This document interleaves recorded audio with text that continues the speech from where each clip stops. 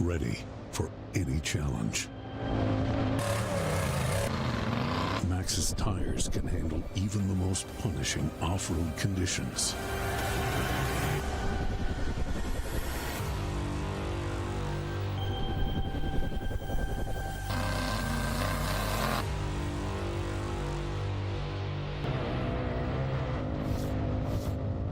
Maxxis tires. Tread victoriously. Speed Sport has been America's motorsports authority since 1934. Get news, results, and commentary from the most connected experts in the business, covering all forms of motorsports from flat track to NASCAR and everything in between.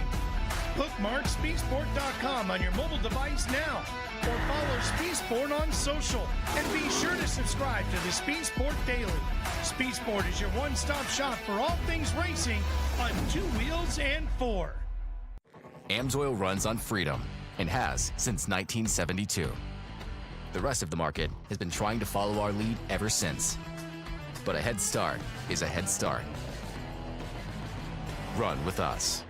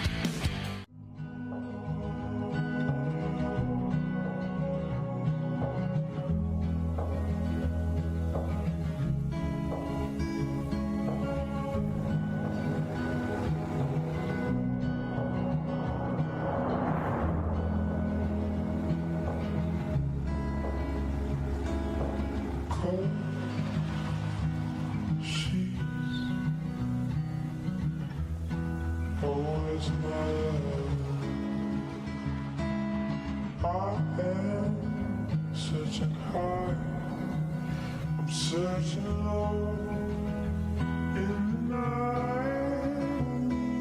Ooh, does she know that we bleed the same? Ooh, don't wanna cry. Get it, boys.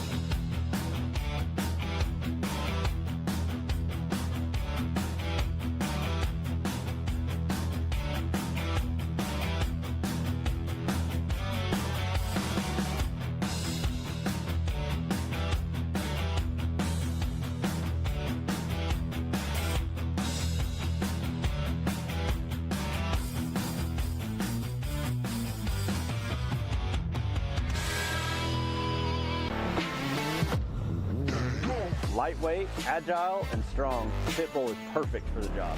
The Pitbull is the first and only lift that can be used in the pits and in your garage. Elevate your racing with a Handy.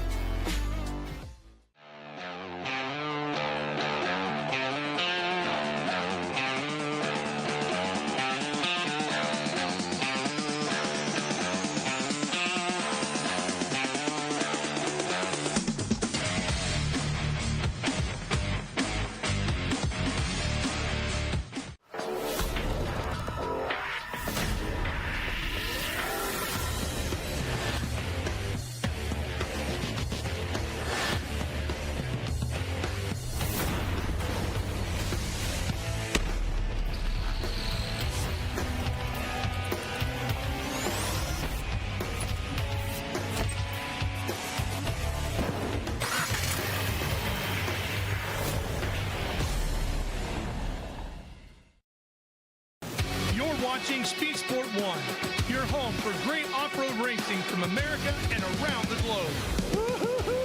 From Ultra4 to rallies. These guys are fighting for the lead. It seems very aggressive. Short course to desert race. Great move there. He is so fast. Whether on 2 wheels or 4, Speed Sport 1 has the off-road action you crave. Look at that move. Jumps to the inside. Speed Sport 1, the Motorsports Network.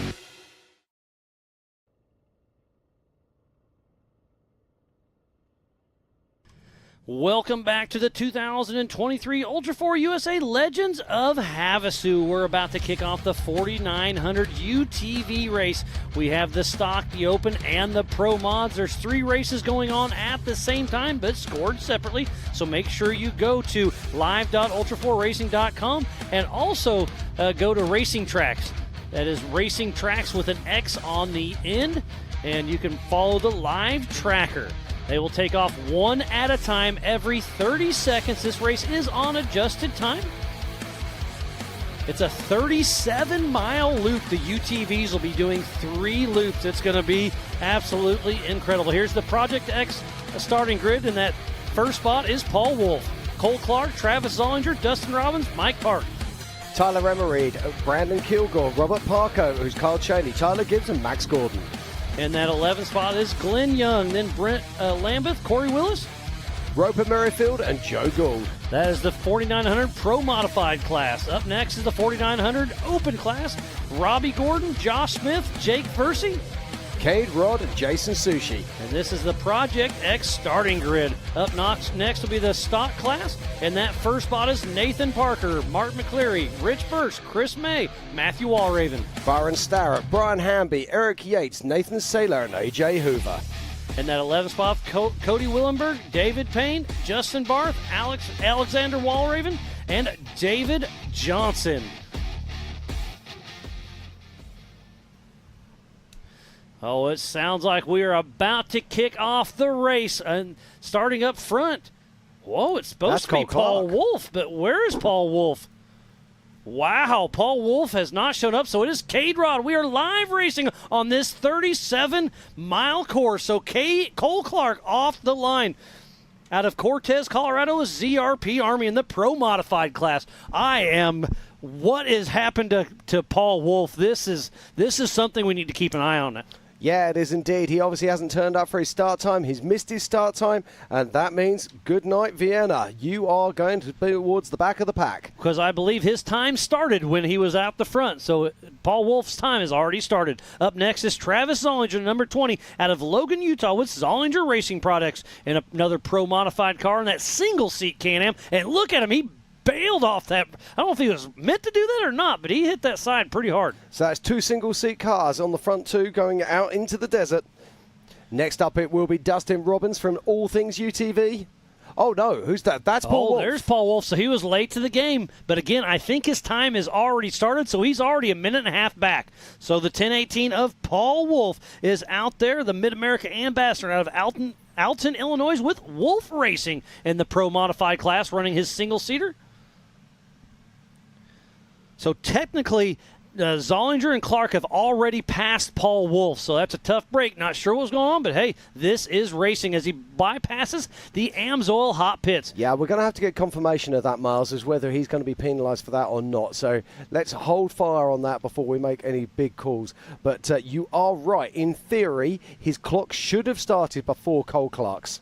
So there goes the 311 of Dustin Robbins with Seth Holmes riding shotgun out of Decatur, Alabama with All Things UTV, another Pro Modified car.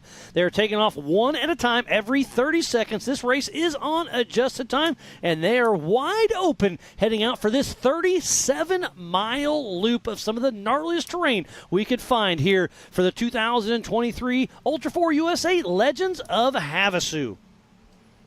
Yeah, heading out now, I think that is Mike Park. With Jeremy Dixon riding shotgun out of Callahan, Florida with Team 904 Racing in the Pro Modified class.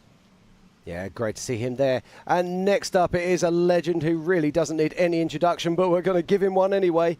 The number 77 of Robbie Gordon out of Lake Havasu, Arizona with Speed UTV and his brand new Bandit Speed UTV machine. Now, is this a factory machine? This is as very close to factory, yes.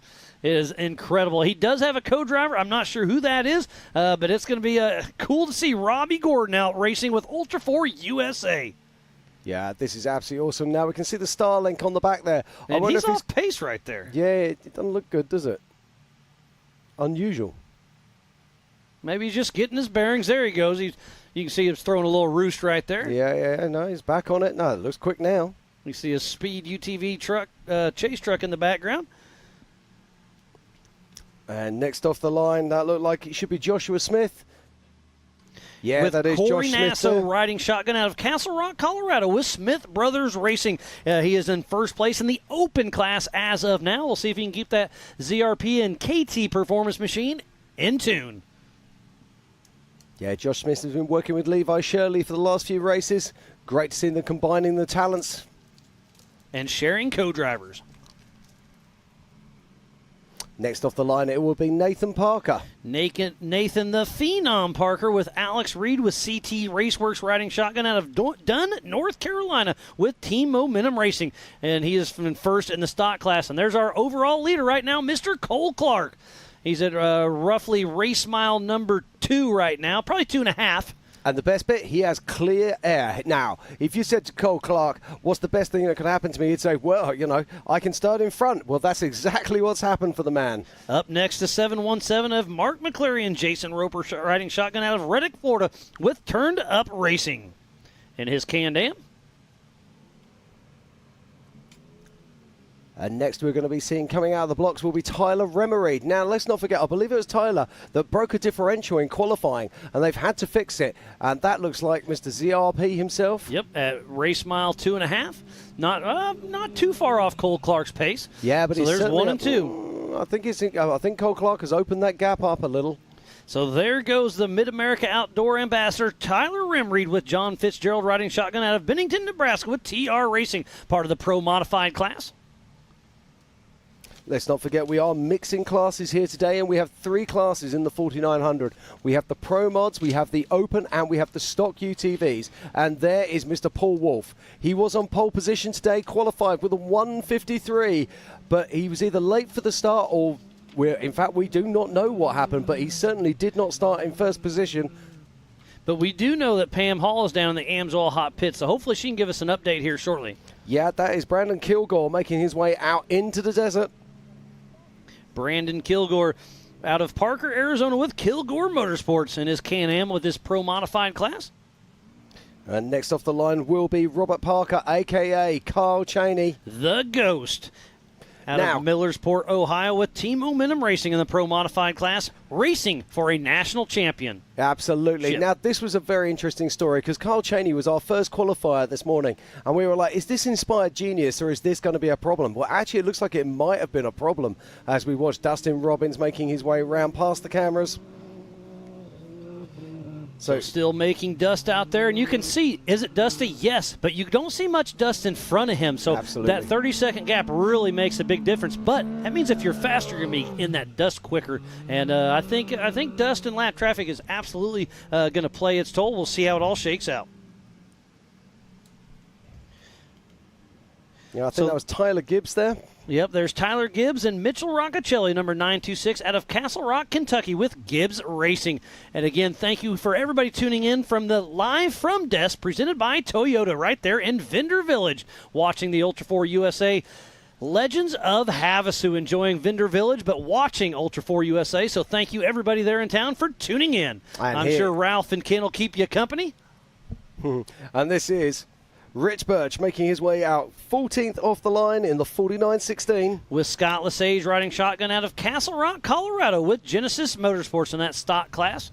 Remember, go to live.ultra4racing.com for the same live timing we have here in the Warren studio. And there is Mr. Robbie Gordon pushing hard in that Speed UTV. Yeah, great to see him and Max out here racing. Well, here is Max right now. Coming off the start line. Now, when we saw Max leave the start earlier today, somebody hadn't tied down his spare tyre. He lost his tools, he lost his jack, he lost his spare.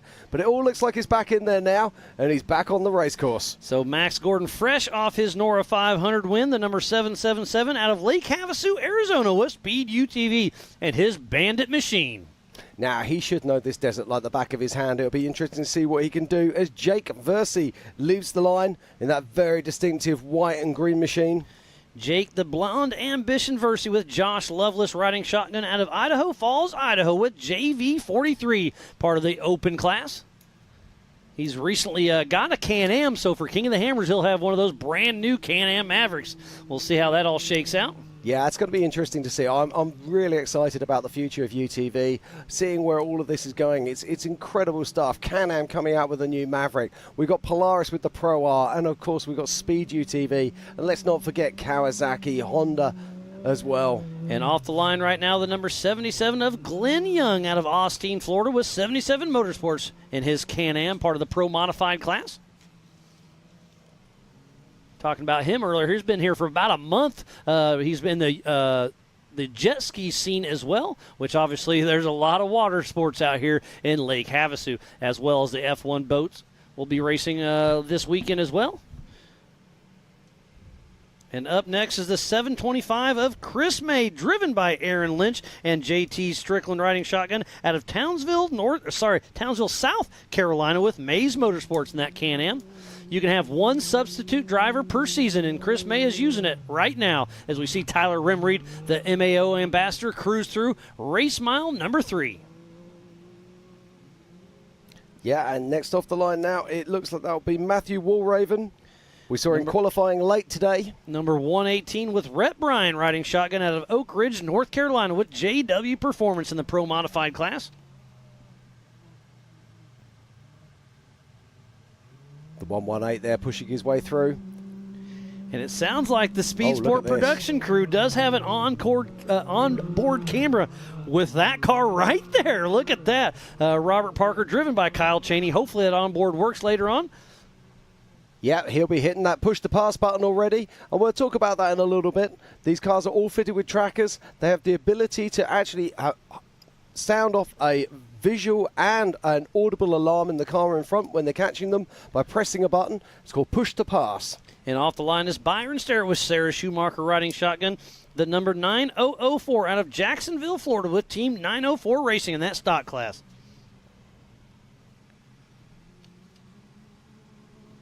And there goes the number 817 of Brian Hamby out of Winchester, Tennessee with 817 Racing, part of the stock class. Remember, we do have 3 races all at the same time, racing intermixed but scored separately. So make sure you go to live.ultra4 Racing to give our live timing as well as racing tracks as well. Yeah, it's a 37-mile course they'll be running today, and these 4,900 vehicles will be doing 3 laps. And we're looking there at the 860 leaving the line now. That is Eric Yates. And you just said 3 laps, 37 miles apiece. That's 111 miles out here in the wide open desert with the tight canyons, a couple waterfalls, and a little bit in between. This is going to be an endurance desert race. You do not want to take your break. It's going to be wild. It is indeed. Now, these vehicles won't have the issue, but certainly in some of the classes we might see that refueling will become a problem as we look at the 252 of Brent Lambeth leaving the line. We have 35 entries in the 4900 class today. So the 252 of Brent Lambeth with Devon Peak riding shotgun out of Mesa, Arizona with Cruise Armor Racing.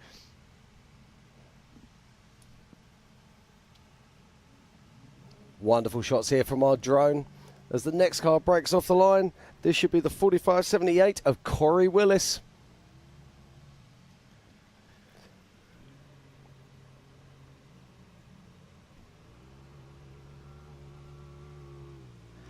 Out of Lake Charles, Louisiana with PPEI Racing in the Pro Modified class. Corey Willis is going to be pushing strong. There goes Jake Versey blowing by race mile number 3.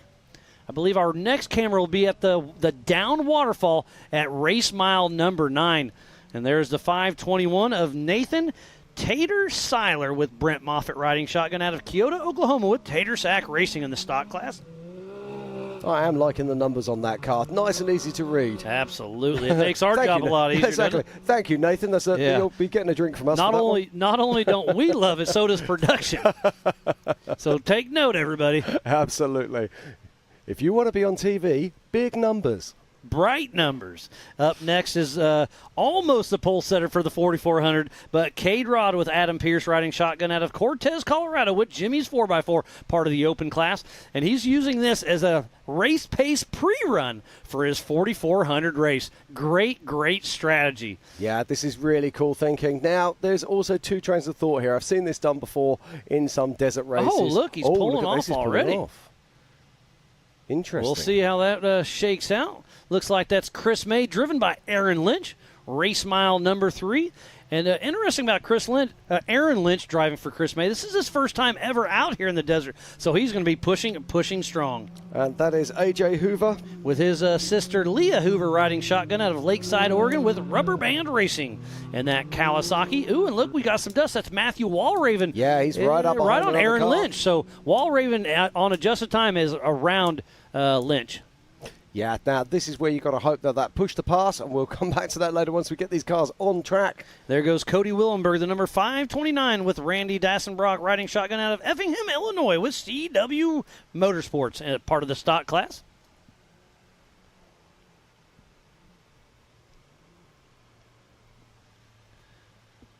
So I didn't see Cade Rod there. Oh, lots of dust out there on screen.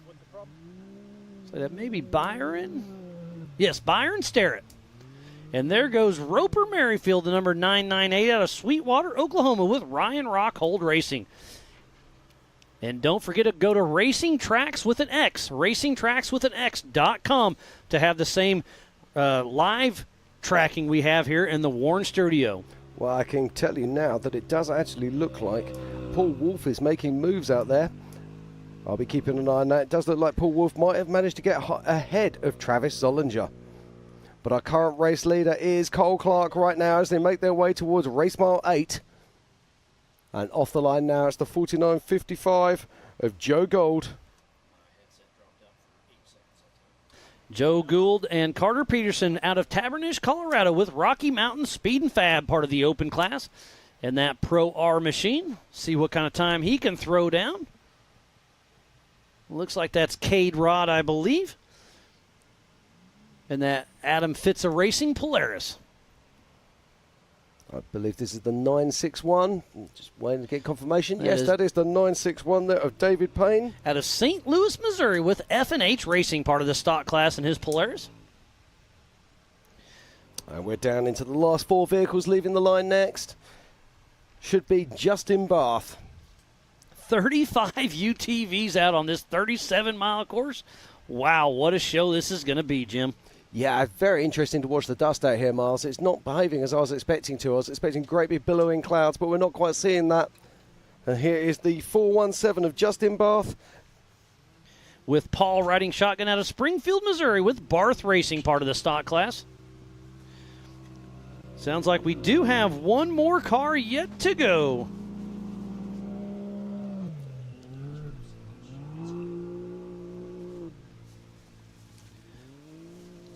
And that, that's one of our course marshals. That's Travis Cook. I was like, we're getting a pass on the infield. So it's up next is Jason Sushi, the number 212, with his son Ryder riding shotgun out of Tremonton, Idaho, with Zollinger Racing Products, part of the open class.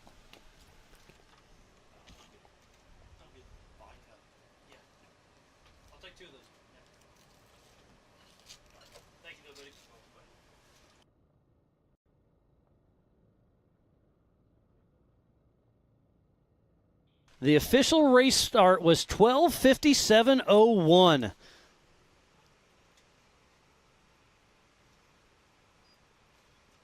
So anybody that's keeping tabs back at home, this is a 3-lap race. It's not quite as important as it was during the regular season because it was an hour and a half or whatever plus lap. This is just a straight 3-lap race, and we were guessing the fast guys and gals to be right around that hour mark. That was my guess and JT's. But then we were talking, here is race mile number 9. This is the hard water fall obstacle. Here is the Brannock Falls, and we're going to see what kind of work our physical race leader, Cole Clark, can do. That's a huge rock on his driver's front tire. He bypasses just absolutely perfect. So Abe Gonzalez down there ready to recover. So Cole Clark out front with the clean air, and did you see how easy he made that work? They were really, really worried about that during pre-running, and Cole Clark just walked the dog. Cole Clark is absolutely quality there. Made it look so easy. But we were saying this before. When people are pre-running, they never go at the same pace. They race at race pace. And as soon as you step it up, you put some red and white tape there, tell them there's a trophy at the end of it, the whole thing changes. And a national championship on the line as well. So we have 33 cars out on course for a 37-mile lap, a 37-mile lap, 3 laps, 111 miles. It's going to be a great showing out there for sure. Thanks again for everybody tuning in to the 2023 Ultra4 USA Legends of Havasu as number 20 Travis Zollinger makes quick work through. Did he have a right rear tire? I don't know. It could have had a tire issue. Not sure is a complete guess. There's Nathan Seiler. Somebody else chasing some dust. Oh, that's Cade Rod right behind Seiler, so he's probably using that push to pass. Oh, there is Paul Wolf, physical third, and I'm still waiting for confirmation from Race Ops whether his time started before Cade or not. I assume that's what it is, but again, that's just my best guess. Yeah, if you're watching at home, you can go to racingtracks.com. You can find the map there. You can see all of the trackers coming up and see the positions of all your favorite stars racing here right now.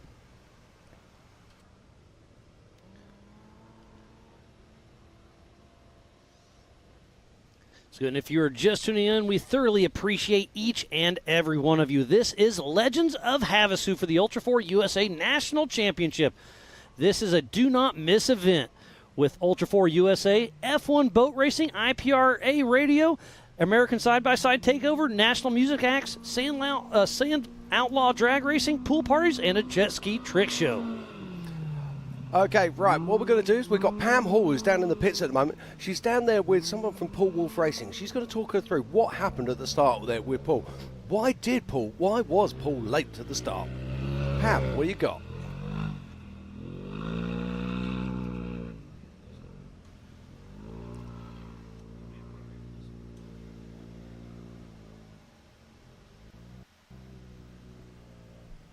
Okay, while we're waiting for Pam there, well, let's not forget we are in the middle of a desert.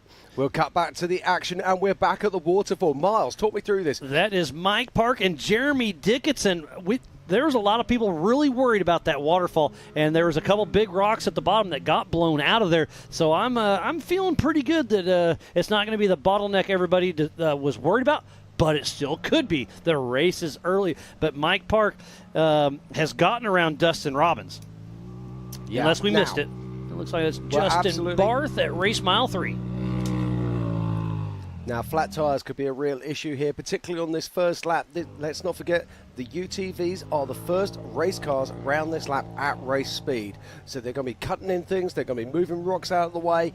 It's going to be difficult for these guys. And I just got an update from Racing Tracks. There was a tip alert from Max Gordon at race mile 1.2, but he is moving again. So did he just hit a bad G out, or did he roll the car? It's all speculation, but there was an update there. Oh, there's Dustin Robbins. So that means Mike Park has gotten around Dustin Robbins, right. Race mile number 9. And he's taking a different line here. Yeah, now let's have a look at the rack here. I want to see if he's got a flat tire in the back, maybe.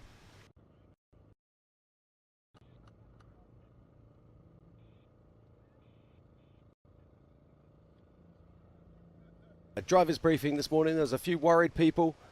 But I have to say, I'm not liking the line here that Dustin Robbins is taking. Yeah, you can see if he would have been more passenger, that big rock, that just goes to show you how big that rock actually is. So if he would have been more passenger, he would have had, it's a little steeper, but it's a more direct line. And there's somebody right hot on his heels. That is Josh Smith, who is leading the open class. Let's see what kind of line him and Corey Nasso do, dropping the Brannock Falls.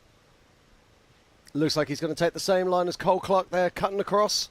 And that's the line to take right there. And remember, this is a UTV, so they're a lot narrower than the EMC and the 4400. So it's going to be interesting to see how it shakes out on the different cars. That right front tire looked a little soft, Jim. Yeah, but don't forget these cars are a lot shorter as well. So what they make up for with or what they lose for their width, they also gain by being, or should I say, the other classes gain from length. So I think you're going to find the 4400s are going to be coming down there a hell of a whack. Oh, they'll walk it there for sure. Yeah. Well, as long as they hit their line just right. That big rock, if it gets in your way, it's pretty gnarly. Well, it's going to be interesting. If we get cars coming up there side by side with each other, what's going to happen? Are they going to follow line of drift, or are they going to try and work for a pass?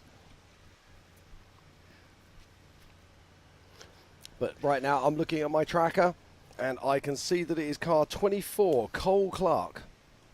So I'm getting a little update right now from my Rugged Race Radio that Paul Wolf switched cars and had to switch columns, so that's why he was late. So that was a little tidbit from the Rugged Radio. And thank you, Pam Hall.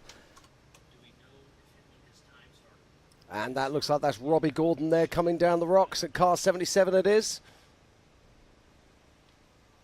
Yeah, so tough break for Paul Wolf. Ooh, there's Kyle Chaney driving for Robert Parker, and that's that wrong line. He took it too much driver, and that puts a lot of tension on that left front ball joint. But this is interesting because Kyle Chaney is one of the best rock drivers in the world, period. And he saw that line as being the line to take. I find that very interesting indeed. I do question, has Kyle actually done any pre-running? Because it's not like him to make mistakes. We see him at Hammers laying down a pace. There's equal, if not even faster than 4400 class cars in his UTV.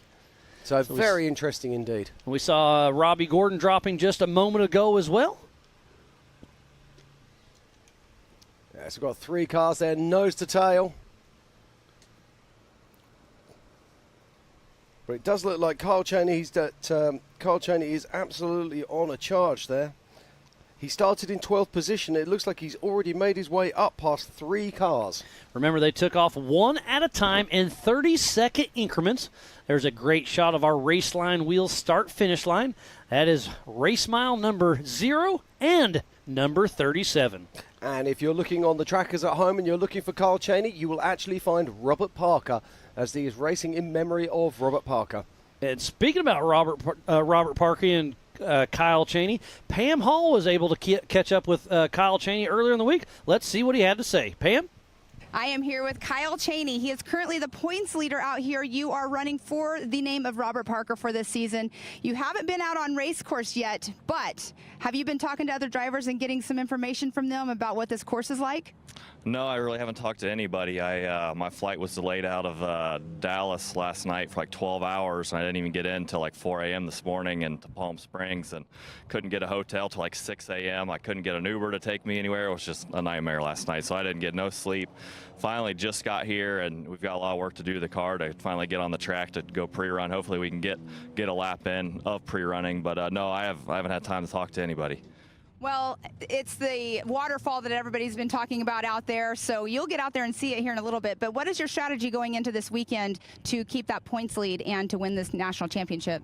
Yeah, I mean, we do have a good lead. Robert, with Robert racing KOH and having a good finish, and me kind of staying solid all year. We got the points lead, and hopefully after tomorrow we'll win a national championship. But it's going to be tough. A lot of fast guys here, and we're just going to go out there and. I went into the West Coast Championship just kind of wanting to finish, and I feel like it bit me. That's not, I feel like, how racing should be going. So I'm going out here to win. Thank you very much, Pam. Always good to hear from Kyle Chaney. I mean, how's that for prep? He's had no sleep. I mean, yeah, that's hard on your body as well. Yeah. I mean, he's a super fit guy. He's a professional athlete, but even for anyone, it can be tough.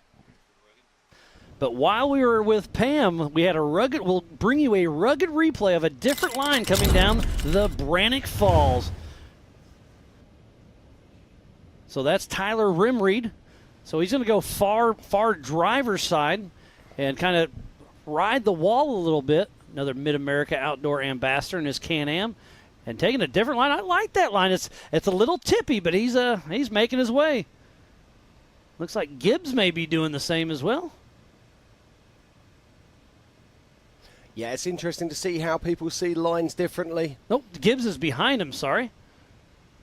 That's Brandon That's Kilgore. Kilgore. And Yeah. you see how he had to use the momentum? He got a little nervous. So thank you, Rugged, for the replay. And back to Jake, the Blonde Ambition Versi. Dropped it quick. Believe that's Glenn Young right behind him. Yeah, it does look like it. He's got that Smurf blue Yeah, and that black. is Glenn Young. Definitely. Now he's coming back down. He's straightened a bit. It's so easy to say when you're sat here, isn't it? But it looks like he's straightened too early. He's going to get hooked up on that big rock. You've got to be so careful not to break a CV joint here. You can see that massive angle there, but huge load on those CV joints. So what we've got here is a fantastic race. This is the 4900 UTV race here at the Legends of Havasu 2023. If you're just joining us, this is Ultra4 racing at its best. It's been an awesome day of qualifying so far. And right now it's all about the 4900s. And inside 4900 we have three classes. We have the stock class, we have the pro mods, and we have the open class.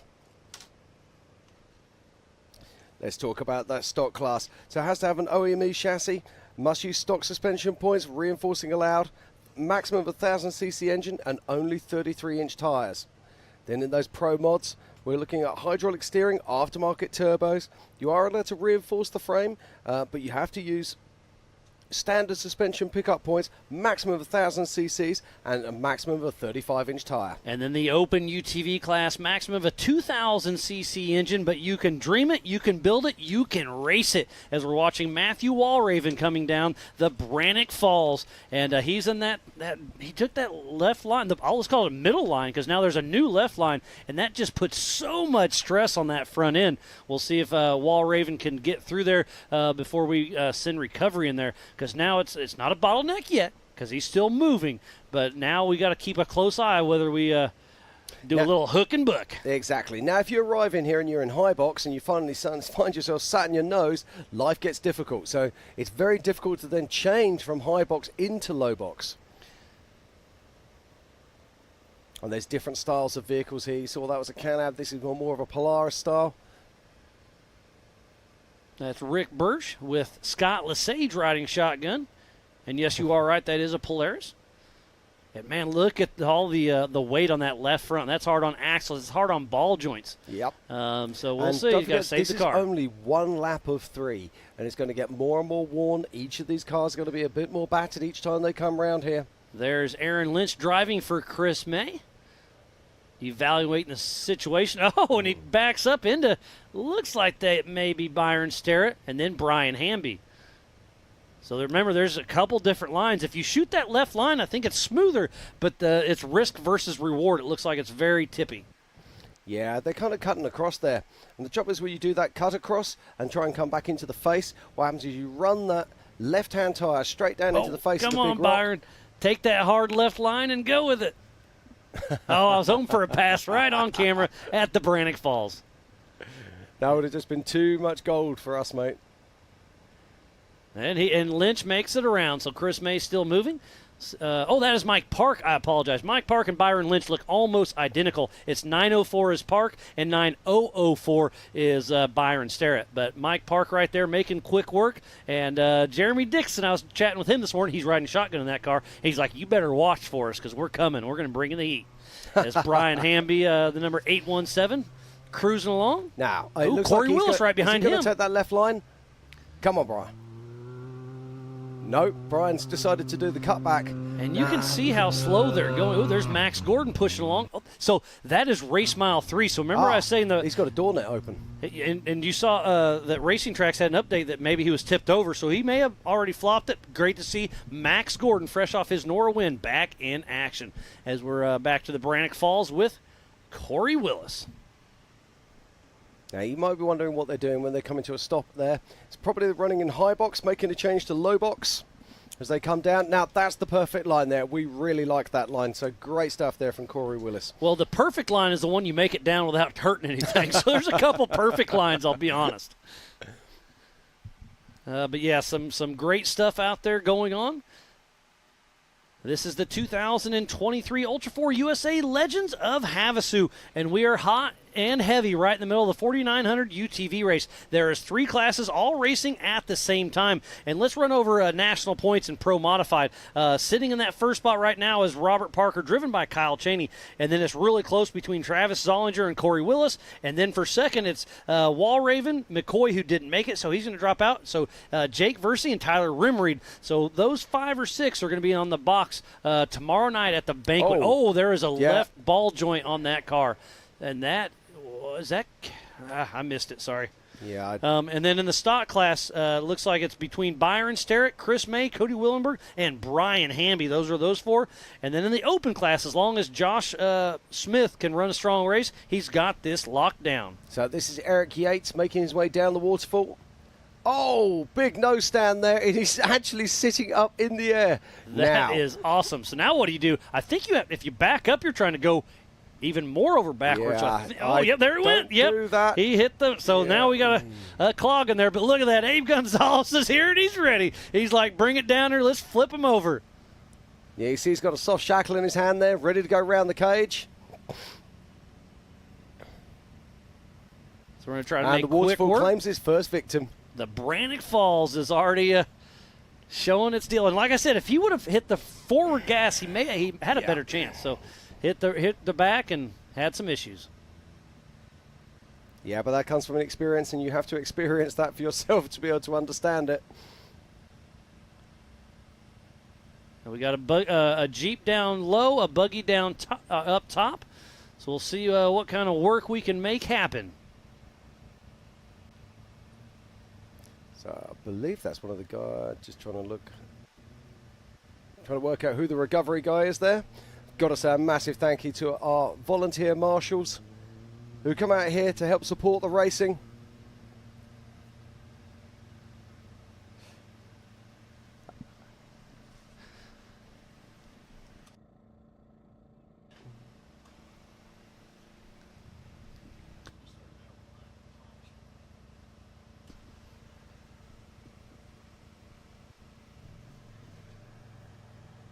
I believe that is Eric Yates. It is Eric Yates. Yep, that I'd is already tipped called over. that. Thank you.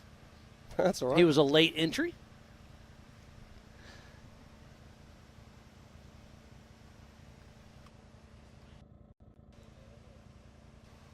So Abe Gonzalez there. Now Abe is one of the volunteers. He works at King of the Hammers. Works also with Ultra4 USA. He's got the skills. And they'll be getting Eric back on his wheels very soon. But what they might have to do is pull him up onto his wheels and then get Eric to drive out backwards to clear him of that rock. But let's see what happens.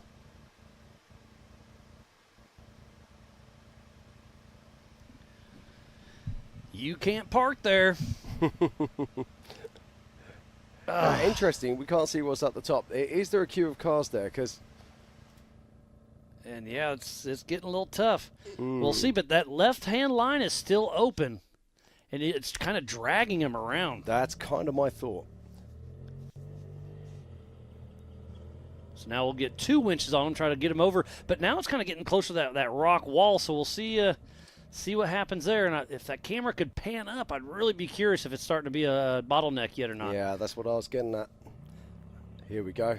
As if by magic. Okay, no. Oh, there it comes. Here we go. Now. And that is Cade Rod. So what are we going to do here? Now, Cade Rod is a very experienced rock driver. So if this was me, I would ask Recovery to get out of the way and let him shoot that left line. Absolutely. But we'll see. So Cade Rod is patiently awaiting right now.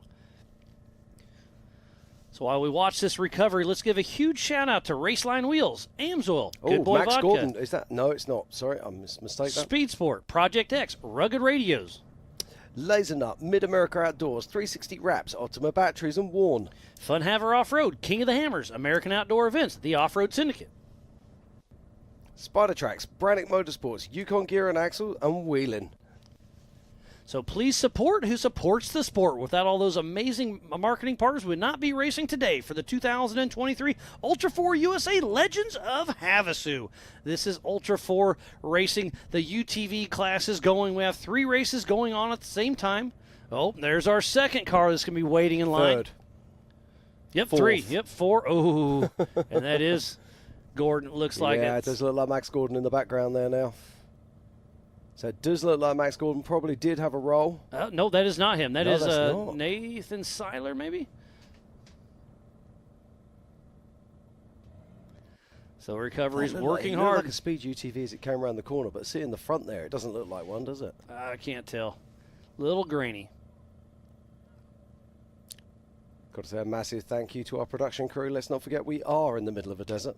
Yeah, and that is literally at race mile number 9, and it's a hard way to get there. So we're beaming stuff all over this standard wash area. It's a 7,500 acres out here of OHV land. The Bureau of Land Management, we've been working close with them. We've got a great relationship, and everything is running smooth. We also need to give a huge shout out to the Havasu Side-by-Side Trail Association. They've got a lot of their volunteers out here. They're going to help us clean up the course as well as tread lightly after the races.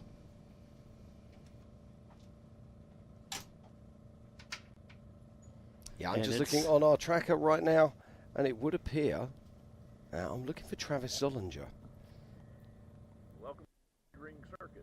I can't tell you who is moving and shaking at the moment. It does look like one of our big movers and shakers is Kyle Cheney racing for Robert Parker. It looks like he's made his way up.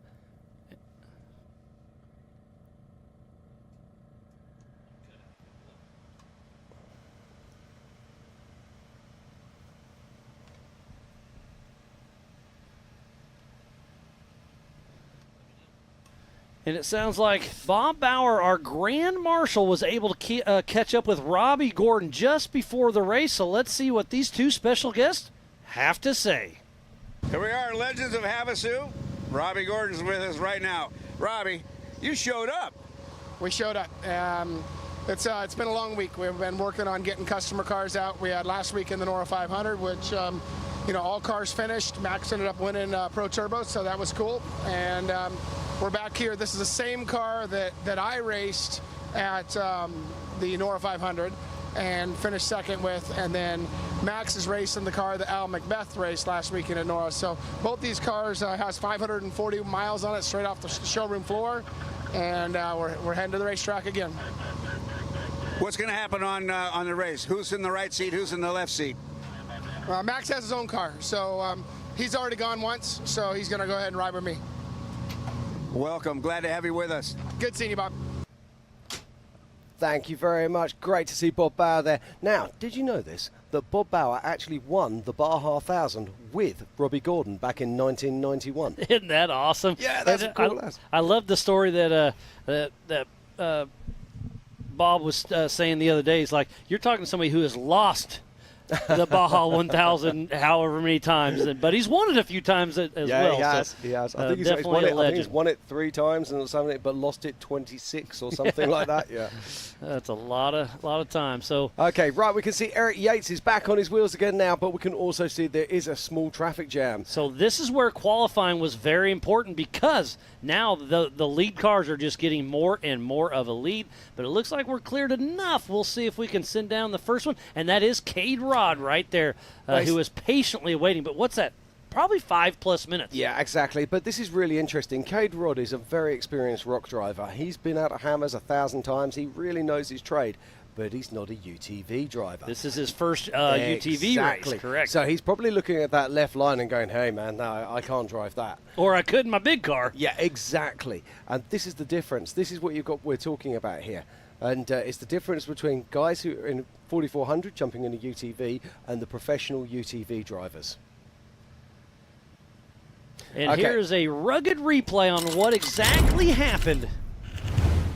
So Eric Yates is making his way down the waterfall. He's taking that slightly harder right-hand line. He sticks it up on his nose. Now lands he sits on the there. bumper. So now, if he would have hit the forward gear, I think he would have pulled out of it. But he puts her in reverse and flops her on over. So tough break for Eric Yates. But we're trying to get him out of the way. Yeah, as he popped out, it's so easy to say when you're sitting in here, oh yeah, you should have just hit the throttle, but he should have just hit the throttle. Now, see what I mean? Cade Rod's committing to that line, and we know like the other line's possible. Up and over? Yeah, he's got this. All nice right, driving so Cade from Rod Cade. out. And now think of this. Cade Rod did lose 5 minutes. Nothing around that. But that means he's got 5 minutes of clean air, so he can really push hard right now. Yep. Whereas that looks like Willenberg, is Yeah, it? that's Cody Willenberg. Yep. With CNW Motorsports. And then Jason Susie right behind him. And then Nathan Seiler. Yeah, 521, yeah, I think you're right there. Yes, Nathan Seiler. Yep, correct. I guess I wasn't asking you, I was telling you, buddy. Not for the first time. Is that Joe Gould maybe behind him? Yeah, it is indeed. Then Justin Barth. Oh, here's another one snuck through. So we definitely had a little parking lot. Again, probably 5-ish minutes or so. So that definitely feels like an hour when you're sitting in a race car. It does. We've been racing for 42 minutes right now. Oh, wow. Look at this. It really is a traffic jam. And I've got a mechanical alert for Dustin Robbins at race mile 10. I hate to hear that. Thanks, Dave Clay with Racing Tracks. There's Rocky Mountain Speed and Fab with Joe Gould and Carter Peterson. Yeah, and it's even more disappointing when you're that guy, Eric Yates, you're sitting at the bottom there and you watch car after car, just drive it as easy as easy. But he still has a chance. He can still get in there. I think the attrition is going to be very, very high in this race. So if he can get the car going and go down, oh, look at that left front, man. It's really under a lot of stress when it's full tilt into that big rock. But Justin Barth makes it happen. He's got to race this race and then hop out of this car and hop into his Jimmy's 4800 Brannick Motorsports Legends class car as well. So Justin Barth and Paul, his co-driver, got a long day and a night ahead of him. So at what point do you get to in the UTV race where you say, hey, do you know what? I've done enough. Well, I'm going to just... is he racing for championship points here? Or is it a case of he's going to say, well, you know what? I'm just going to pull out early and try and save myself for the big car. He's in top 5 for national championships, so it's going to be tough. I don't know. But, yeah, you're taking a gamble if you go out for that last lap. What happens if you break on your last lap? You're not going to make it back for the start of your next race. So, you're right. How do you make that call? I don't know. See, I did wonder with Cade Rod whether Cade Rod would actually call this race short. Whether he would just do 1 lap, maybe even 2 laps, and just say, hey, I've done enough, park it, and save himself for the big race. No, he's got all night to recoup. He's not racing until tomorrow at 10 a.m. So if I was Cade Rod, I would make absolutely every lap you can just to see the course, see how the lines are coming together, see how the course is deteriorating. If I was Cade Rod, I'd be running every second I can out there. So Eric Yates is out of the deal. It looks there's a speed car, so that must be Max Gordon. Yeah, door net open, look. So he must have took a tumble and something's... Now, is he single seating? So we'll see what this speed car can do.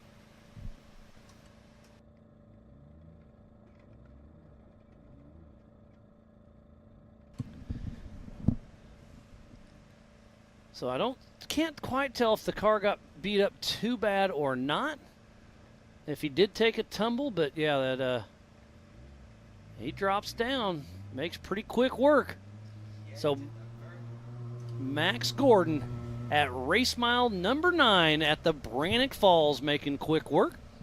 Great shot of the race line start finish. And something else that's really cool this year that the Robinettes did was every registered racer received an Air Evac Life Team free of charge. So if you have an issue, you are covered for your helicopter ride. And that is compliments of Robinettes and AOE.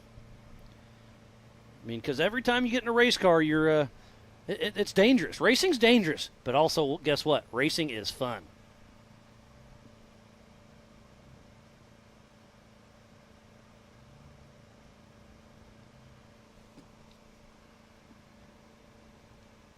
Yeah, we've got a great race working out here as we watch Eric Yates.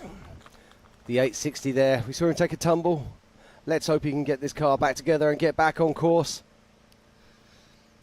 So we are just 10 miles south of Lake Havasu City in the Standard Wash OHV area. There's 7,500 acres of BLM land out here, OHV. You can come out here and play at any time. Lake Havasu City is super UTV friendly. They love it.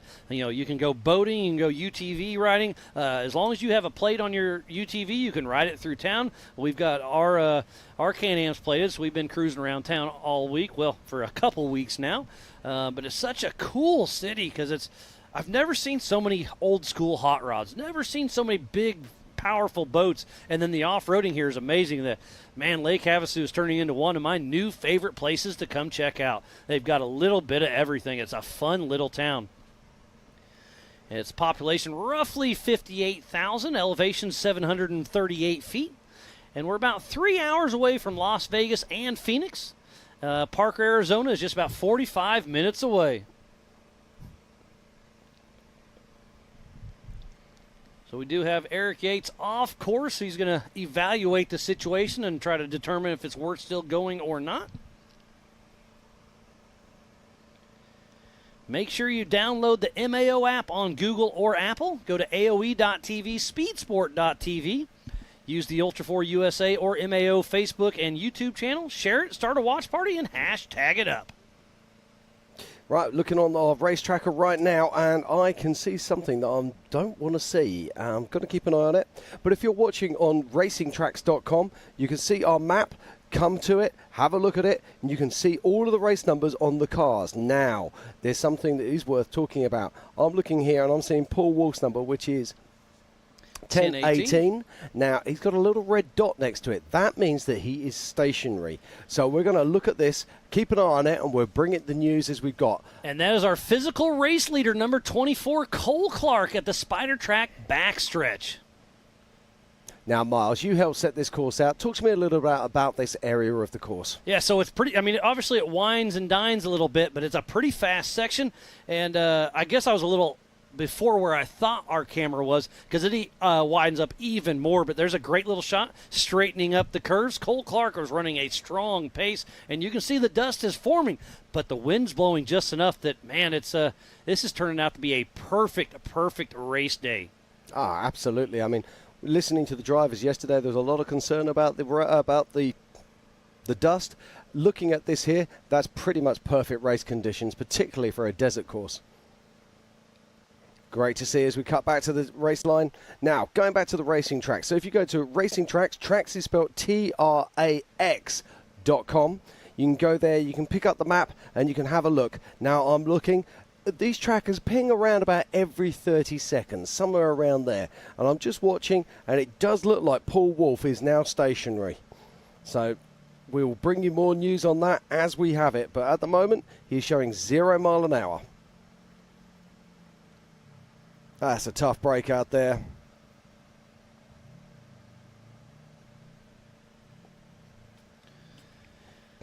And I'm just getting an update on my rugged radios. The EMC class, the Everman Challenge, has been adjusted. It will start at 5 and race till 8. So they're going to be racing half of their race in the dark out here. So that's going to be interesting.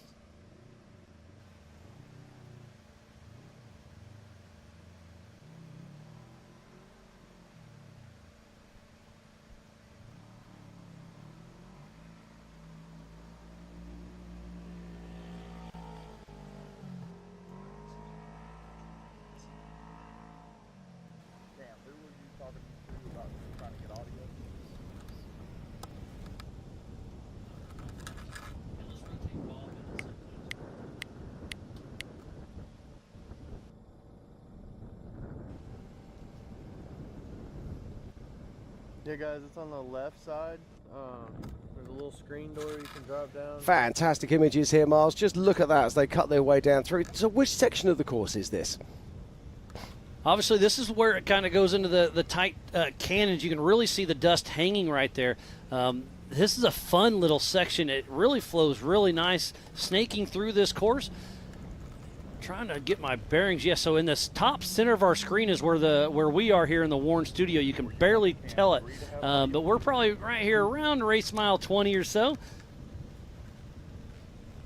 And it's a fun little wavy section. Remember, a 37-mile course.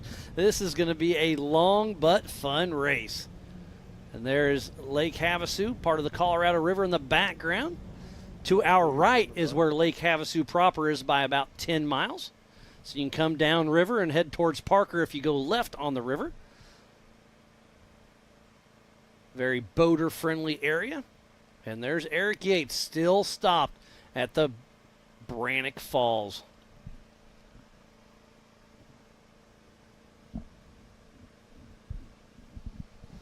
Yeah, that was a tough luck there for Eric Yates. And we always say the same, don't we? The camera never shows you the severity of the terrain. Now, this waterfall, I didn't get out a chance to see that. We were hoping to get out there yesterday, but it just didn't work out for us. But talk us through. I mean, that boulder there, would you say it's the size of a UTV or the size of Abe's Jeep? I mean, what sort of size are we looking? Yeah, the big boulder at the bottom is, probably the size of a UTV, and it's probably about a 10-foot drop, and there's a lot of big rocks, obviously video never does it justice, but there's a lot of big rocks in the face of it, and it's all natural, but it kind of looks like shotcrete. There's some big rocks in the face of it, but some of these cars have been breaking them loose, so you can kind of see some light dirt areas. That's because those big rocks have fallen off of that rock face, and they're ending up in the bottom, and they're big nuisance rocks, size of a normal beach ball or so. If you're just joining us, this is the 2023 Legends of Havasu. We're out here just outside of the Havasu city for the 2023 Ultra4 National Finals. What a year of racing it's been, Miles. Oh, it's been absolutely amazing. And speaking about Legends of Havasu, we still have VIP packages available.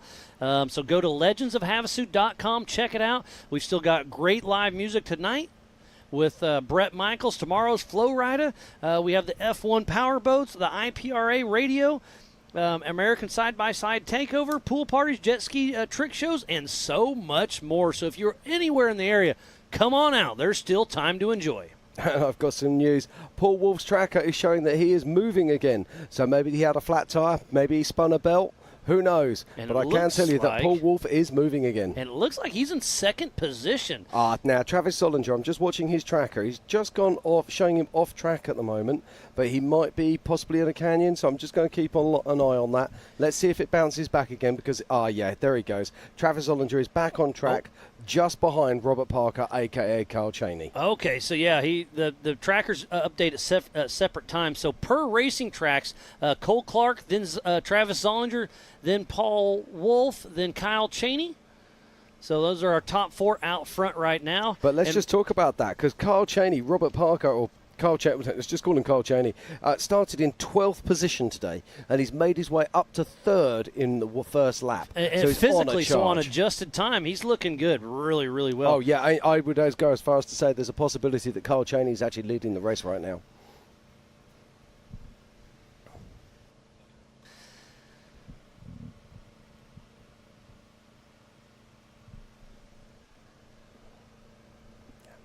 Okay, we're going to be coming out to a short commercial break here, and we're going to be coming back with live action very soon, and Pam Paul is going to be joining us in the booth. So be sure to stay with us, and we look forward to seeing you very soon for more action here at Legends of Havasu.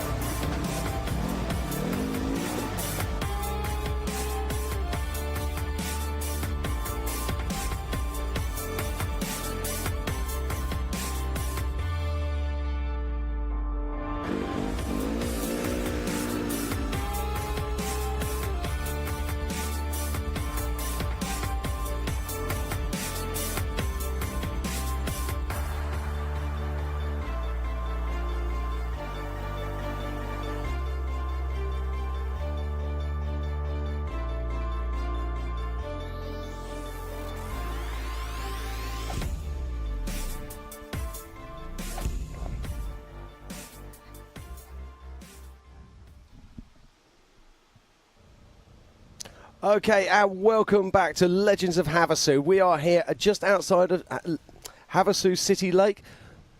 And we're having a load. Oh, should I start that again? The Havasu Lake City. And joining me in the booth right now is Pam Hall. How are you, Pam? I'm doing wonderful. How are you doing, Jim? I'm having a great time. It's been an awesome day so far. We've had so much fantastic qualifying. And then, of course, we are here right now for the 4900 main race. As you know, we've got 3 classes racing, but you've been out there in the pits. You've been finding out all the little stories, all the little gems. What's going on out there? Well, there's a lot going on out there, actually. Not only are we obviously racing live right now with our 4900 UTV class, but a lot of the drivers that qualified in our other classes, our EMC classes, and also in our 4400, they're out there and they're going over their cars and making sure they're all, good and ready. We have some drivers that have had some issues. They're looking for parts. So there's all kinds of action going on out there. Our biggest thing there right now is this 4900 class. And give me a little catch up on this because, like you just said, I've been out in the pits. I know that Cole Clark is physically out in the lead, and he was our number 2 qualifier. Well, this is the interesting thing, obviously. Now, we saw you went to speak to Paul Wolf's people, so I'm hoping you can fill me in on this in a moment. But let's start. Paul Wolf was actually our fastest qualifier, and then what we had was obviously Cole Clark was in our second place. But when we actually got to the start itself, what we actually saw was it was Paul Wolf that actually started in 3rd position. Cole Clark came off the line first, and then Travis Solinger. So it was a really interesting start. So come on, you heard the gen out there. What was happening to Paul? Well, Paul Wolf, what happened with him is he has 2 different cars out there, 2 different UTVs actually in his pits. So he ended up going from a 2-seat car to a 1-seat car. So what's going on is he ended up having to switch out some radios, and it's not just quick. So he decided to go to his single-seat car to actually race. So that's what was going on with Paul Wolf and the reason why it was late to our start line. But right now, though, he was supposed to be our number 1 qualifier, but that puts him a minute behind already. So here we do have, I believe that looked like it was a speed UTV, which we have Robbie Gordon out here racing, and Max Gordon, which is super awesome to have them out here. This is their backyard. Yeah, absolutely. This is where they live. This is where they play. And they know incredibly well. Up and there we go. We have another one. That is the number 77. That is, I believe we have 2 different 77. So that one is Young. Yeah, that is Glenn Young that's out there right now. But you were just saying about Robbie Gordon being out here. This is literally his backyard. This is where they come to play. This is where they come to test. So to see Robbie out here and Max out here as well, it's absolutely fantastic, particularly with Max coming off of that big win at the Nora 500. Exactly. I know we did actually catch up with him a little earlier on when they were getting ready to go out for qualifying. He actually was in the passenger seat, in the co-driver's seat, when Robbie went out to qualify this morning. I'm not sure if you guys were aware of that or not. But Max Gordon, a young gentleman of the age of 15 years old. I believe he's almost 16. Very, very soon he should be 16. But he has been driving for a very long time, since he was a tiny, tiny tot, as I call them. But it's awesome to see him out here racing again. Like you said, it is their backyard. Speed UTV is right down the road, so they have been out here testing them as well. And he grew up here. So yeah. How awesome. It's absolutely fantastic to see, and I love the fact that they're here racing with Ultra4. That's really special. But right, let's have a quick catch up with our race leaders. We go back to the waterfall now, and it's good to see Eric Yates is no longer sat there, which means that Eric Yates is back on track. So that's absolutely fantastic. But our current race leader is Cole Clark, and we're going to be seeing him and coming back into town very, very soon. Just behind him is Travis Solinger. But this is the big news at the moment. Robert Parker, a.k.a. Kyle Cheney, looks like has made his way back up into 3rd position, which will be absolutely astonishing if that's the case. Then just behind him, it looks like we have Paul Wolf, but we'll get confirmation of that as they come round to complete their first lap. But that looks like that's Jake Versey coming on round right now. Yes, it is. That is Jake Versey, as Miles calls him, the blonde ambition. But you were saying Kyle Cheney has made his way up into 3rd physically on course. Yes. I believe he qualified, in the 8th position today? Yeah, 12th. 12th position. He took the gamble. He went out there, he stuck it on the line to be first on course, which it seemed like a really good common sense thing to do. But the reality is it didn't pay out for him. He ended up down in 12th position, but we know Kyle Cheney. He does many things, but everything he does very fast indeed. As we watch Jake Versey there making his way into the desert. So very soon now, our leaders will be coming into town. They will be coming across that start-finish, and we can start to work out the adjusted times. We can start to work out who is actually first, who is actually second. But my guess right now is it's going to probably be Kyle Cheney, probably just up behind Cole Clark. The other one that's worth a look at as well is Mike Park. Mike Park is on a charge as well. So really quick, I'm going to cut you off for there a second. Cole Clark just now came through and completed his first lap. I don't know if you and Miles did your lap timing, but it looks like he came through in 1 hour and 2 minutes is what his lap time just came through. Yeah. So that's awesome. Did you guys do that little bantering of what do you think the fastest lap was going to be? Well, I'll be honest with you, we did not, but we've been talking about this, and obviously Miles has been talking to JT, our race director, and trying to guess what those race times would be. And they were saying we hope they would be around about an hour. So that is spot on. 1 hour and 2 minutes. Perfect. Exactly. So Cole Clark is our current race leader, but let's not forget this is on adjusted time. And here we do have another car coming through. That looks like that is Mr. Travis Zollinger. Yes, it is. He is also at 1 hour, 2 minutes, but 33 seconds. So he is not too far behind Cole Clark. Yeah, we're literally talking about seconds apart there. Now, the interesting thing about both of these vehicles is both of these vehicles are single seat. Oh, Look now, at that. Is that Cole Clark just coming out of the hot pits? It is. Oh, my word, look at this. I Look wish at you guys this. could see us here because we're pointing at the TV. But I've got Pam here. She's sitting there pointing at the TV, literally hovering off her seat, pointing at now. That makes a big difference indeed. You can physically see the lead there. And Travis Zollinger, he'll be sitting there going, I got you, Cole. He's already passed him on adjusted time now. He knows he's got him. You have to remember that they're 30 seconds apart. Cole has now got to push 30 seconds on Travis.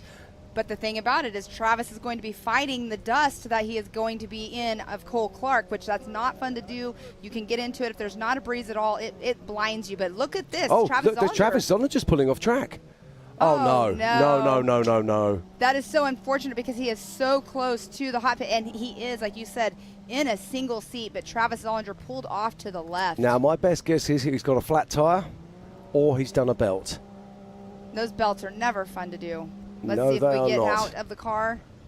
No, Obviously, he hasn't he's got going out to of the have car to get out. yet. Now, he's still within running distance of the pits. That is 1793. I believe that is Mr. Corey Willis. Yeah, I think you're absolutely right. Yes, you are. And Corey Willis, he's coming off of racing last weekend at Mid-America in the Side-by-Side Championship Series. We have a couple of racers that have been out there. And look, he is looking at the belt. The belts are on the driver's side of the car, and that's exactly what it looks like Travis Zollinger is doing, is looking at where the belt is. Down, yeah, and they have these clutch covers. Exactly, he's pulling his clutch cover off right now. So hopefully that belt didn't get too shredded up, but he did pull the clutch cover. There is a tool that they use also to have to get that belt on and off. But usually when they're shredded, they can just pull them right on out. Yeah, absolutely. The difficult thing with these belts is that you have to remember that everything in there is attached to the engine and the transmission. It's super hot in there. It is not easy to do it when you're in your workshop at home, and then when you're trying to do it on the race course, it all becomes that little bit more difficult. And this is the yin to the yang of racing a single-seater. You haven't got your buddy there to help you out. Exactly. And so many of the cars that are running two-seat vehicles, they'll practice this. Their co-driver will be an ace at changing the belts. He'll be an ace at changing those tyres. When you're a single seat driver, you have to do all of that yourself. Exactly. Which makes the whole thing so much more difficult. Cole Clark won't be believing his luck today. He pulled up in second place to start this race and started in first place. He then had to come into the pits, allowing Travis to close the gap on him, and all of a sudden Travis is pulling off to the side of the track. I mean, if I was Cole Clark, I would be doing lottery numbers at the end of the day, that's for sure. Exactly. I mean, and look at the gap between Cole Clark, Travis Zollinger, and whoever is sitting in that number 3 spot right now, which we have no idea who it's going to be because we haven't seen anybody within arm's reach quite yet. Well, I'm expecting to see Kyle Cheney, aka Robert Parker, making his way through the start-finish at any moment now, shortly followed by Paul Wolf and then Mike Park. Oh, that's right. I forgot you have your racing tracks up, which is awesome. Oh, yes. And use the tools that we are given. Exactly. And we don't normally have racing tracks, but being this kind of race course, following them is definitely a key thing to do. Well, this is something that we would normally see at races like King of the Hammers, etc. And to see this being used here at a national event is absolutely fantastic. And that is our race leader. That is Cole Clark. And And I'm not sure exactly what race mile he would be. This race course. This will be around race mile 2 right now. Okay, and this race course, it definitely it goes in and out everywhere, so we get great footage of everybody. But look at this, underneath, hanging down. His belly plates are hanging down. So has he got a problem there? Is that going to cause him an issue, particularly as he starts to go down the rock trails? Oh, that's very interesting indeed. That is very interesting. But that's off-road racing. You never know what's going to happen. Well, and what that belly plate is, usually it's that really thick plastic stuff that you put underneath the car to help with, from damaging your transmission, damaging the underneath of your car. But his looked like it was folded down in front, so maybe there was a rock inside of one of the ruts he was in, and it could just peel it right back. It doesn't normally peel that Yeah, easy. it doesn't usually do that. I did wonder if it had undone from the back and was folding down and using the weight to hold it down. But you're right, it did look like it was the front that had actually folded in. Right now, I can see dust. So does that mean we've just had a car come through? What we got here? There's two There's UTVs somebody in the there. hot pits. So we have 2 different hot pits as well. I'm not sure if you've already explained it. But Here right we go. here, This looks like Paul Wolf. Is this Paul Wolf? it's yellow. It's yellow. That's a good starting It point. could be Paul Wolf or Kyle Cheney. Very, But very that true looks indeed. Like that is, I believe that is Kyle Cheney. Well, no, here, yes, that does say. Oh, CT look at this. Raceworks Another on car the coming top. out of the hot pits. And that coming out of the hot pits, I believe, is Joshua Smith in the number for 1948. But that can't is be. Paul Wolf, or not Paul Wolf. That is Robert Parker, a.k.a. Kyle Cheney. Yeah, absolutely. It's Kyle Cheney going through, but that can't be Josh Smith. No. No, that's not That Josh is Smith. Mike Park. That's Mike Park. So there we go. Right. It does look like right now we're just waiting to see this. confirmation. So Mike Park's crossing the line with a 106. In third position is Kyle Cheney. Looks like he is 5 minutes down on Travis Zollinger, but Cole Clark right now is our current race leader with a 102.20. You know what's going to be interesting? Because of the footage we're seeing right now, we're going to see if Travis Zollinger is still pulled off to the side. So it'd be awesome to stick with Yes, this and see very if he's still good pulled point. off. Very good point indeed. And this is a 90 left right there. It looks like it's a smooth left, but it definitely is not. I don't think there's anything smooth really out here on this race course. I don't know if you got to actually take a lap around. I didn't. I'd be very surprised if Travis Zollinger is back on track. It would be right in this section is where yeah, he was. looks should be just here on the left. Maybe Unless he's already fit. Oh, no, there he is. I can see him. He's just off center of screen right now. Yes, he is. So he is still out there. Well, it doesn't look like he is still out of the car. Maybe he's buckling back up. Yeah, but the interesting one here is the fact that Kyle Cheney is now up physically into second place, and he's got clear air to chase. Yes, and Cole there Clark. Paul Wolf was just now in screen. Yeah, now Paul Wolf's had a problem on track as well. So he's either had a flat tyre or he's lost a belt. So is he going to come into the hot pit? Is he going to come in and take on board either a spare tyre or a spare belt, or is he going to blow through? It'll be very interesting to see for sure. He was stopped for, it would be around about 3 to 4 minutes. So it's just on time to either do a tyre or just on time to do a belt. It could have been either. Well, and Paul Wolf is running in that number 5 spot on it just in time. Yeah. Cole Clark in that number 1 position. Travis Zollinger in second. Okay, so there we go. We've got Paul Wolf. We just saw coming around the start there.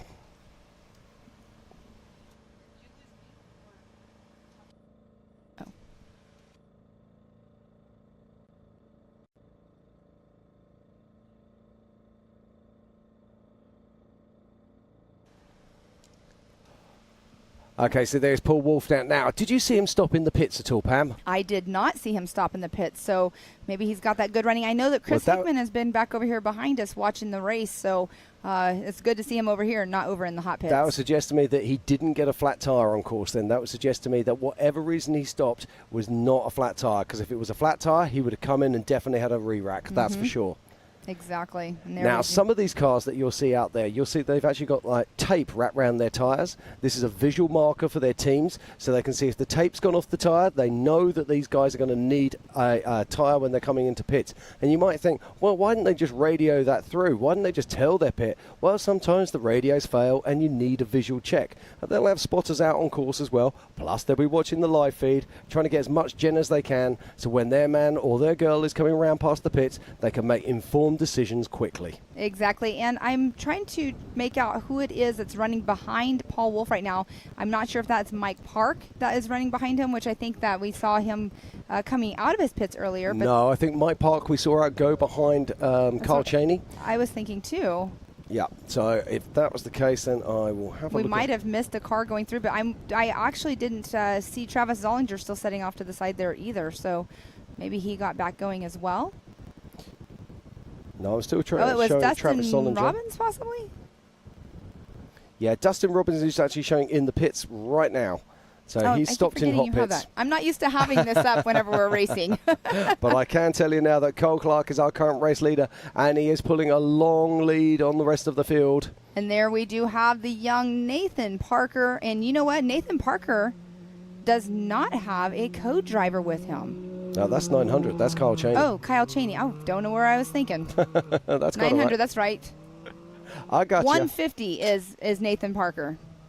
Yes, that is correct. And Nathan Parker, he's 14 years old, and he's doing great things out here. I mean, let's not forget, he was the highest qualifying stock UTV today. Absolutely remarkable. Yes, it is. And there is Mike Park. It is the 904. And Mike Park out there running strong.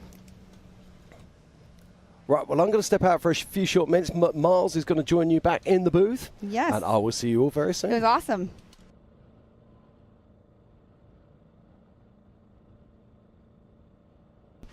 All right, playing a little bit of musical chairs in here. I'm giving Miles his seat back, but this is awesome with Cole Clark in that number 1 spot, Travis Zollinger in that number 2 spot, Kyle Cheney actually running in that number 3 spot. So Miles is going to get caught up with us here in a minute. Hopefully you got to grab some lunch there, Miles. I just kind of took a little hangout, got in the shade, just chilled out. It was nice. There's Paul Wolf, number 1018, and I overheard. I know it was Cole Clark, but I couldn't see it. I'd just gotten out of eyesight, and I heard somebody hot rodding through. I assumed it was Cole. So what's that? Probably just over an hour lap time for Cole Clark. Cole Clark at an hour and 2. Hour yes. and 2. Yep. Well, I knew it was right around that. And JT and I were guessing an hour for the fast guys. You know, is it going to be 55 minutes? It's going to be an hour and 20. You don't know. So we were guessing that hour mark. So an hour and 2, that's pretty impressive. So 4,400s could shave off some time because there's some real big sections you can really go. But then those tight technical canyons, the UTVs do have an advantage. So, man, it's going to be interesting to see how it shakes out. Okay, and there's Travis Zollinger. Travis Zollinger. I heard he was pulled over maybe? Well, here's what happened. So Cole Clark came through. Travis Zollinger came through pretty close behind him. Well, then, as we were watching on the drone, Cole Clark was coming out of the hot pits, and Travis Zollinger was right behind him. Right as they got about mile marker 1, Travis Zollinger ended up pulling off to the side, and I think what happened, it was changing a belt because he pulled off his clutch cover and everything. So he had an unfortunate belt change there. And there's Tyler Gibbs with Mitchell Roccacelli coming through. That moves him up to, it looks like, 5th overall on adjusted time and in Pro Modified. So right now it is still Cole Clark, then Travis Zollinger, Kyle Cheney, Mike Park, and then Tyler Gibbs, then Paul Wolf. And now Robbie Gordon just clicks off another lap right there at the race line, start-finish. Yes, and Robbie Gordon running in that number 8 spot, but right now he's actually in number 1 overall for the UTV Open class. So he's running first in class. Wow. But 8th overall, so good job. But we have lots of action going on right here. And then Glenn Young just moves into the 5th spot overall in Pro Modified class. We're still waiting for our first stock class. Is that going to be Nathan Parker? We'll find out here very soon. But Robbie Gordon, first in class, 9th overall. This guy can drive anything with wheels on it. Obviously, there's a lot of lovers and a lot of haters for old Robbie Gordon, but I'm a fanboy for sure. He's done a lot for our sport, and it's really cool to see him out here racing with Ultra4 USA. It, just brings the notoriety up. Just speaking of Bob Bauer being our Grand Marshal, right. I think that is so cool. They, JT Taylor offered it to him, and Bob was excited to come. And we're going to bring him in the Warren booth here probably the next half hour or so. We're going to bring Bob through and have a chat with him and give you some of his stories. And there is Robbie Gordon in the Amsoil hot pits right now. Looks like taking some fuel.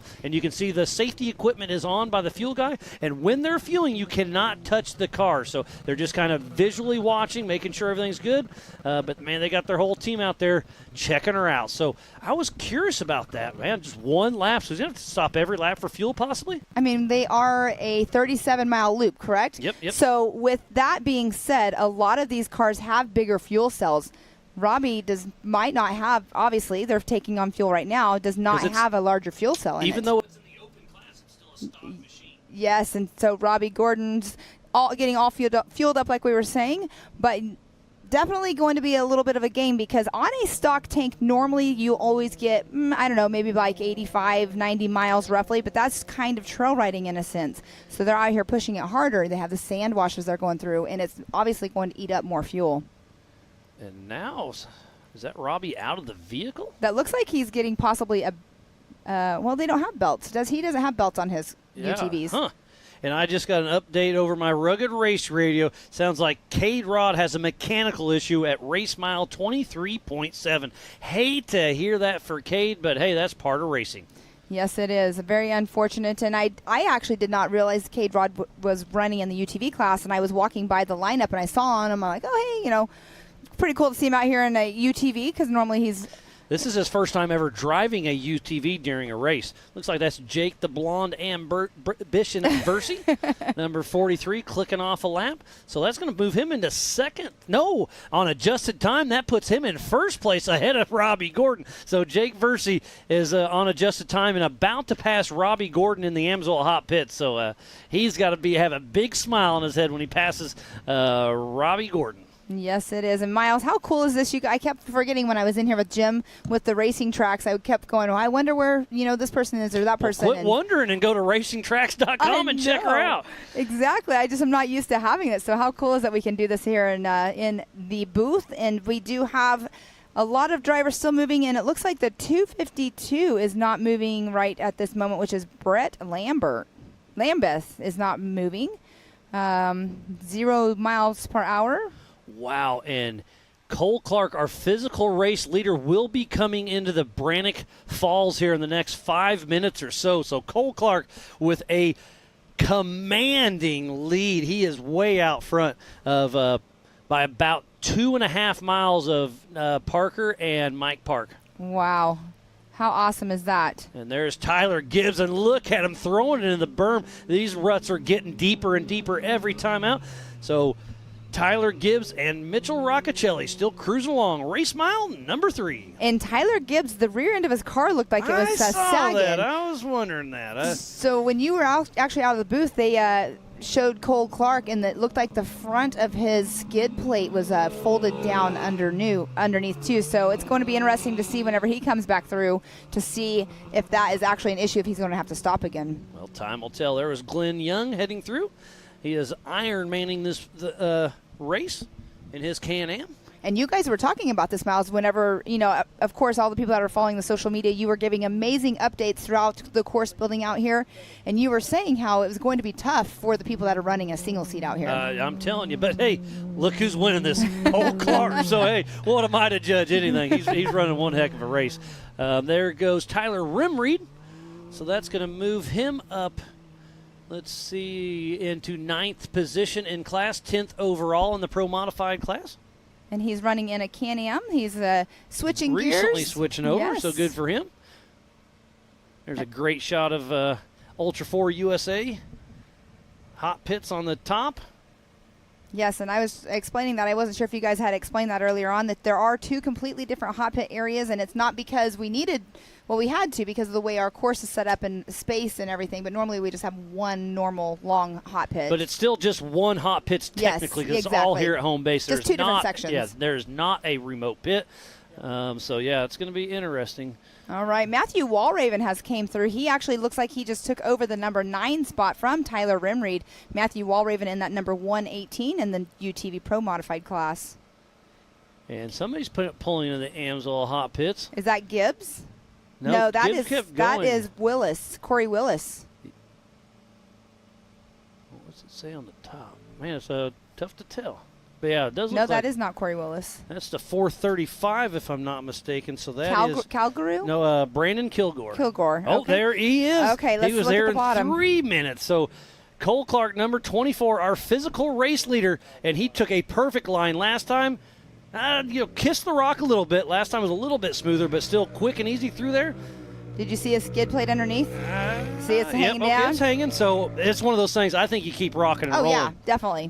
But if he takes a hard hit, he could really destroy the front end of his car. Yes, 100%. Or if he gets in the wrong rock, instead of skimming over, it's going to catch. Right. So we'll see how that all plays out. I mean, really, and in reality, too, I mean, going into the hot pits, how is that actually going to help him? What can they do to fix it? I mean, maybe a few zippy screws up in there and see what happens, but it's wanting to stay down. There's Jake, the blonde ambition Versi. And we'll see how the time split will be between Cole Clark in our number 2 position, because Travis Zollinger was so close to him when they came through earlier on. So Cole Clark might have the time to actually go into the hot pit and try to fix the skid plate. But like I said, the skid plate, I don't think I'd mess with it. I think I'd rock and roll with that. I think it's going to be too time consuming, and it's not going to save you anything unless you get in a pickle, obviously. Right. But I think I'd take my chances and keep on rocking. And he may not even know it's dragging, so he doesn't care. But through the washes, it's so burned out in the ruts that it probably is dragging a little bit, so he probably hears it. But there's Tyler Gibbs, I believe.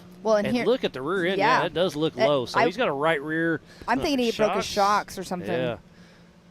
So that's going to be a rough ride through the desert in that machine. Roccacelli's going to be like, hey, slow down. My back hurts. Right. All right. Who just came through? I'm not quite sure who it was. Is that the Kilgore coming out? Oh, you're correct, Miles. I would assume. He did come out of the hot pits. Or Mike McCleary. Mike McCleary. Yeah, let's just go with came Mike through. McCleary there. Yep, that was him. Sorry. But he did come out of the hot pits. Yep. Kilgore did. And we see up on the Yukon Ridge right now coming at us another car. And that could be Park or Starrett, it looked like. There's same exact cars. So this is race mile number 3. So this is Brandon Kilgore, maybe? These cars are kind of hard to tell apart. Yes, it is. I mean, the dust, is not only an issue whenever you're trying to pass somebody and they're in front of you, but, they also make your car a little bit more dusty and it's hard to see. Is that Walraven? No. Yeah, that's 118 Walraven. Okay. Yes, you are correct. There's 3 or 4 of them that look very, very similar. But that's Matthew Walraven still clicking along. And speaking about Walraven, we'll see his son Xander Walraven racing tomorrow morning at 8 a.m. for Ultra4 USA the Youth, as Josh Smith comes through as just a visual. And it looks like it was that Parker Starrett gets right in front of him. A little block pass. I like that style. Well, 004 or 04? I can't tell. Well, we'll know as soon as they cross the line here in just a moment. So they just now went through our start-finish line, and Byron Starrett has gone through, so that would be who it is. With Josh Smith hot on his heels. Byron Starrett in the stock class, Josh Smith in the open class, and Robbie Gordon, is that him still there? No, Robbie Gordon is out back. So, Josh Smith trying to pass. This is tricky right here, though. I mean, it's wide, but it comes down into it's the way the ruts are going right there as well. It comes down into a single lane almost. So that's a great shot of Josh Smith in the open. He can have an aftermarket turbo. He can hop his up.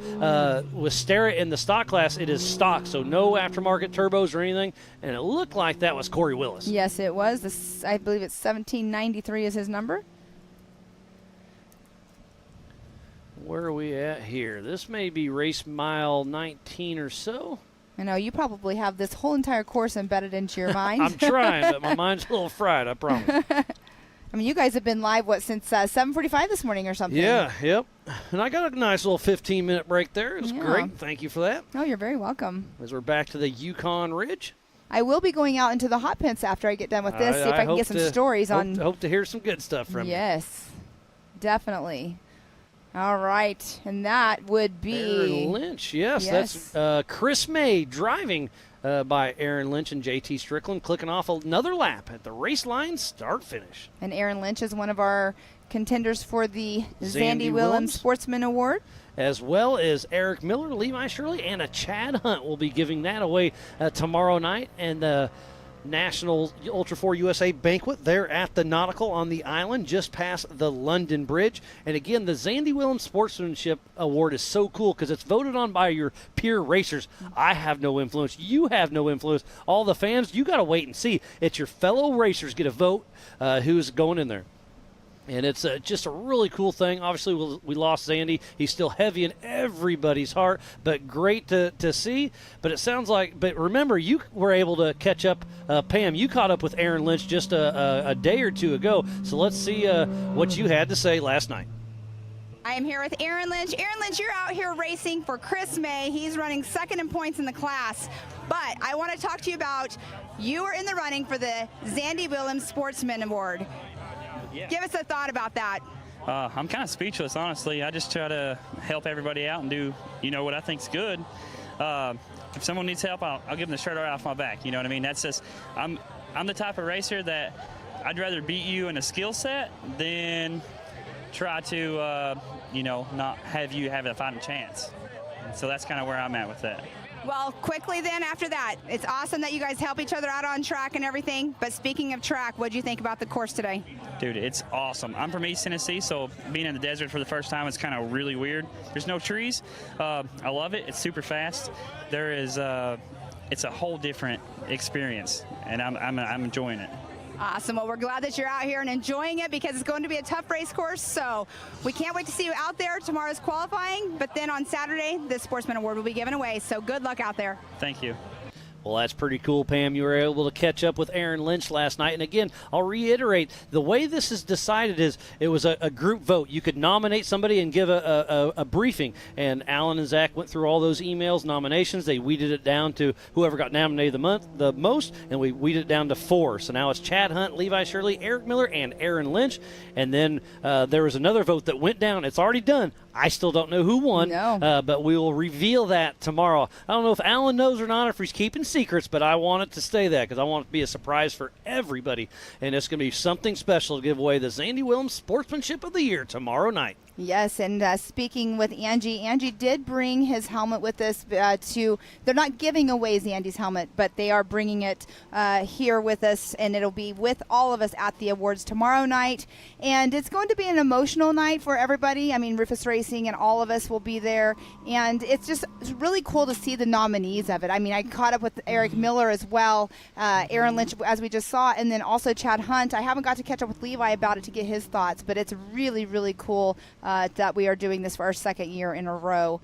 But here we do have, let's talk about the top 5. We have Cole Clark in that number 1 spot. Travis Zollinger still in that number 2 spot. Kyle Cheney running for Robert Parker in that 3 spot. Mike Park 4th, and Glenn Young in that 5th position.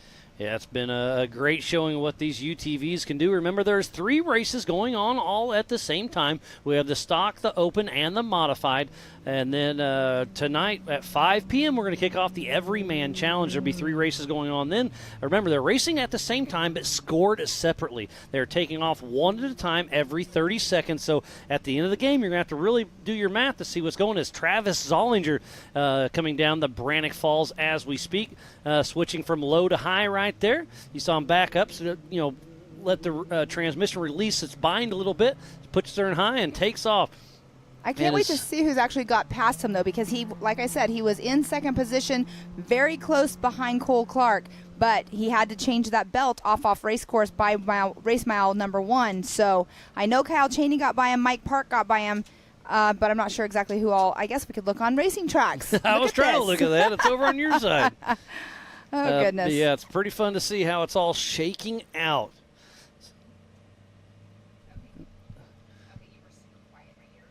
So the Optima battery leaderboard on our left of our screen. All right, let me zoom in on this because I need to see this a little bit closer.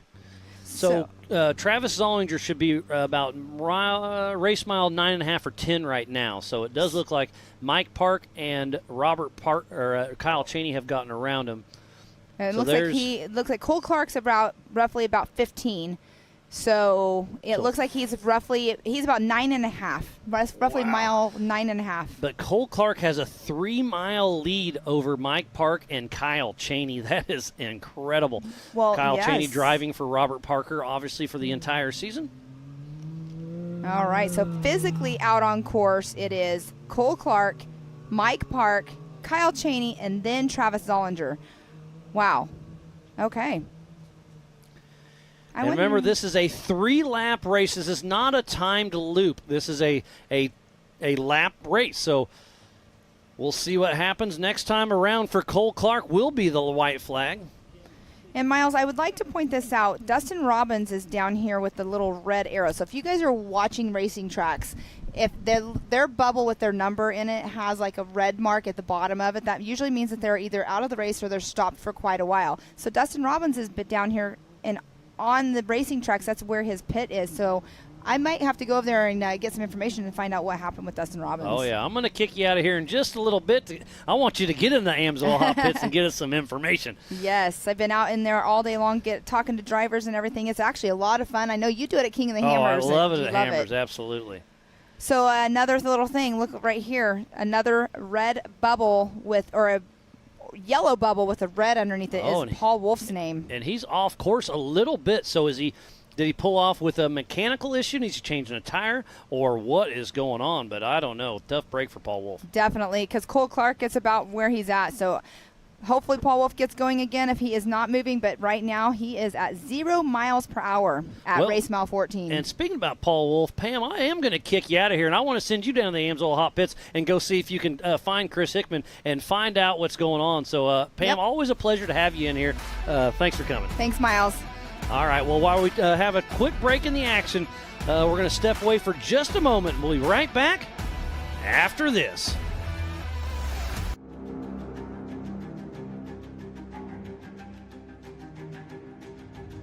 Connect with the Wild is about off-roading with your buddies. Connect with the Wild is about going to Moab and conquering new challenges that you didn't think were possible. Ultimately, Connect with the Wild is about enjoying the outdoors in your vehicle as best you can. We're treating it like we know it's something special that everyone will remember.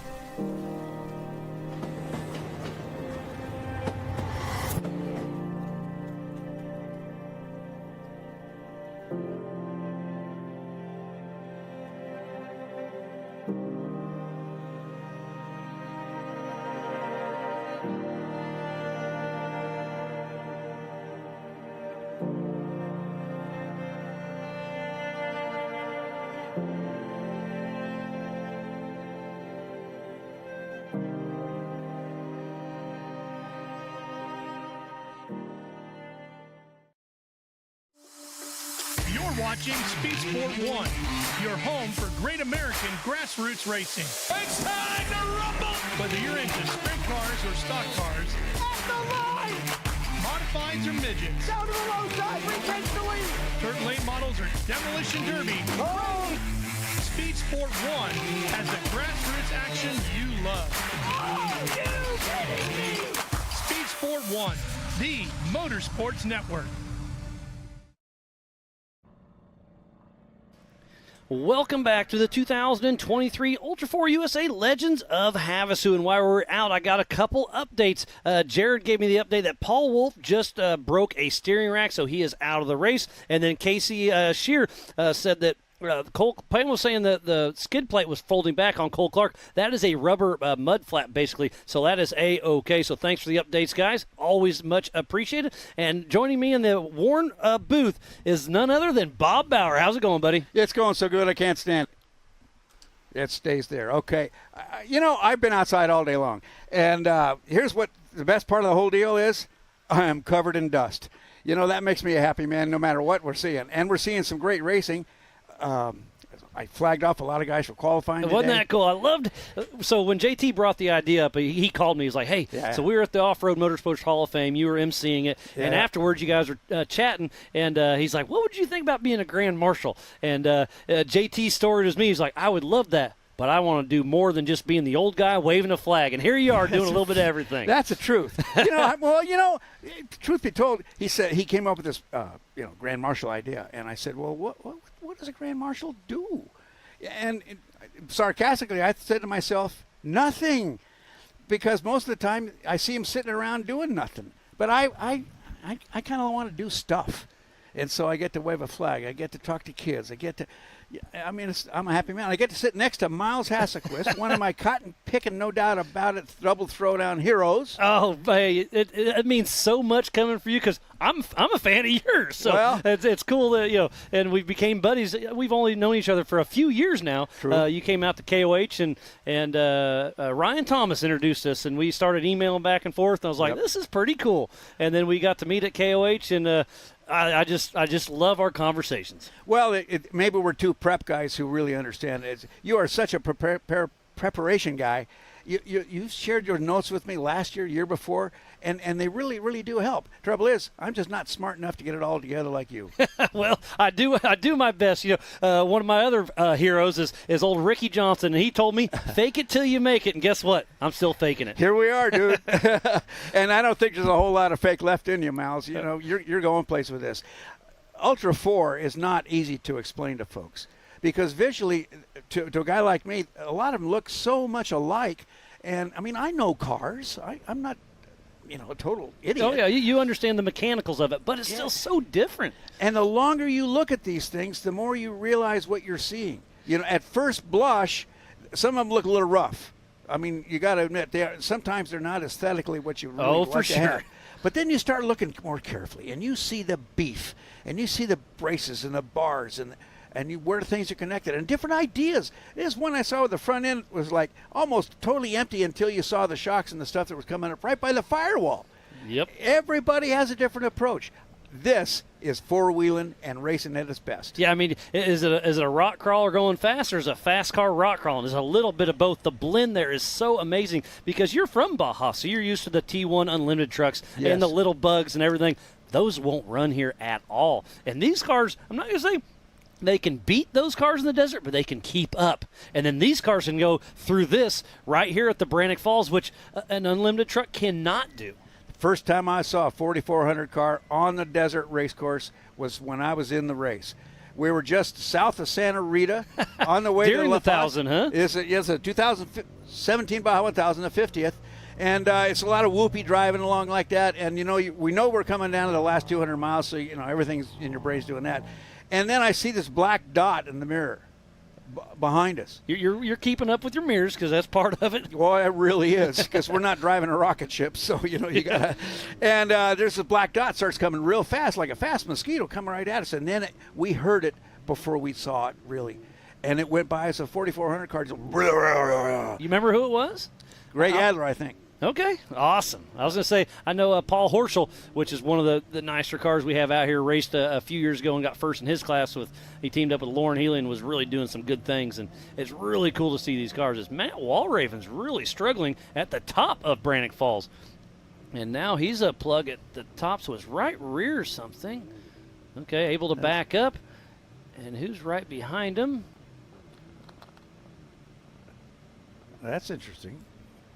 Just let somebody go by. Is that Corey Willis? Yes, it is. So they're basically their teammates also. So I don't know if they run on the same channel or not. And that's that high side. Remember, this is right where we stood the other day. I took this waterfall, and we talked about that line right there, and we're like, could it happen? It could, but, man, it's so off camber. And you could see him. He was dancing. He was light, he made it through. Well, when we were there yesterday or day before, whatever that was. A couple days ago, it all blends together. I mean, I saw the left line, and I said, that's got to be a line. But then it wasn't that day until they knocked a few more rocks into a hole, out of a hole, and now it looks like a line. Yep, it's pretty impressive.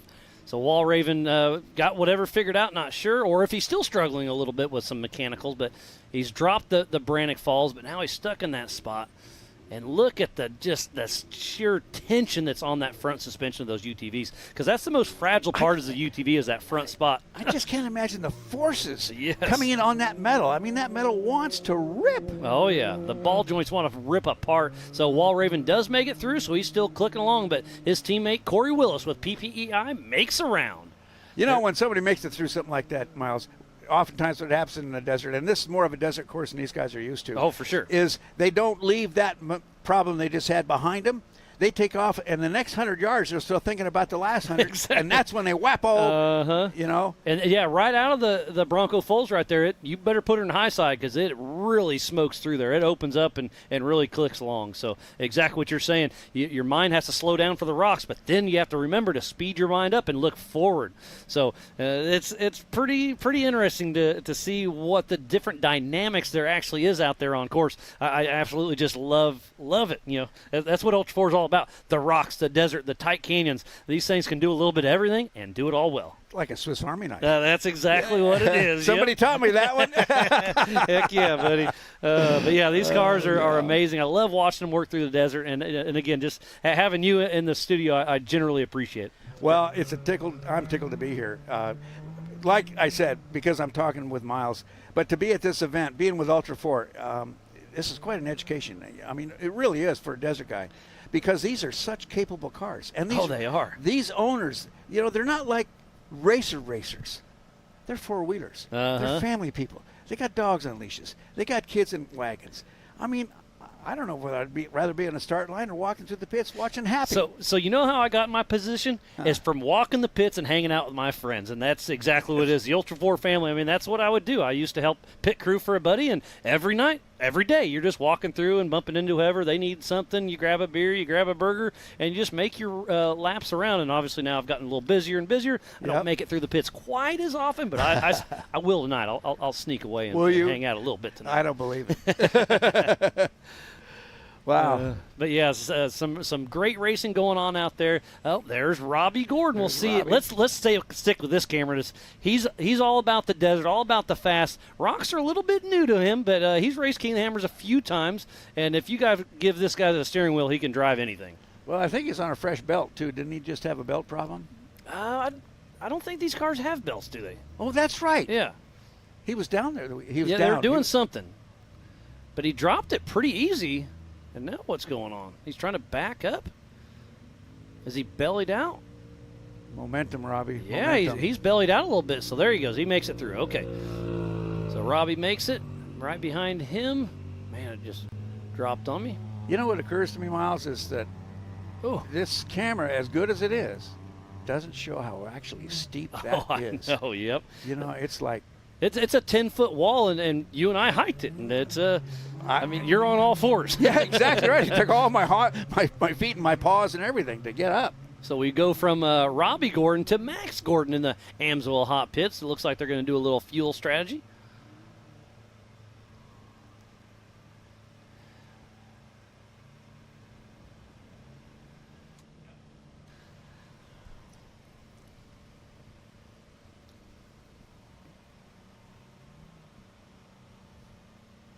Well, Bob, it's been an absolute pleasure having you here in the Warren studio. Give me just kind of just a quick blip of your favorite thing you've done this week. Just one instance. I spent time talking to a kid who wanted to meet me, who wants to get involved in off-road racing. We were able to spend about 10 minutes talking to him, and I helped him understand about volunteering, and he's just at the right age. I learned today that he was down there helping people at the start-finish line, just lifting dirt, moving things, just to help and volunteer. Just having fun, huh? And so that's been having my heart spin. His name's John, and he's got that look. He's got that look, Miles. So I know I'm supposed to love race cars and all that stuff, but, man, I love those kids. They're our future. 100% future of the sport. And they'll be racing tomorrow morning at 8 a.m. Again, the Off-Road Motorsports Hall of Famer, Mr. Bob Bauer.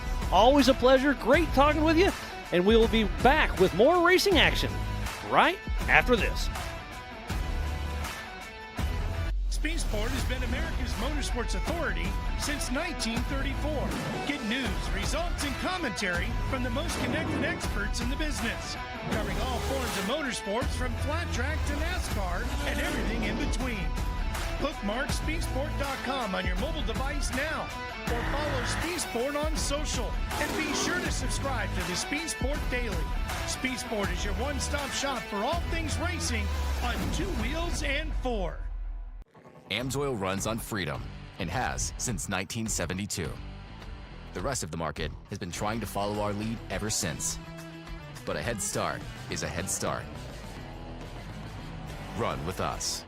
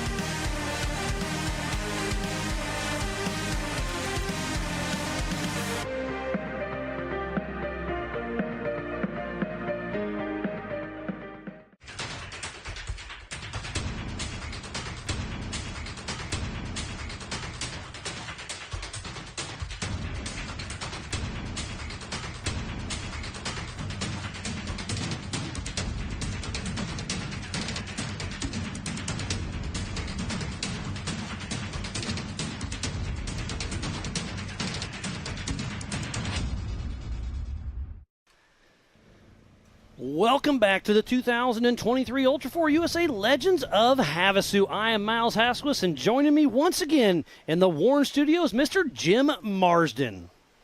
Hey Miles, how we doing? What a fantastic day to go racing. What a fantastic place to go racing. Now, I had to step out for a few short minutes, but tell me, what's been happening? Well, I was talking with Bob, so I don't have a clue what was going on. No, I'm joking. It's been some great racing. We saw Robbie Gordon drop the waterfall, saw Max Gordon in the Amsoil hot pits. We saw Wall Raven struggle a little bit. Corey Willis gets around him, so there's been some stuff going on. Paul Wolf broke a steering rack, so he is out of the race. That's probably the biggest news. And if I don't know if you heard Pam and I talking that we thought a skid plate was folding back on Cole Clark's car. That's not a skid plate. That is a mud flap, so that's supposed to be doing that. Casey Shearer gave me that update. So we were thinking maybe he was going to have an issue. Nope, that's part of the deal.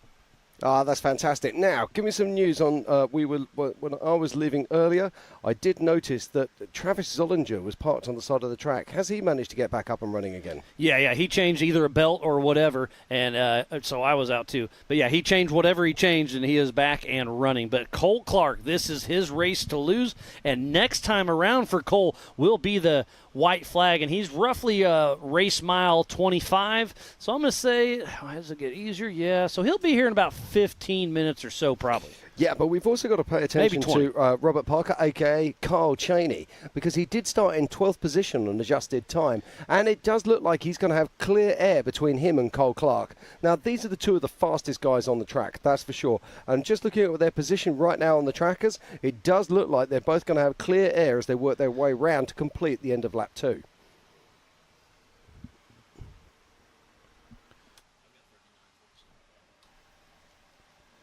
So let's talk about the national championship. Robert Parker, driven by Kyle Cheney, is in second position. Cole Clark is doing well. He's not in the points hunt, so he's going to upset a little bit. But it looks like Robert Parker, driven by Kyle Cheney, is going to win the East, the West, and the Nationals if it stood as it is now. But we still have 40-plus miles of racing. I was going to say, they're only around about halfway through this race so far.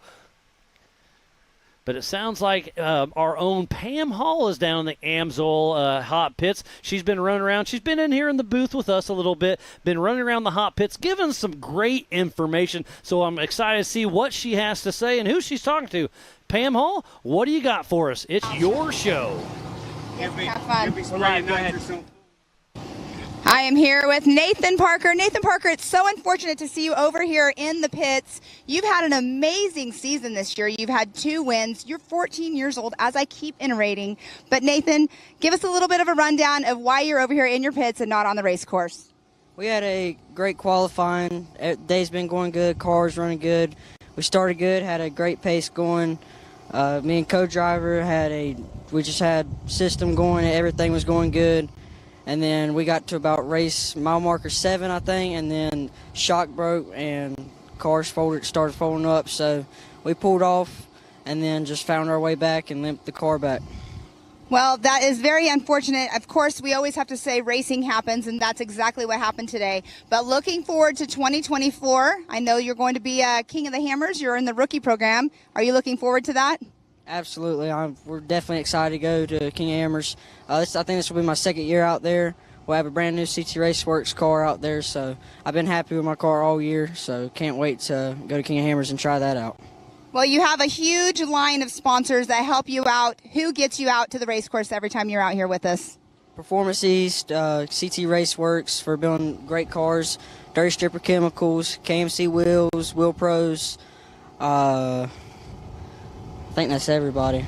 Can-Am, Kyle and Jeb, Air Dam Clutches, and everybody else that just helps out. Well, awesome. Nathan Parker, again, I'm so sorry to see you out here, but racing happens. You're an amazing driver. You're showing everybody what you can do. Good luck in 2024. Thank you.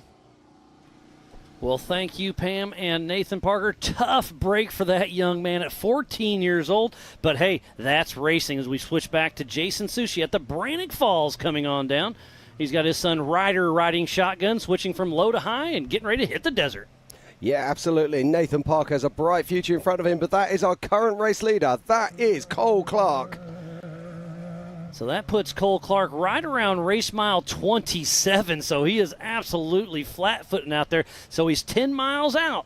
So I'm going to say, yeah, we're going to be seeing him in the next 10 or 15 minutes because there's no really hard obstacles after this one, but just a lot of fast, flowy. Oh, and there's a shot of Nathan Parker's rig right there in the Amsoil Hot Pits there with Wall Raven and a few others. Dustin Robbins there. Dustin Robbins that's out of the race. So attrition is exactly what we said was going to happen here.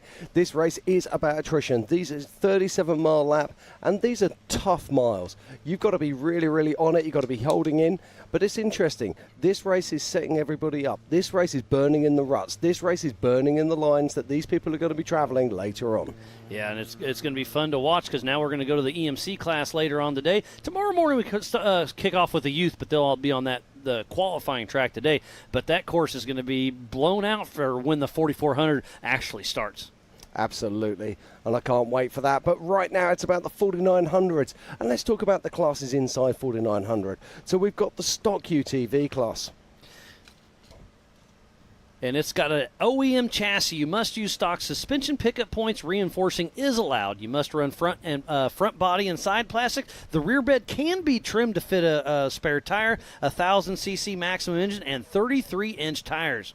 Then the next one is the Pro Modified UTVs. Now, this is the one that we see so many times sitting on the top of the box. Guys like Paul Wolf running in that class, of course. Hydraulic steering. Yeah, exactly. Aftermarket turbos. They have to have a chassis based on the original OME chassis, but they are allowed both sides. But they got to have the complete plastics, 1,000cc maximum engine, and a maximum of a 35-inch tire. And then the open class is just what it is. 2,000cc has to, you can build it, dream it, race it, make it happen.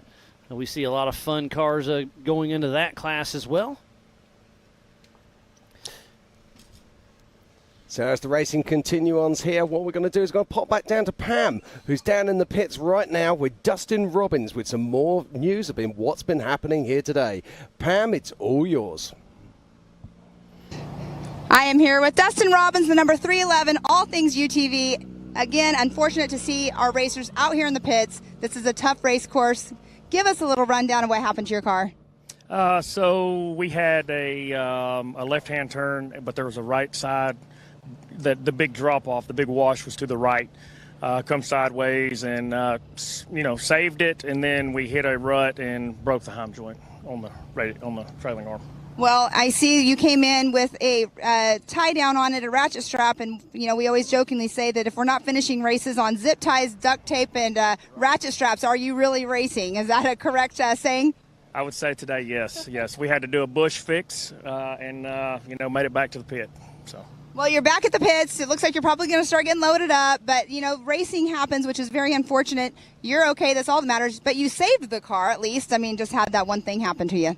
Yeah, that's right. The course is dialed out there. It's pretty good. A lot of switchbacks, hard on the brakes, hard on the drivetrain, a lot of acceleration bumps, braking bumps. Was a really good prep course by JT and Miles. Everything was great, but racing happens. So, yep. Exactly. So who all besides All Things UTV gets you out here to the racetrack? Seth Holmes, Scott Hunt, and All Things UTV. Family back at home. But happy to be here, be a part of it, and we'll come back swinging at King of the Hammers. I mean, you're always up there running strong, and here you are. So unfortunate, but again, we'll see you at King of the Hammers. Thank you.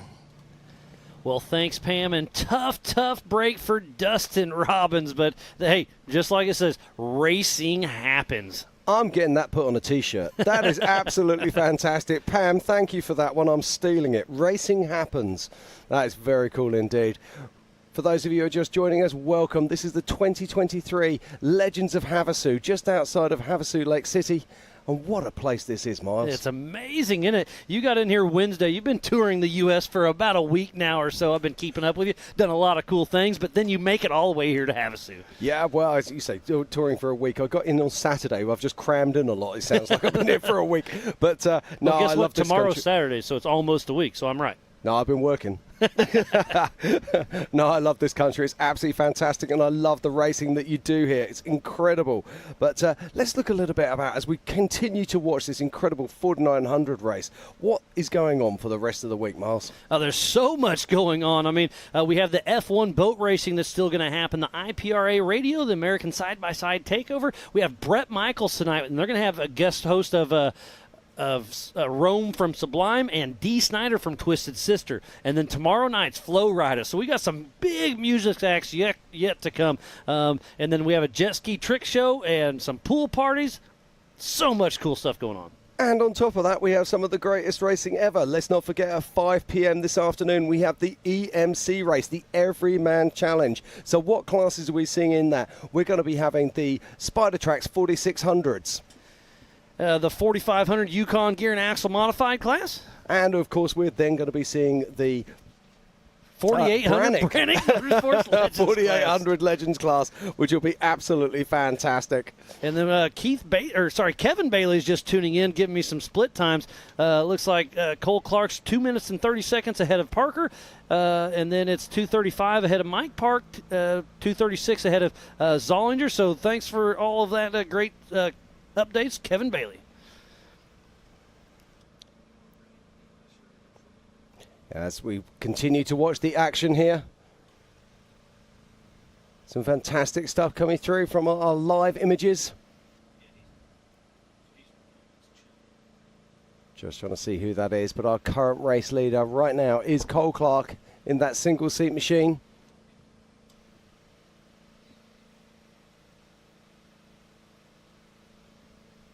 And that is the 904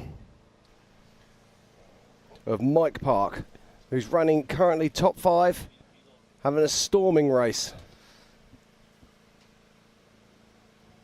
And we shouldn't be far off seeing our current race leader, who is Cole Clark, making his way back in to start his third lap very soon. So Mike Park and Jeremy Dickinson still making some dust out here in the desert. And yeah, that's right around that race mile 27 or so. Another great shot of this vast open desert area. 7,500 acres of BLM. The Bureau of Land Management has been extremely great to work with. Sabrina and her whole team has been doing some great things.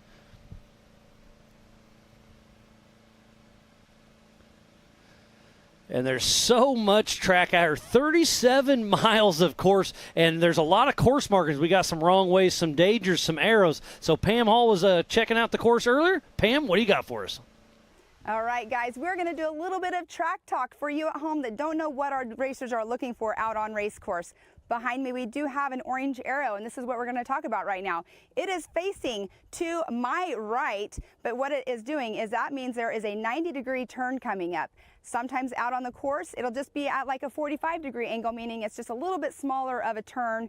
And then also, if you see 3 arrows and then 2 arrows and then 1 arrow, that means that is a high-speed section, and you need to make sure that you are definitely checking up. Another important sign out on race course that the racers have to make sure that they are paying attention to is this one right here. It is red. It has a big W on it. It is the wrong way. You do not want to go that direction because we do have VCPs out here. If you go the wrong direction, you're off race course. So this one is one of the crucial ones out here as well that the drivers have to look for. All right, here is one more sign that the drivers want to make sure they're looking out for. It is the danger sign. It's the skull and crossbones with the down arrow. This right here, this will hurt your car. This will hurt you. They have to make sure they're checking up because if not, it can end their race.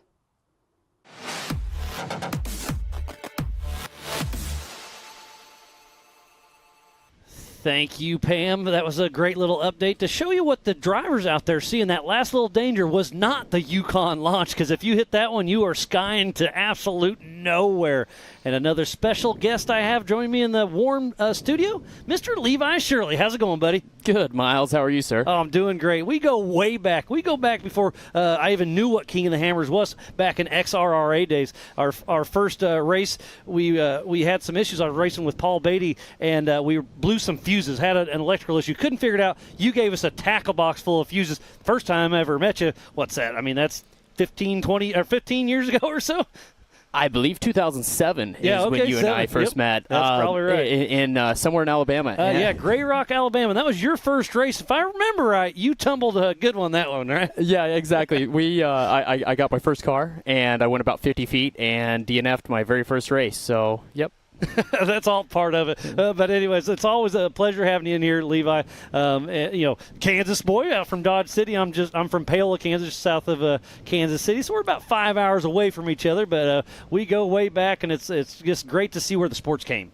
Yeah, absolutely. So I started, obviously, rock racing back before King of the Hammers or Ultra4 was even a thing. So, yeah, I get asked this question a lot, like, you being from Kansas, where on earth do you practice? And because it's not typical that a Kansas Flatlander can do anything about rocks or know anything about rocks. So, yeah, and the answer to that is just got to get out there and race. Yep, we got to get out there. Seat time. And you have that little riverbed. I came out there and played with you one time. That was a good time. So that gives you a little bit of the desert, even though out in the middle of nowhere. Mm-hmm. And that race, I was beating you until I wasn't. Until you weren't. That's right. Yeah, that's such a cool race. We are blessed in Dodge City, Kansas with a good riverbed. We have been down there for years. It's the Arkansas River that runs right through Dodge City, and it is dry. Yep. For about 80 miles.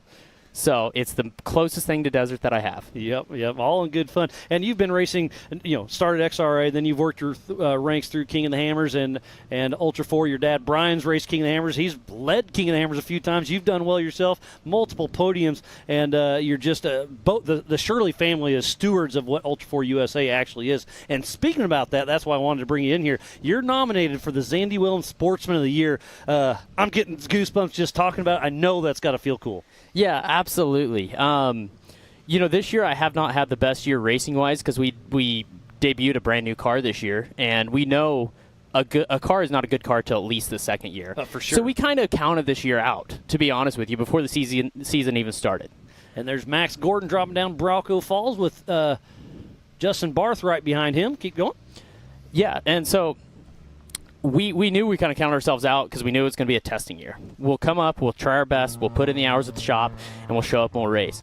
And so with that being said, I have got my absolute butt kicked. So to be able to be out there and to be, still running and then nominated for this award means the absolute world to me. More than I can possibly explain. Again, you talked about goosebumps. Man, when I saw that I was a finalist for the top 4, that means the world to me. And something that's kind of awkward about that is I myself get to vote. Yeah. And did you vote for yourself? No, because that would be a horrible thing to do. It is to win a Sportsman Award doing that. But I'll reiterate that, I can't vote. Jim can't vote. Jared, the producer, can't vote. It is from your peers that put this on. So you have earned the respect from your fellow racers. And to be nominated for that top 4, it's you, yourself, Levi Shirley, Eric Miller, Aaron Lynch, and Chad Hunt. Those are some 4 great individuals. So it's really cool. I wish you would all win, but obviously it's only one. So I'll be honest. I don't care who wins. It's going to be something very special. Yeah, and to be honest with you, I could care less. Like, the trophy is special. Don't get me wrong. Just to hear that I'm a finalist. Yep, just the nomination means the world to my peers. I don't care if I ever win another race, whatever. And I've won this award 2 more times. Two times previously. Yep. And I so remember that. To be able to do that is huge. So. Yep. And look on screen at the Yukon Ridge. That is Cole Clark, our physical race leader. Next time around on this lap here in about 2 minutes, he will be grabbing the white flag. But to me, it looks like he's a little bit off pace. Is he saving the car, or does he have an issue? I guess we'll see if he pulls in the Amsoil hot pits. But Cole Clark, our physical race leader, is pulling in for one more lap to go. And it looks like he may have had a spare tire. Was it falling off, or do you have to change it? There's Nathan Seiler dropping down the Brannock Falls. Cole Clark coming in on that definitely was lacking a little bit of pace from what we've been watching all day. Oh, yeah, because he's never one to slouch. So is it strategy, or does he have an issue? I'm going to say he has a little bit of an issue. Look at that spare tire. It is falling off as we speak. So did he have a flat out on course, or is that thing just bouncing around about to fall off? We'll see, but I assume he'll be pulling into the Amsoil hot pits here very shortly. So the white flag will be out, heading out for his third and final lap here for the 2023 Ultra4 USA.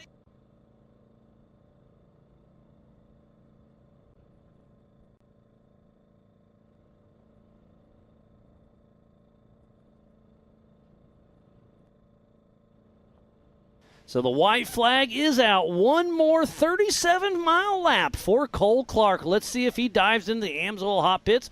We can pit on either side right through here.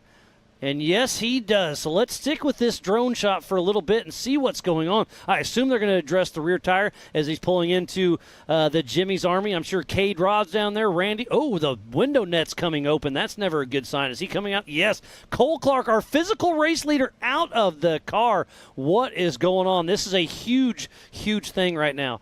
And, man, it doesn't look like he's in a huge, huge hurry. They're definitely looking at the rear of the car, but did Cole Clark maybe take a tumble? He's hurt? I don't know. Speculation.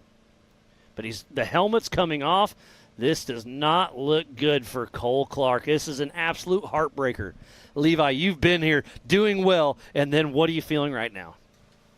Yeah, I mean, we've all been here leading races and ended up having to climb out of the car. It is literally the worst feeling in the world. At this point, you're exhausted mentally, you're exhausted physically. Cole is not one to slouch. He is and has been pushing it. Oh, you can just tell his body language. He is absolutely devastated. Does it look like the rear end broke off the car? It did. Look, Yep. there's about a foot gap right where the spare tire is. So the rear of the car has physically broke. So did he go for a pretty good tumble and land? I don't know, but the rear end of his car is broken off, missing a jack. Oh, man, what a tough break. And this goes back to safety reasons that, a car is always good for, well, hopefully good for at least one good wreck. But, oh, what a heartbreaker for Cade Rod. I'm sure Pam, there she is. I see her. She's there in the Amsoil hot pit. So we'll hopefully get an update with him. Let him, kind of catch his breath and get his cool back to him. But, oh, what a tough break for Cole Clark.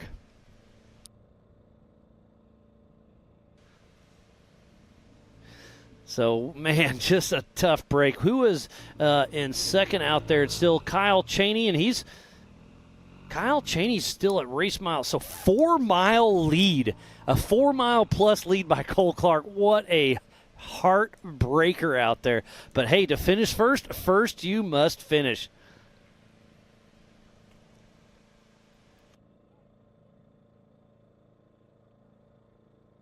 Well, it's always a pleasure, Levi. Always fun having you in here. Always good to see you. It's been great. Good luck. You're racing the 4400 event tomorrow, kicking off at 10 a.m. PST. Give me just a 30-second blip on tomorrow's race. Yeah, so tomorrow's race is going to be 4 37-mile laps. It is going to be absolutely brutal. There is absolutely no break. You do not get to slouch in the car for a split second. There are big rocks that are just looking to tear the car off at, the front tires off at any moment. And so it is going to be a race of attrition tomorrow. And so I sure hope that I can get the car across the finish line. Yeah, I mean, that's the name of the game. Is I think the attrition is going to be very, very high. So best of luck tomorrow, Levi. I hope you have a great effort. You got your co-driver Corey in there, and we'll see how it shakes out. And then hopefully, I'm excited to see you tomorrow night at the Make one as well. Absolutely, guys. Thank you for having me in here. All right, Levi, always a pleasure. We're going to kick you out of here and throw it down to Pam Hall in the Amsoil hot pits. Cole Clark, unfortunately, in the hot pits, and you are not going to be going back out. Cole Clark, give us a little bit of rundown because you are our race leader. You're still our race leader right now, but here you are in the hot pits. Yeah, it's a heartbreaker. The car decided to break in half. I couldn't drive it till the wheels fall off, so the back end decided to pack itself up. So, I mean, at one point you had a 3-mile plus lead. You obviously, again, still have the lead right now, but here we are ending the season this way. It's not how you want to do it. I can see it, the look on your face and everything, but you up until now. yeah, it's been all right. It's just been more stuff like this, like popped a motor several times in the lead this year, and then like something like this just really sucks, but it is what it is. So let's move on to this 2024 season. What is your plans? Cut out for me, so I guess I'll tear the car down and get ready for KOH at this point. But yeah, I'm just happy to be out of the car now. So. Well, Cole Clark, so sorry to see you out here because you were having an amazing race going out here. What did you think about the race course? It was awesome. I was having so much fun. I was laughing, I had clean. I did not think this was going to happen to me. I had a really good car coming in here, and I mean, how do you prep for that? No. I do everything I can. I work as hard as I can, spend so much time away from my family so I can come do this, and for this to happen is very disappointing. Well, we'll let you get back to your pits. So we were rolling up to say hi to see what was going on, and here you are. So I'm so sorry about that. Again, all of us are, but we'll see you in the 2024 year. Yeah, we'll see you later. Thank you. Back to you guys. Well, thank you, Pam, and tough break for Cole Clark. But look at this. Our new physical race leader, Kyle Cheney, driving for Robert Parker, is in here. And they're checking out the front end, looking like they're doing a little fuel and go. And now we are going to have a new race leader heading out for his third and a final lap. Kyle Cheney driving for Robert Parker. Yeah, Kyle Cheney going back onto the course now. Now, strategy, Miles. He's going out onto his third lap. He started in 12th position. He's now physically in first. So he just needs to be calm, cool, and collected, but still run strong. But 37 more miles, and he could lock down the East, the West, and he's already the East and Western champion. Can he lock down the national championship for his great friend, Robert Parker? Wow, Kyle Cheney, the ghost, is doing some great things. Absolutely. But let's not forget what he said in his interview a little bit earlier. He had 0 sleep the other night. Now we know this man is super fit. He is an athlete at the highest level of his game. But is that going to start to play a problem when he gets out there into his third lap? I think adrenaline is going to kick in. Could it? Sure, but I think he's in the zone. I think Kyle Cheney has what it takes. Could not agree with you more.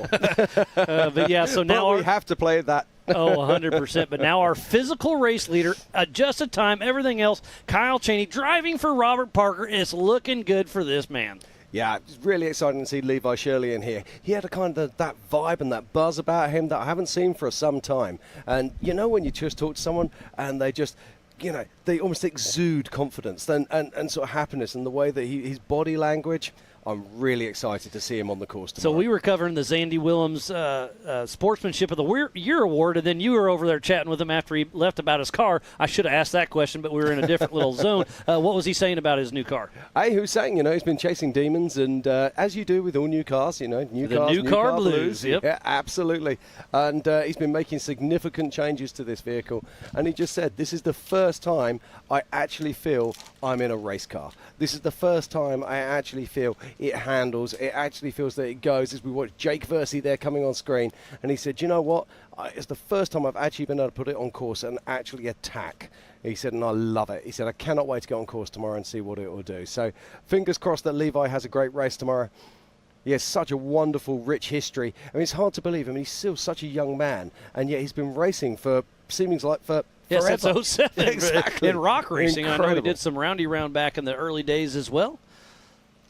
So he's sneaking up on 20 years. Well, yeah, about 15, 17 years. Yeah, he came over to Europe back in 2014, and we had some fantastic battles out there. Really did. And didn't he beat you? He was the champion that one year, was, right? Yeah. Oh, yeah. No. I got to scratch you every little chance I get, that's buddy. Good. Yes, absolutely fine. No, me and him were backwards and forwards, and he beat us to win the European Championship that year, and he deserved it. He was absolutely a man on a mission. So I think we're about an hour away from the checker flag flying. We'll see how it shakes out. And we are going to postpone the start till right around 5 o'clock. That's what I heard on the Rugged Radio. So I believe EMC will start at 5 p.m. Yeah, and let's not forget, in ENC we have 3 classes racing. We have the Spider Tracks 4600 stock class. Then we have the 4500 Yukon Gear and Axle modified class. Then we have the Brannick 4800 Legends class. So many amazing cars, so many incredible drivers. Can't wait to see them out on track. But the big news, of course, is Jeremy Doc Jones is going to be our pole sitter for that race.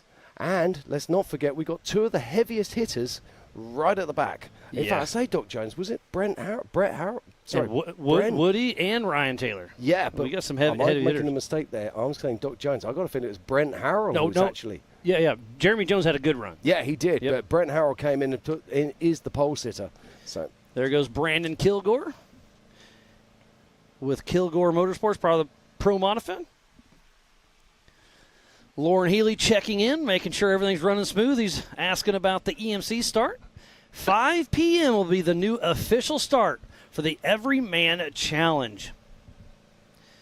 There's still a lot of great racing here going on in the 4900 class as we watch our physical race leader. This is Robert Parker, and racing for him is Kyle Cheney.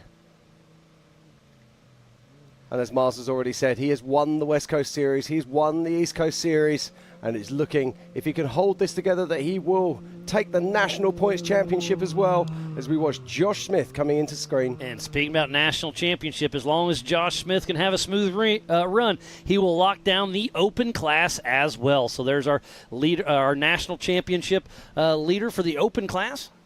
Now, this is interesting. Josh Smith is working with Levi Shirley, and they share a co-driver in Corey. Now, I'm just suggesting here, will they be out there with lead nav? Will they be out there, marking down on their navigation systems, rocks, movements? I don't know why you wouldn't, yeah. Exactly. Updating your notes? Yeah, exactly. So I'm just thinking this could be actually really advantageous for Levi. And I'm sure there are other 4400 class cars that are going to be doing similar things and trade-offs with 4900 class and even EMC class drivers. Oh, for sure, yeah. John Dykus is in the passenger seat for multiple classes, so he's doing the same as well.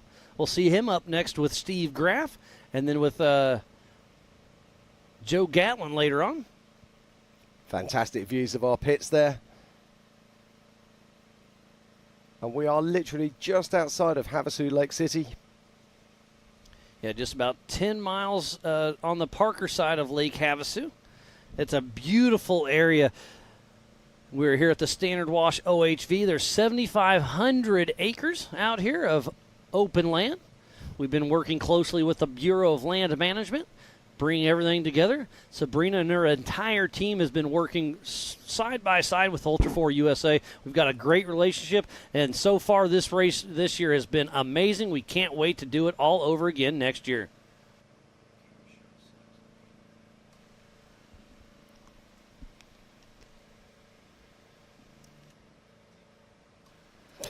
So if you're following the race at home and you want to check out the tracker, why not travel across to racingtracks.com. So it's racing and then tracks, spelled TRAX.com. You'll be able to pick up all of the tracker information and see exactly where all your favorites are on track right now. And there's Mike Park and Jeremy Dickinson. So he's moved into fourth position on adjusted time. But, man, he's ahead of Travis Zollinger, so we'll see how that all shakes out. But Mike Park and Jeremy Dickinson have a good run going. Yeah, and it sounds like we've got Pam Halls down in the pits, and she's got more information. She's getting quite good at this, So, Pam, what have you got for us? I am here with Cade Rod. Cade Rod, you're normally in our 4400 Unlimited class. Today you raced in the UTV. Great seat time and a great pre-run for you. How did it go for you out there? Unfortunately, you're out here in the hot pits, but how did it go for you? Actually, it went really well. I mean, we really wanted to utilize it to just get as much time on the track as we could so we could be dialed in the 44. I mean, it helped a ton in qualifying because there was the blind section that people did the day before, so I was able to go out in the UTV before and actually run that. So I had a little leg up there. And we got to run, but, the car was down on power right off the line, so we tried to sort some things out. We were battling just to get the one lap in, but one extra lap, it could make all the difference of, just course evolution of just the amount of the front runners that ran through and chewed up so much stuff in one lap. I can only imagine what it is in 3 laps and then after the EMC. So it really puts into perspective what the course is going to look like and how the lines are evolving. And we're just going to, take what we learned and go work on the 4400 car, get it perfect as we can anyways, and then put it to the test tomorrow and lay it all out there. Well, last race of the season, what is your plans for 2024? We don't know. We're going to be here. We're going to be racing. We're not quitters. We're going to keep going. We're going to keep racing. We love this. We don't like doing anything else. We don't golf. We don't play sports. We're not hobbyists in anything else. So we like to go out and we like to race cars. We like to build shit and break it. So. Well, this is your sport. Yeah, absolutely. So this is what we like to do. We don't really do anything else. So we'll be here. Well, it's awesome to see you here. Unfortunate in here, but we'll see you race tomorrow in the 4400 Unlimited class, so we'll see you again. Absolutely. Look for the one out front. That'll be me. All right, guys, back to you. Thank you, Pam, and thank you, Cade Rod. Now, this is a young man with some serious talent. We've seen him come up through the limited classes into the unlimited, and just see what he did today. It was incredible. Oh, that run he had was absolutely insane. He was smoking fast. We were talking about Paul Wolf's time of 1:53, and he threw down 1:45. I mean, what an incredible qualifying run earlier today in the 4400 car by Cade Rod. So he's sitting in that pole position with that clean air tomorrow morning at 10 a.m. PST. Oh, he's sitting in second place. Oh, shoot, you're right. But it took a two-time king and somebody who's just built a brand new car to come out here and do something special. And let's face it, in the history of our sport, there are two people who really do qualify at the top end. Jason Shearer and Lauren Healy. Yeah. And it took Lauren Healy to pull out something very, very special to beat Cade Rod today. So both of them are in single-seat IFS cars out front, so we're talking navigation. We'll see how that plays out. But, yeah, you're right. I forgot. He sat up front for the entire time until the very end. Yeah, absolutely. And tomorrow is going to be really interesting as well. They're going to be doing 4 37-mile laps, so fueling is going to come into play for most normal cars. Some of the Hammers cars, the specialist cars like Bailey Campbell, I was going to say Bailey and probably Paul Horschel. Exactly. They'll probably be able to run this without having to stop. refuel. But a lot of the guys out there, they are going to have to take fuel, and that's going to become part of the strategy for sure. Yeah, I mean, Lauren Healy's in his typical short course setup car. It's a single seat, so we'll see. Yeah, like you're saying, I think he will have to probably stop halfway through to top off with some fuel. But there's Gomez Brothers Racing in the background. We have all three. We have 3 of the 4 Gomez. Marcos had to stay back and keep the business running while the rest of them go out and play. Well, someone's got to earn the money, Miles. But we are here right now, just outside of Lake Havasu City. And what a great showing it has been. It is indeed. We enter the 3rd and final lap of this race. And right now, it's all about Kyle Cheney, who's bursting into the lead. And in second place, it is Mike Park. They are the only 2 vehicles currently on lap 3.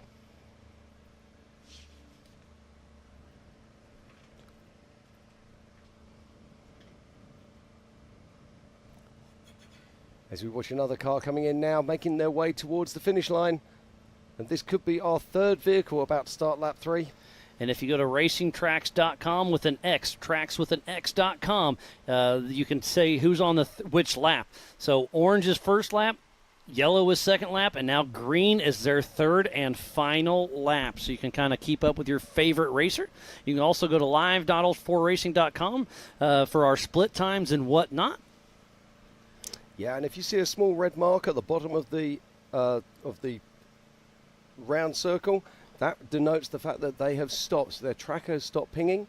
Just keep an eye on it. Sometimes it takes a couple of moments for it to actually pick back up again, but invariably it usually means that the vehicle is stopped.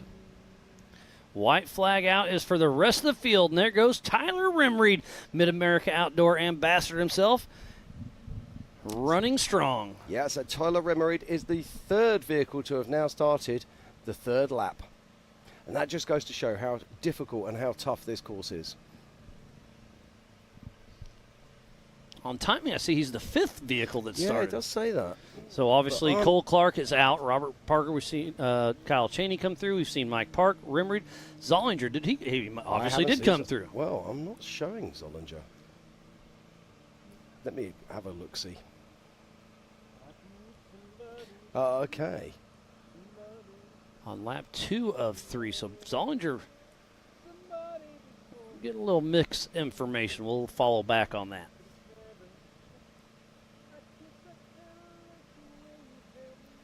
But Cole Clark obviously out of the race in the Amsoil hot pits. Hate to see that for him. Again, if you're just tuning in, we thoroughly appreciate each and every one of you. I am Miles Hasquist alongside Mr. Jim Marsden. This is the 2023 Ultra4 USA Legends of Havasu.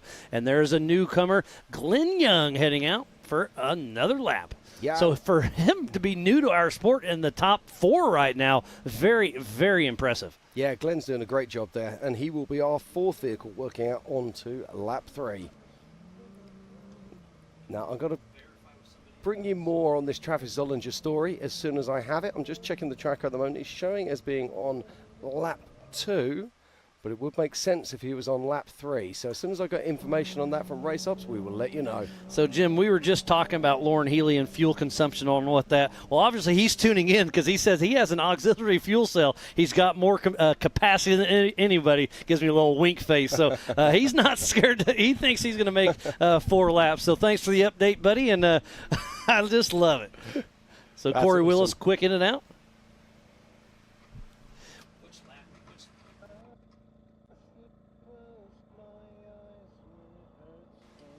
Oh, no, he flipped over again. Yeah. So Eric Yates, same spot, same thing, a little bit of different angle, but Eric Yates having a rough time there down at the Bronco Falls. I'm trying not to laugh at him. I'm hoping I'm laughing with him. I'm sure he feels that way right now, Miles. And I think we have another rugged replay, and here it goes. Let's see what happens with Eric Yates. He drops down once again. And, yeah, he's just too far going right into that big rock. Stands her up on the nose, turns it over, and up and over he goes. It is a slow ride, but he lost his light bar, that's for sure. So thanks again, Rugged, for that. Yeah, I think he needs to have a word with his left foot there.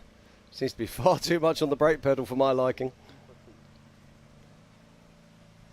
So there's a shot of Glenn Young as he was heading out towards the desert, and we're back into the the Brannock Falls. As Eric Yates is going to get him recovered. Abe Gonzalez is down there helping out. Oh, he got some help also. Okay, so I am getting an update. Travis Zollinger is on the current lead lap. So had a little mixed information. I apologize, but got on the Rugged Radio and got with Race Ops. And Travis Zollinger is in that 3rd position in Pro Mod. So right now it's Kyle Chaney driving for Robert Parker, then Corey Willis, then Travis Zollinger, then Mike Park, Glenn Young, then Tyler Rimreed, the top 6.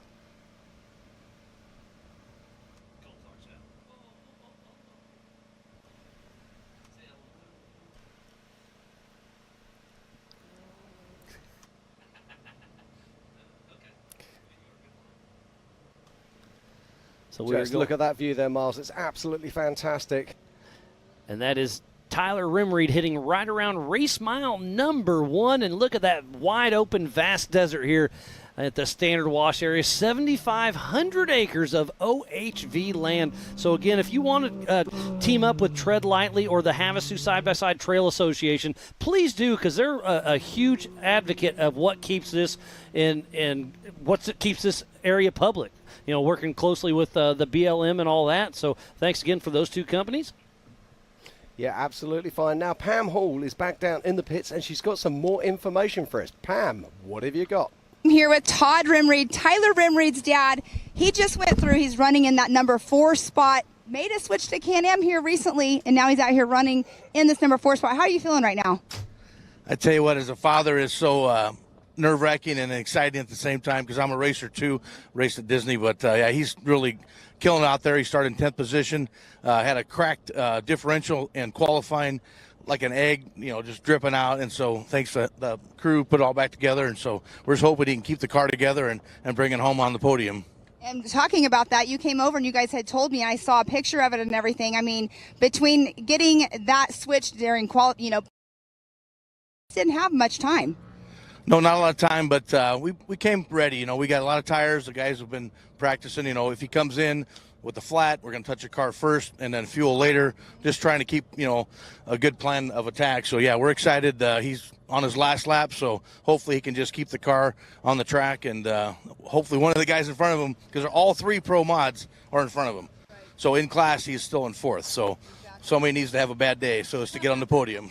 Well, let's talk about Tyler for just a moment. I mean, he's not only out here racing with Ultra4 USA, he races in Nitro Cross. We just finished up our Mid-America Outdoor Side-by-Side Championship Series. He raced in the Champ Series. He's done Circle Track this year. He's went into a Pro Light. I mean, all kinds of stuff. I know there's big plans for the next season as well, stepping up into a new truck, I believe, correct? Yeah, absolutely. This is our 3rd year racing. Kind of been full throttle.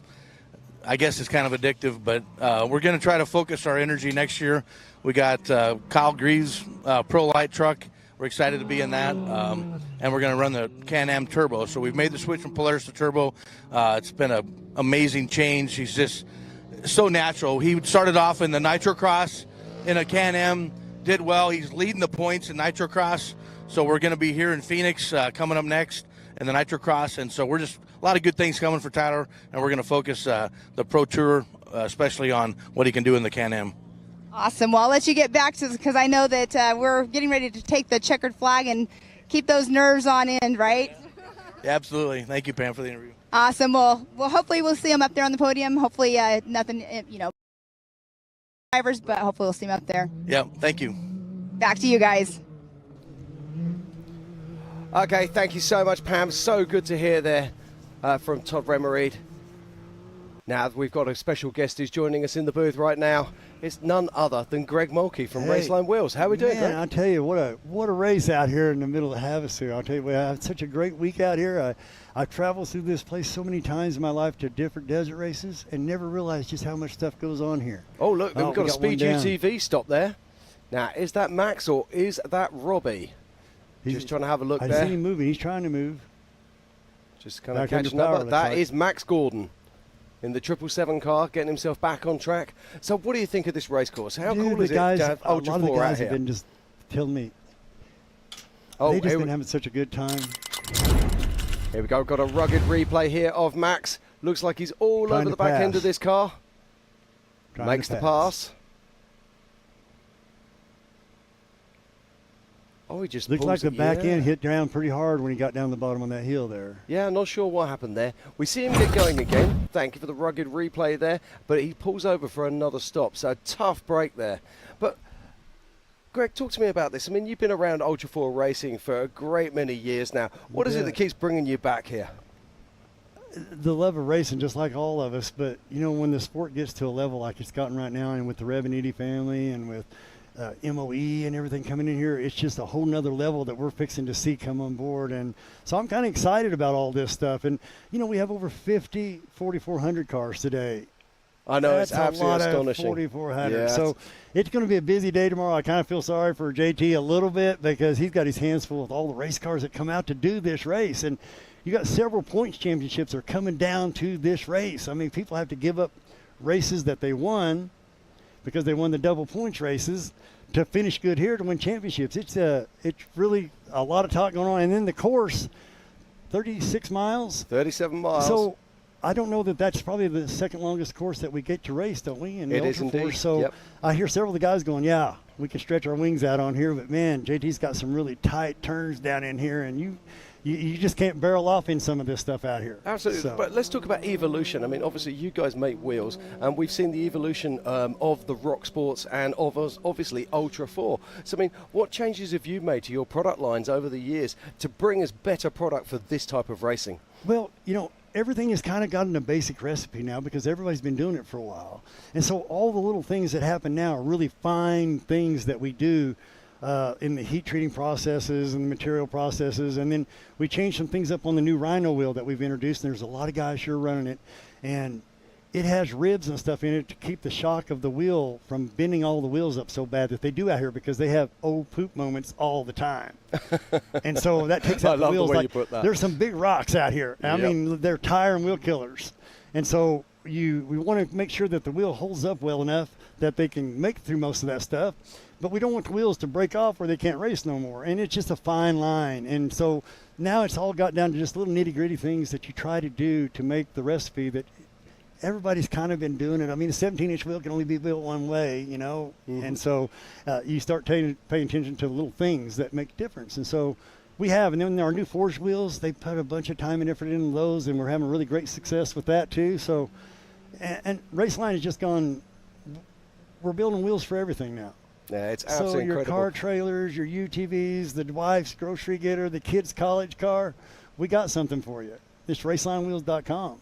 Fantastic. So, we do. One of my favorite things that you've been doing recently is actually making alloy wheels that look like steel wheels for the Class 11 vehicles. Isn't that something? That is something else. That's the mobile wagon division that they come up with this year. And the Class 11 is such a cool class. When you see those bugs roll out on the course, it's not as exciting as this, but it's old school buggies, the VW bugs that we always seen when we were in school doing it. So look the at Class this. 11 was good. That's Robbie's. Yeah, this is. I do believe that. Is that Robbie? It's one Trying of to the work speed out. rigs. Yeah, it's one of the speed rigs. I'm trying to work out if that is. Yeah, if it's Not a right 777 or a 777, but he's taking on fuel. Now, we saw Robbie taking on fuel earlier, so Here we my go. guess would be that this might be... No, that is 17. 777. So that is Robbie again. That's very interesting. Fuel again, huh? Yeah, yeah. Well, he may have a heavy foot today. I was going to say, he's got a very heavy foot today, that's for sure. But that's the second time we've seen him taking fuel, so very interesting. Maybe they got a damaged tank or something. And We this can is only 2 guess laps. at this rate. No, 3 laps. Yeah, it's 3-lap race, but I think I'd have to check my tracker to see where he is. Yeah. Second time he's gassed up, that is for sure. And just looking here to see if I can And see it where looks like he they're is. still doing about an hour a lap. But anybody can go to racingtracks.com, check out the tracker, and be able to follow what's going on. 77. So this is the start of Robbie's 3rd lap. So he is fueling again. So he's actually taken fuel on both laps so far, which is quite interesting. That's great to see Robbie out here. I mean, that's how you see that other people in the industry are seeing the level that this is rising up to out here with this Ultra4 USA stuff. And so getting guys like Robbie to come back out here and racing the UTV, you watch. Next time he'll be building another Ultra4 car and trying it again like he did at KOH. Well, wouldn't that be cool to see him out out there man. again? Him and his son both. I mean, they're both pretty bad motor scooters. Oh, they Kid are been indeed. racing Well, great let's in not the forget that Max Gordon has just come back in, off of the win at the Nora 500. And, it was a big class of vehicles. So it's great to see them out here and great to see them showing us their skills and their vehicles. So what's next for Raceline? What's coming down the road for you guys? My season is kind of coming to an end for this year, but it really never comes to an end because you got to go back and get ready for the next year. And 2024 is just like a door knock away. And so we're already starting to get prepared and doing things with Ultra4 for next year. And so it's going to be a good year next year. I'm really looking forward to it. The economy is a little spooky, but race car guys and race car fans, they come out and go to the races. Absolutely. And This so is I'm excited. This is our therapy. This is how we get through those bad times. We come racing and we hang out with our mates and we have the best time ever, putting it all out on the track. Well, Greg, it's been an absolute pleasure to have you in the booth. Absolutely, man. Thank you guys for all keep it up. And I love how you guys are getting it out to everybody because more and more people are checking it out, and it's really working. So just keep up the great work, man. Anything that Raceline can do, we're here. No, well, thank you so much. RacelineWheels.com. It's Get in having there. supporters like you that make our life so much easier. Yeah. And thank you for what you do for the races. So We Greg appreciate Monkey, y'all. Y'all have a great deal. No worries. Good day. Thank you very You much, bet, sir. guys. Right, and the racing continues here in the 4900 race. And right now, it's all about Kyle Cheney, our current race leader. As Miles joins me back in the booth once again. And that looks like Byron Starrett pulling in. Looks like he had a right rear flat tire. Getting that Harbor Freight Badland Jacks to work. I'm not sure that he needs that adjustable. No, he doesn't need that much lift kit on it. Exactly. I think someone's got their jack adjusted for their 4400 car, not Exactly, for their 4900 yep. car. So let's go back to the Optima Batteries leaderboard. It's Mike Park in that 4th spot, Travis Sollinger in 3rd, Corey Willis now in 2nd. Wow! And it's still Kyle Cheney driven by Kyle Cheney driving for Robert Parker in that 1st spot. Cole Clark obviously is in 1st, but that's on adjusted time. He's still in the pits. We know that, so we dropped him off the list. But he does get finishing points because he did make 2 out of 3 laps. Yeah, we're still trying to work out a few different things. While you were out of the booth, we've just seen Robbie Gordon come across to start his 3rd lap. Nice. Yeah, I assume he stopped for fuel again? Yeah, he did, which I find really interesting. Are they running a prototype small tank Well, maybe? it's a stock machine. Yeah. It's as stock as you can get, so obviously they're just playing it safe. Yeah, that's possible. Well, yes, you've got to think about that because if you're not doing 37 miles, you're actually doing 74. So if your tank isn't big enough to do 74 miles, you need to stop. Yeah, yep. Yeah. And it's wide open the entire time. It's Josh Smith, who it looks like is going to lock down the national championship for the open class. So Josh Smith and Corey Nasso heading out for their 3rd and a final lap. So it's 3:30. I'm going to guess they're going to close. They're going to probably close the race line, start-finish line for people to be able to go out on their 3rd lap, probably in another half hour or less. So, again, that's just my guess, but I assume they'll be closing the start line to not let anybody go out in the next 20, 30 minutes. I'm going to wait to get verify that with race ops. But I've been hearing a little bit of chatter on the rugged radios. Yeah, that's a really good call, Miles. I'm just trying to work out here who actually has the fastest lap of the race. I think it was Cole Clark with his opening lap with a 1:02. So if you were to say that even if you're the fastest man on track, you're going to need around about a 1:03 to be able to get around this final lap, bearing in mind the course is cutting up, etc., etc. They've got to start thinking about shutting that course down very soon indeed. Yeah, so Cole Clark, tough break for him leading the entire race. But, hey, he's still going to get a check for being the fastest lap out here. They're doing a fastest lap for the UTVs and the fastest lap for the big cars. So Cole Clark looks like he'll probably take home a little bit of change with him. I'm very excited to see what the speed difference is going to be between the UTVs and the 4400 class cars. I mean, we saw an amazing thing this year at King of the Hammers where, oh, there we go. That's Robbie Gordon again, bursting back out onto track and starting his third lap. That's really cool to see him out here racing with Ultra4 USA. Again, there's a lot of lovers and a lot of haters on old Robbie Gordon, but he's out there getting it done, and he's racing with us here for the 2023 Ultra4 USA Legends of Havasu. If you're just tuning in, we thoroughly appreciate each and every one of you. So we're going to give a huge shout-out to Raceline Wheels, Amsoil, Good Boy Vodka, Speed Sport, Project X Off-Road, Rugged Radios, Laser Nut, Mid-America Outdoors, 360 Wraps, Optima Batteries and Warn Industries, the Off-Road Syndicate, American Outdoor Events, King of the Hammers and Fun Haver Off-Road, Spider Tracks, Brannick Motorsports, Yukon Gear and Axle, and Wayland. So please support who supports the sport. Without all these wonderful marketing partners, we would not be racing here today. So next time you're building a mall crawler, a race car, or even just your tow rig, go to these companies and show the same love that they're showing us. Yeah, just looking on my tracker at the moment, Miles, and there's a veritable sea of green as multiple vehicles cross the line to start their third lap. That's great news.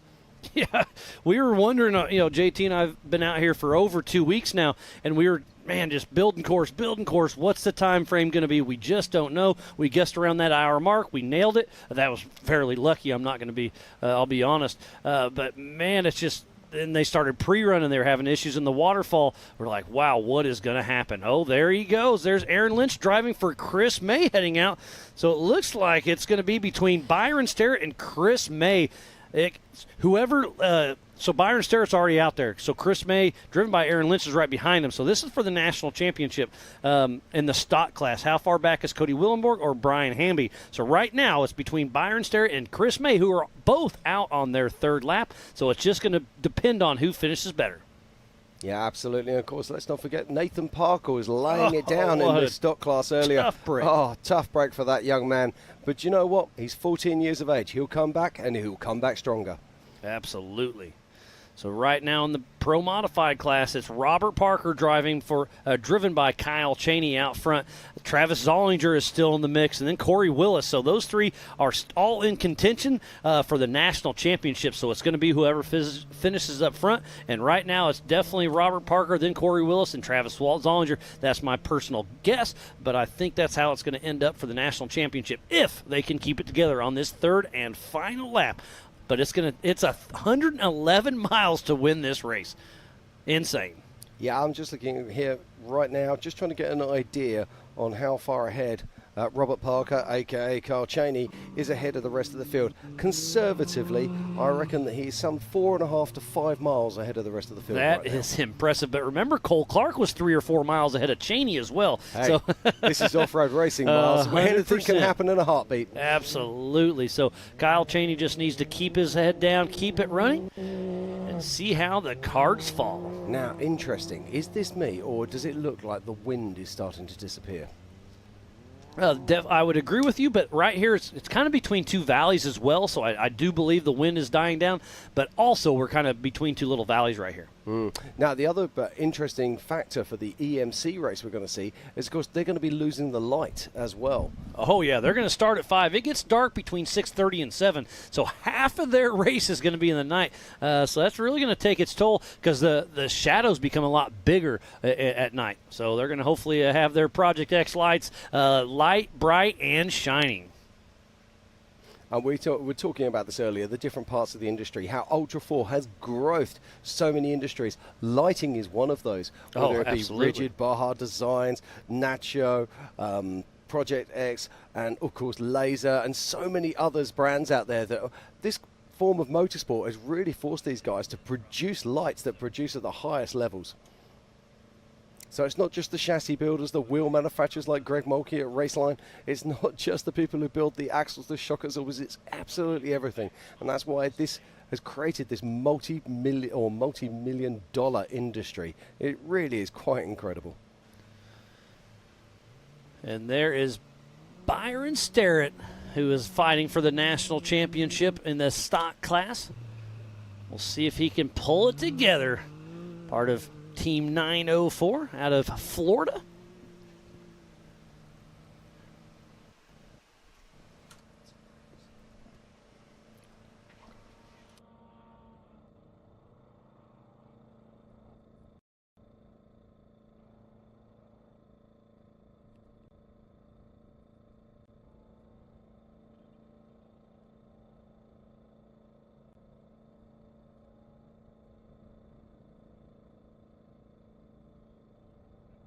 There went Aaron Lynch driving for Chris May, heading out for his third and a final lap. As we got another great shot of the race line start-finish. We are 10 miles south of Lake Havasu City in the Standard Wash OHV area, spanning over 7,500 acres of OHV land. The Bureau of Land Management has worked closely with us to make this all come together. And this is Legends of Havasu for the Ultra4 USA Nationals. This is a do-not-miss event. We have Ultra4 USA going on right now. Tomorrow and Sunday is the F1 boat racing. Tonight's the IPRA rodeo. Off and on all week is the American side-by-side takeover. Tonight is Brett Michaels. Tomorrow night is Flo Rida. Outlaw Drag Racing did get moved down to Yuma, Arizona. And then we still have some VIP pool parties. We have Marcos Gomez doing some jet ski flips in between the F1 boat racing. So there's a little bit of everything. So come on out. We still have some tickets available. It's going to be a great evening tonight and then all day tomorrow. And then Sunday, the boat racing. Yeah, Mars, it's amazing just how much we're cramming into these few days. Oh, absolutely remarkable stuff there. As we watch the 3947. That is A.J. Hoover with his sister Leah riding shotgun out of Lakeside, Oregon with Rubber Band Racing.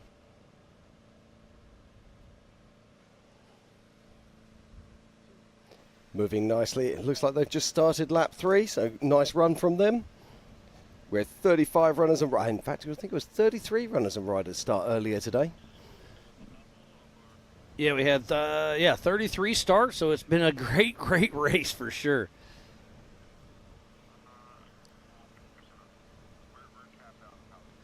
So let's give a rundown on Pro Mod, Stock, and Open. So in the Open class, in that first position is Robert Parker, driven by Kyle Cheney. Then Corey Willis, Travis Zollinger, Mike Park, Glenn Young, Tyler Rimreed, and then in first place in the Open class is Jake Versey. And then Robbie Gordon in second, Josh Smith in that third. And then in the stock class, it looks like it's Byron Starrett, Mark McCleary, and then Chris May, driven by Aaron Lynch. So it's a pretty good battle in all three classes. Yeah, it is indeed. It always amazes me how closely fought these class battles are in the UTV classes. The Everyman Challenge race did get pushed back to 5 p.m. Qualifying took a little bit longer than anticipated. The UTV race started a little bit late, so we're going to push everything back. Looks like that's Tyler Rimreed, I believe.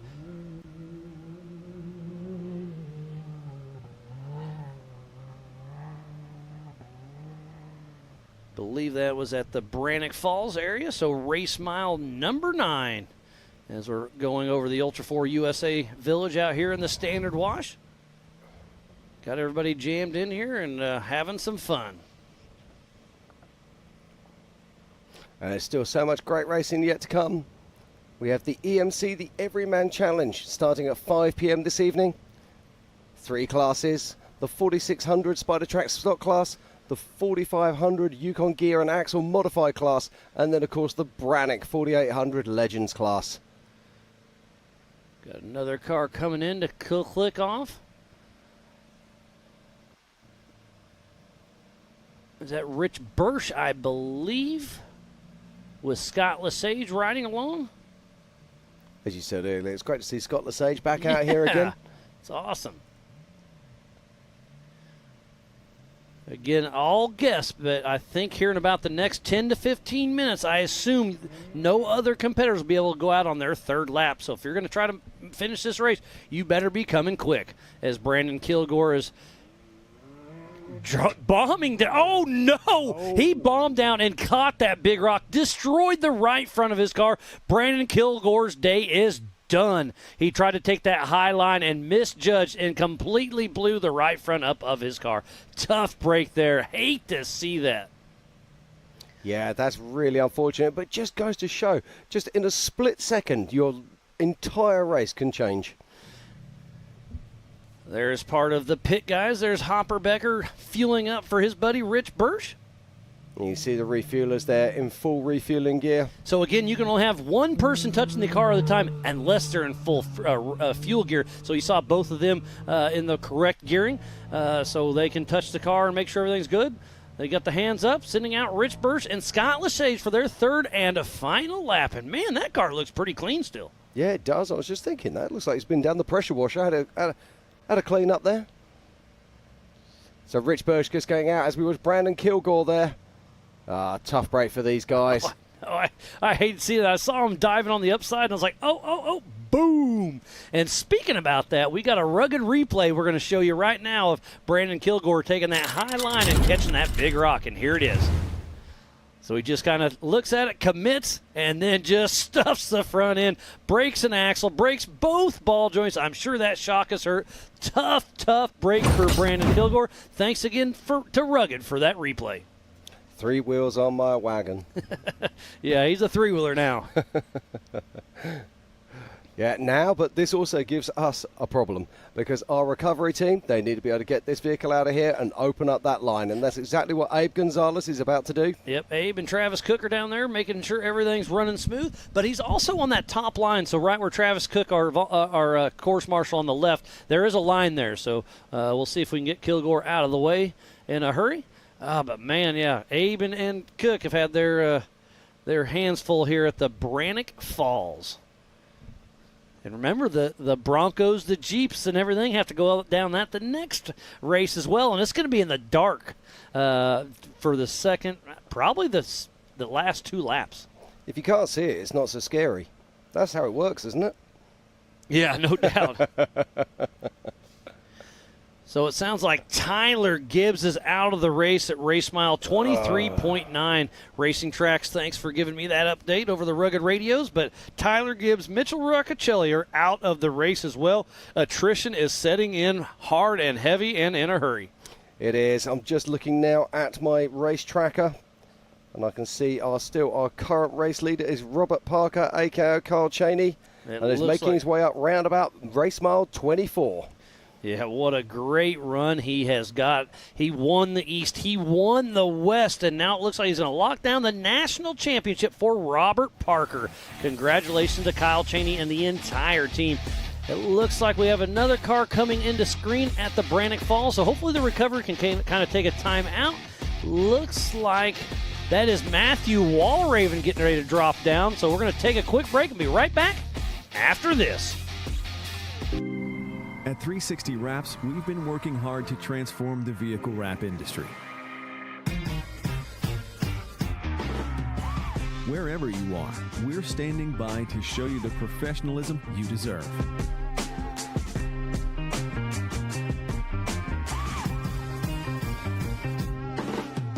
With a dedicated account manager, you'll always feel confident and in control the entire time. Providing nationwide service to the top brands in the industry, our team will confidently handle any project you give them.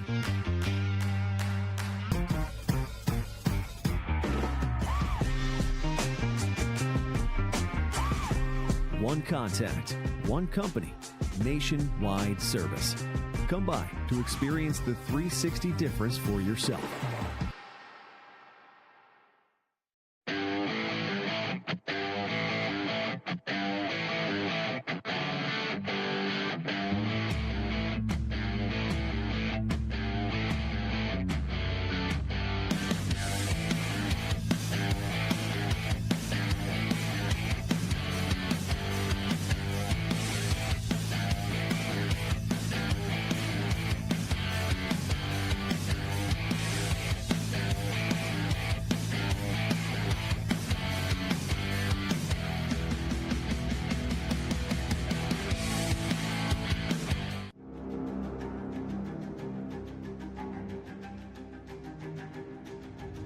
Connect with the Wild is about off-roading with your buddies. Connect with the Wild is about going to Moab and conquering new challenges that you didn't think were possible. Ultimately, Connect with the Wild is about enjoying the outdoors in your vehicle as best you can. We're treating it like we know it's something special that everyone will remember.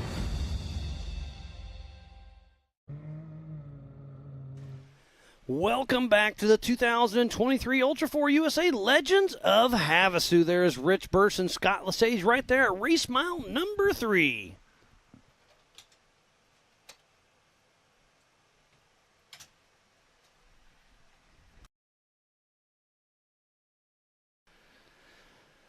Looks like that's Matt Walraven. He is through the Bronco Fall, so he's roughly race mile between 10 and 11 right now in that little valley. It's fast, it's windy. Oh, here's a good shot. He's going to take a hard left, go up in that little hillside. It's a fun little section. As we switch back to the Yukon Ridge. Jim, this has been a fun one. Oh, it's been fantastic, Miles. I'm absolutely loving this. Now, we're just getting to that stage we were talking about earlier, where we're going to see cars being refused being allowed out onto that third lap. And I think we're going to be right around that. I haven't heard an official hard time, but I'm going to guess it's any moment, because we have to start that next race here in about an hour and 5 minutes. So even the fast guys like Cole Clark could only run that 102, an hour to 20 seconds. So we'll see if... Now, JT Taylor said he will be generous with this, but he also has to be sensible as well, because we have to clear the course. He's allowing this car to go through. So Jason Sushi heading out for his third and a final lap. But remember, we could probably still have cars out racing on cars and still finish, because they could be at race mile 25 and we're at race mile 0. Yeah, well, let's not forget we're talking about adjusted time as well. So we're looking at the adjusted time for the first cars. Let's not forget. For 100 miles an hour right here, and I'm sure that UTV is every bit of 80 or 90. And they're going to kind of wiggle back and forth, and they're actually going to go around the backside of this car. Yeah, I'm just wondering if that might have a rear left-hand flat, to be honest. Just looked a bit funny there. Sometimes you look a little bit funny, too. Yeah, I know. It's a problem I live with. Can't quite tell who that is It looks like he has 4 wheels on his wagon, unlike Brandon Kilgore. Is that Eric Yates? He's maybe him. I think it is Eric Yates, yes. We've seen him tumbled over in the Brannock Falls twice, well, but he's able to get it going. This is redemption, isn't it? Yeah. And if we can stay with this shot, we're going to follow him on the backside here. We're going to take a right. Yep, you see that flag right here. We're going to take them off into the desert. So this is going to be a tight little technical area. So you're up over 100 miles an hour, then dive back in. Yep, Eric Yates confirmed for sure. Look at that. So you kind of wind back and forth through here. And it's a really fun little section. But again, he's been upside down twice and still rocking and rolling. But you're doing 100 miles an hour. Then you come through here, and now you're doing 15 to 20 through these little really – it's getting really rutted out, actually. But it's a fun little section. And it'll take us back to the back section. And so we're not far from the other waterfall at 19.5. What an awesome piece of terrain we were just looking at there. And there is a car coming up to the waterfall right now. Just trying to catch hold of the number there. Looked like Roper Merrifield. Yes, it is. Yep, that's part of Ryan Rockhold Racing. That's actually Rockhold's cousin, if I'm not mistaken. His first race with us is at Disney last month, or whatever month it is. Earlier this month, I can't remember. It all blends into one. Ooh, he is. Now, this is interesting. The steering just caught and he had no choice. He probably had to let go of the wheel because it caught that big rock, and it was going wherever it wanted you to go. So we'll see if he can back up and maybe do a little rear steer and get that front end loose so he can get some turning. So that's right now. He needs to back up and jimmy the steering wheel to turn to the passenger side. Man, it looks like he's still a hard looking driver. like he might have a problem Yeah, there. could have some steering issues with old Roper. Let's see what he does here. No, it does look like he's back on track again, so Okay. that's all good news. Well, sweet. Glad to see him still rocking and rolling in that Polaris. It looks like he's running that 35-inch tire, Yep, and that puts a lot of pressure on that steering. Yeah, those Maxes still looking strong. And there is our physical race leader, Robert Parker, and Kyle Cheney driving for him, and number 900. So that's going to put him, what's that, race mile 27, if I remember correctly. So he's 10 miles away from the checkered flag flying here for the 2023 Ultra4 USA Legends of Havasu. And if he can hold this together, he locked down the national championship. He's already won the West, already won the East, and it's looking good. So he's going to lock down that national championship. I know Brian Fulcher and the entire Team Momentum team is super excited to see if Kyle Cheney can bring this home for Robert Parker. All right, looks like we've got two more cars making their way in. Well, I'll be curious to see if it's a white flag or not. I'm going to guess that Kyle Cheney's close enough that JT will wait for him to come in to run that checkered. And once he finishes, nobody else will go back out. Yeah, that's a very good call there. Yeah, I again, it's a Miles guess, but I assume we'll keep that open for a little bit longer. It'd make it a little easier and cleaner. Okay, getting a correction. Roper is not a cousin. He's just a longtime friend of Rockhold. Thank you, Lindsay, for the update. Yeah, and it's white flag and back out on course. And I think you're probably right. I think our race director will be looking at where Kyle Cheney is as this vehicle makes its way into the pits. Is this going to be a splash and dash? Here's the Rocky Mountain Speed and Fab of Joe Gould out there. We got Hopper and the pit guys in there jumping in. They've got a busy day on their hands, and I love it. It's all hands on deck, checking everything out, checking the suspension.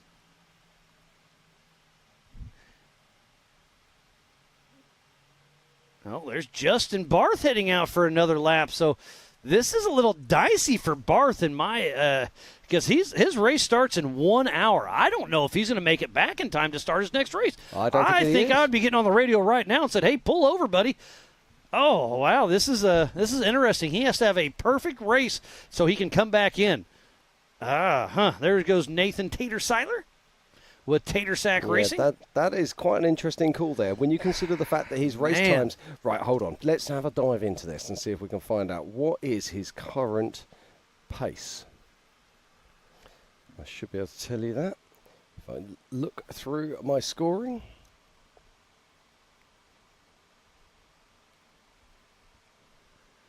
But Justin Barth is top 5 in national points for the stock UTV class. So I guess he's going for that. We'll see if he can roll the dice and get on in, as we just saw Jake Versey cruising through.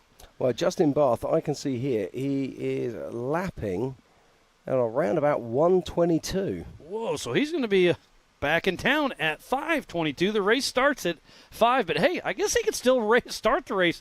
I don't know. That's interesting strategy as we are watching A.J. Hoover and his sister Leah cruising along with Rubber Band Racing in his Kawasaki. Yeah, and he's currently sitting in 5th in class in UCV stock. So, yeah, it's a very interesting decision.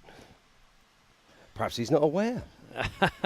I hope he's talking to his pits there. And that is A.J. Hoover, as you just said, making his way round. And I'm expecting that they will get the white flag. Yes, it is a white flag. So Kyle Cheney, I'm going to say, is probably another 5 minutes, 5 to 10 minutes away. And once that checkered flag flies, no more UTVs will be heading out.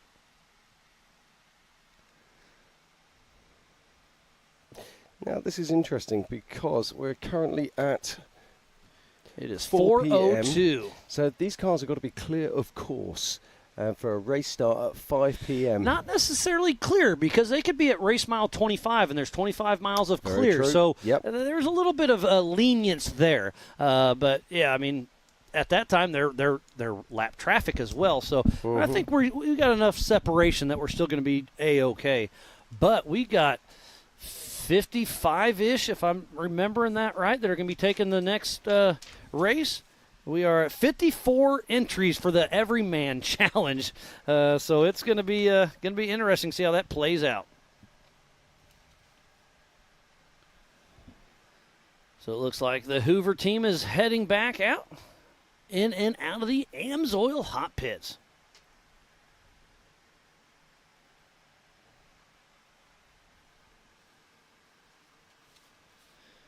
What a wonderful day it has been. Again, a huge thank you to Jason and Gayla Robinette, all of our volunteers, the media, the AOE crew, the Ultra4 USA staff, the racers, the fans, the marketing partners, USAC, and all of our safety crew out on site. Without each and every one of these aspects, we would not be racing here today for the 2023 Ultra4 USA Legends of Havasu.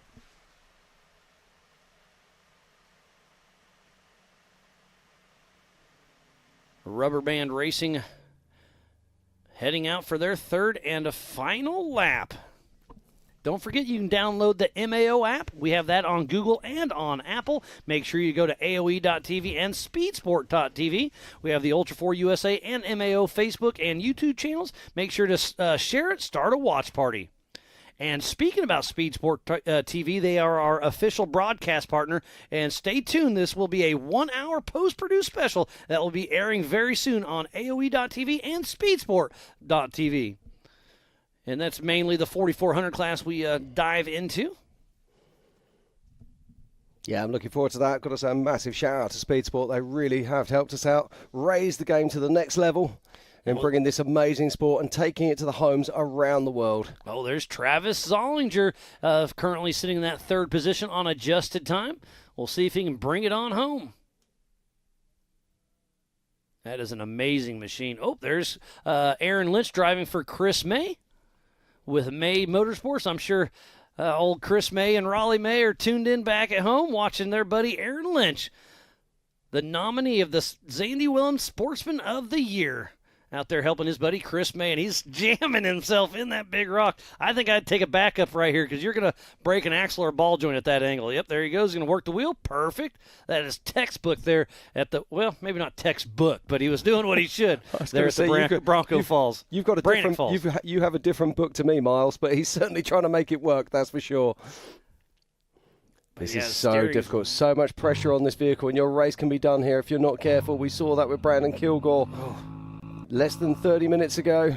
So I think if this was me, I'd almost try to straighten up on that rock. But he deflects around. Perfect. Yep. So Aaron Lynch and JT Strickland make it around. So trying to lock down some points for Chris May, who is sitting second in stock for the national championship. But Byron Starrett's still out in front of him, I believe. So we'll see how it all shakes out. But Chris May's going to be excited if Aaron Lynch can land him right there on the podium. And very shortly, I think we're going to be seeing Robert Parker, a.k.a. Kyle Cheney, coming in to take the finish and complete 3 laps here at Lake Havasu. Oh, yeah. Who was that? I didn't get a visual. I wasn't paying attention. But, yeah, I think we're less than 10 minutes away from the checkered flag flying here at the race line start-finish. What a day of racing we've had so far, Miles. Let's just talk about the qualifying. So we started this morning with the 4900s that we're seeing on course right now. Then we moved on to the limited classes, the 46s, the 45s, and the 48s. And they'll be racing right after this race. They'll be kicking off in less than an hour.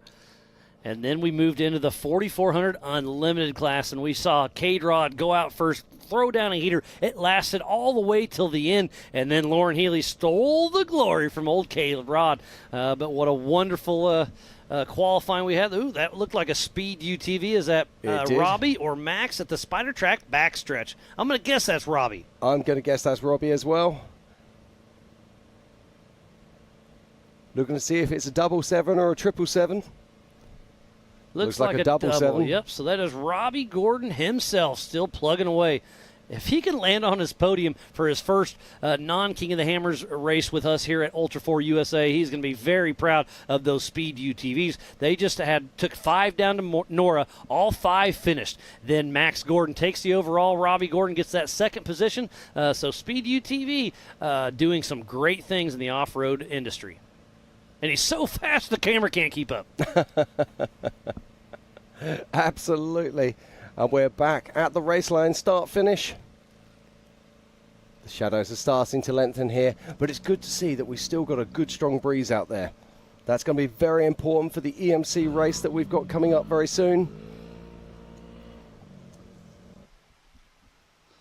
Don't forget, you go to racingtracks.com, racingtracks with an X. And you can see they have the same live tracking we have up here in the Warren studio. And it looks like Robert Parker driving for, or Kyle Cheney driving for Robert Parker is at race mile 32 or so. So he's 5, it could update. So we're 3 to 4 miles away, it looks like. So probably another 10 minutes or so for Kyle Cheney to come in and lock down the national championship for Robert Parker.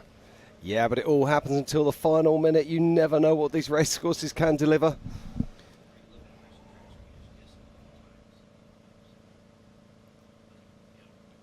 And it's never over until it is over. But right now it's all about Kyle Cheney racing for Robert Parker, who is our race leader. And behind him it is Mike Park. So actually, Racing Tracks is updating. I think Kyle Cheney could be in here very, very soon. So JT Taylor, our Ultra4 USA race director, must have the checkered flag in his hand and patiently awaiting for Kyle Cheney to lock up the national championship for Robert Parker here for the 2023 Ultra4 USA Legends of Havasu. Yeah, he's going to be super happy about this. There's still a lot of track between him and the finish line. You've got to dig deep now as a driver. You've got to push your eyes wide. You've got to look as far as you can in front of you. Concentrate, let that wheel go soft in your hands. Just bring it on home.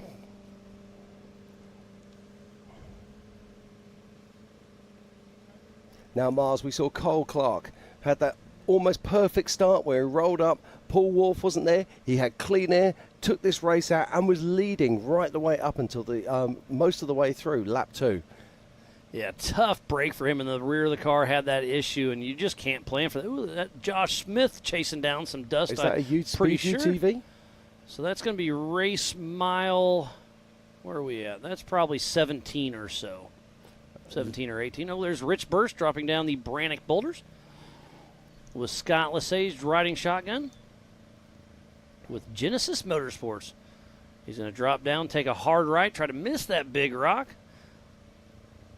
Oh, the rear end got a little light, but he was able to save it. And look at that left front getting jammed in. Nope, he's able to make it around. So quick work in the Brannock Falls for Rick Birch and Scott Lesage. Going to stop, put her from low to high, change the transmission, and open her up a little bit because this is a fun little fast section as soon as you get out of this little tight wash. So we're winding down for the UTV race. Remember, we have 3 classes racing all at the same time. Up next at 5 p.m. Pacific Standard Time will be the Everyman Challenge. We'll have the 4600 Spider Track Stock class, the 4500 Yukon Gear and Axle Modified class, and the 4800 Brannock Motorsports Legends class. So still lots of racing action yet to come. Make sure you don't go anywhere. And here he is. This is our current race leader. This is Robert Parker being raced by Kyle Cheney. So the checkered flag will be flying in about a minute and a half. We are on the Yukon Ridge. We can see him from the town. Kyle Cheney is about to lock down the national championship. He's going to sweep the East, the West, and the Nationals for his friend Robert Parker. Kyle Cheney's doing great things. He is indeed. Just look at this, Miles. He's making his way across the Yukon Ridgeline, heading on back past the main pits right now. And just round the next 3 bends will be our race director, JT Taylor, with a checkered flag. So Kyle Chaney driving for Robert Parker. 2 more turns to go, and he won the West. He won the East, and it looks like he just locked down the national championship for Robert Parker. 1 turn to go. The checkered flag is flying for Kyle Chaney right there at the race line, start-finish line. The checkered flag is out, and there he goes. Unofficial first place goes to Kyle Chaney driving for Robert Parker. Team Momentum doing great things this season. Absolutely fantastic stuff. What a race here. Now, we saw him take that gamble first thing this morning, went out, qualified first, ended up in 12th position. We were like, whoa, that's not going to be a great position, but step up Kyle Chaney. He gave us a schooling. He went from 12th to 3rd on the first lap, and now he brings it in. Absolutely superb stuff there for Robert Parker and Kyle Chaney. So what a result. Yeah, it's absolutely amazing. How far back is Corey Willis, Travis Zollinger, and Mike Park for the Pro Modified? Looks like in second position is Mike Park. Then it goes back Now, I'm just looking Corey here. Willis. I'm looking here, and we've got a battle royale going on between Travis Zollinger and Mike Park. Oh, you're right. I forgot. Yep, I'm seeing the trackers are bouncing either way, so it's going to be interesting to see. I reckon we're going to probably be around about 3 to 4 minutes before we see them. And then we're going to see Travis Zollinger and Mike Park. Mike Park in the 2-seat vehicle. Travis Zollinger, of course, in the ZRP single-seat vehicle. Oh, and there's, is that Byron Sterrett or Mike Park? I think that's Byron Starrett on that side of the course. So that's going to be race mile 17-ish or so. So, yes, that's Byron Sterrett. Yeah. Race mile 18. So Mike Park is further along. Oh, Mike Park, mate, he's coming into the finish very soon. He's at 32, yeah. Yep. So it looks like Travis Zollinger will grab the checkered flag next. We do have Brian Hamby that's stopped on course. Okay, so, it's going to be really close between Zollinger and Mike Park. So Mike Park and Jeremy Dickinson are battling to the finish. Now, the interesting thing is that Mike Park did have the lead over Travis Zollinger. So has he had a problem? Has he had a flat tyre? Lost a belt? So many things can happen out here. But I'm hearing there for Mike Park may have some VCP issues, so we'll have to address that once he gets in here. Getting some updates on my rugged radio from Racing Tracks. And there he is Kyle Chaney. He's been racing for Robert Parker today. Our unofficial race winner. And there's team owner Brian Fulcher with Team Momentum congratulating his driver, bringing it home for his best friend Robert Parker. Kyle Chaney doing great things. There's Kim Rimreed coming over to congratulate him. It's Tyler's mom. Oh, there's Nathan Parker over there. I hate to see he couldn't make his race, but he's celebrating with his team. Lots of emotions will be high the rest of the weekend for the entire Momentum team. We saw Kyle Chaney at the MAO race in his Pro 4 battling with CJ Greaves just a month or two ago. Just missed the top box by the last couple corners, but now he brings it home here at Ultra4 USA. As Jason Soucy making his way around, and it does look like he's back to a single-seater. Looks like he kicked his son out. Shifts from low to high and trying to make it to the race line start-finish. Remember that Brownco Falls is at race mile 9.3. Yeah, Jason doing a great job there on the waterfall. It's one of the better lines I've seen. Not scared by the rock whatsoever. Puts his wheel onto it, drives over, holds the line, makes it so much simpler, and saves that drive line wear. And there is our race director, JT Taylor, just waiting for whoever it might be first.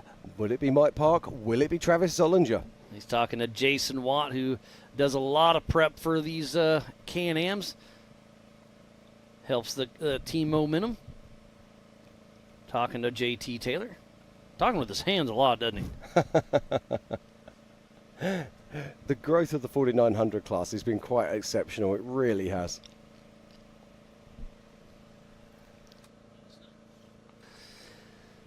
But what a wonderful racing it has been. Kyle Cheney driving for Robert Parker down there just threw down a great race. We have our one and only Pam Hall down there. So, Pam, take it away. It is your show. I am with Kyle Cheney. You're running for Robert Parker. Here you are in this number 1 spot, also number 1 in this championship. How are you feeling right now? Actually, really good. You know, we won the West Coast too, and my goal was to finish that race, and it didn't work. I ended up getting flats, and it wasn't good. So my goal here, I didn't even know what the points were. I knew we were winning, or I knew we were in the lead, but I need to focus on winning the race and not finishing, because every time I do that, something breaks, and I'm just not driving consistent and good. But today, I was driving consistent. I felt like we had a good pace going on. I don't know if it was the fastest pace, but I knew that this was a tough track, and it was going to be hard to win this race, and it was going to be whoever won this race was going to have a car at the end of the race. If their car is 100% at the end of this race, they were going to win. Well, I know that you came through and you started, I believe it was 12th. It was where you started qualifying. And then you ended up coming through after the first lap in that number 3 position already. So you were definitely picking it up a notch. Did you see a lot of cars already off to the side whenever you were going through and in that number 3 position right off the bat? No, there was only maybe one car pulled off. Most of the people we caught pretty quick and were able to pass, and the push to pass button actually worked really good. And I got to give it up to Racing Tracks and all the racers. They were, once they saw the pass, they would pull over. It was actually awesome. Nobody was trying to hold me up or anything, and I kept looking at mine too, making sure if someone's coming behind me, I'm gonna get over too. But that was awesome having that. Well, awesome. I'm going to let you get to celebrating with your team right now. You were unofficially in this number 1 spot, so I'm going to let you get going. Congratulations on an amazing race. Thank you. Thank you, Pam. And we just saw Travis Zollinger grab the checkered flag. So unofficial second place goes to Zollinger Racing Products, Mr. Travis Zollinger. What a great run he had out there in his single-seat Can-Am. And there's Mike Park. So remember, we got to check those racing tracks. There could be some issues there. But grabbing the checkered flag on adjusted time, moving into second place. But remember, we got to dot our I's and cross our T's. But Mike Park just moved into that second place unofficially. What a great run. So right now, unofficially, it's Robert Parker and Kyle Cheney in 1. Mike Park and Jeremy Dickinson in 2. And Travis Zollinger in that 3rd position. But we got to check those VCPs. And I've said a lot about Robert Parker and Kyle Cheney. So Robert Parker passed away a while back. It was a terrible thing to happen. Everybody hates to hear that. And then Nathan Parker, we saw him race in the stock class as well. That's his dad. So a terrible tragedy that happened. They brought in Kyle Cheney to take over for Robert Parker for that reason. So it's, Robert Parker's definitely heavy in our hearts. Brian Fulcher, that was his best friend with Team Momentum, the team owner. So he's keeping the tradition alive, and it's really cool to see what they have done for Robert Parker. And they brought it in with Kyle Cheney, and Kyle Cheney did it right, winning the West, winning the East, and it looks like he just locked down the national championship. So it's really cool to see him take Nathan Parker under his wing, for his father, and it's just, I don't know, it's hard to talk about. I'm getting goosebumps once again, but again, Robert Parker's definitely heavy in our hearts, and it's great to see the memory live on through Team Momentum. Thank you, Miles, for explaining that one. It's one of those things. That's very, very cool indeed. Right, looking back on our racing tracks, and I can see that the next car that'll be coming in probably going to be here in around about, my best guess would be around about 5 minutes. It does look like it's going to be Corey Willis. Now, Corey Willis, if this is 1793, started in 24th position today, and is going to be making his way. I don't think he can affect the top 3, but he's certainly going to be putting in an incredibly good time. So there's Travis Zollinger, Mr. Zollinger Racing Products himself, giving thumbs up to his team. Everybody's all smiles over there. And again, we are talking with David Clay with Racing Tracks to check out Mike Park and Kyle Cheney and Travis Zollinger, because all our top 3 we check, we drop the tires, check for that, and then we check the VCPs and see how everything goes. So everything is absolutely unofficial for right now, but it's looking really good for Kyle Cheney and Robert Parker. And then Mike Park, we'll see how that plays out between him and Travis Zollinger, because man, they are super tight in points as well.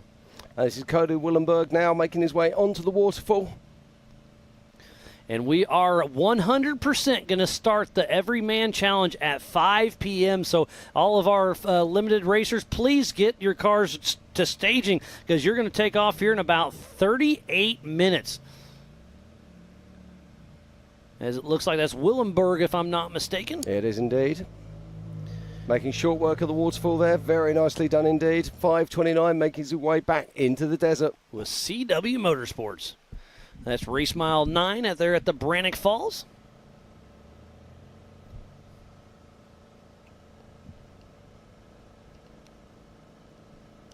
I'm looking here right now and seeing what cars that we got due in. It does look like that we've got Corey Willis. So he's going to be joining us in around about 4 minutes' time. Then the next car in will be the 143 of Tyler Remereed. But I'm guessing he's around about 12 to 15 minutes out at the moment. But don't forget, we have Glenn Young in the mix as well. The number 77. Yeah, just trying to find and locate 77. 77 is Robbie Gordon, of course. Well, I guess we have two 77s in. We do, yes. So, whoops. That's what happens when you get a late entry. We slipped up on that one. So Robbie Gordon and Glenn Young sharing that number. There's Rich Birch and Scott Lesage making some dust on the Spider Track backstretch.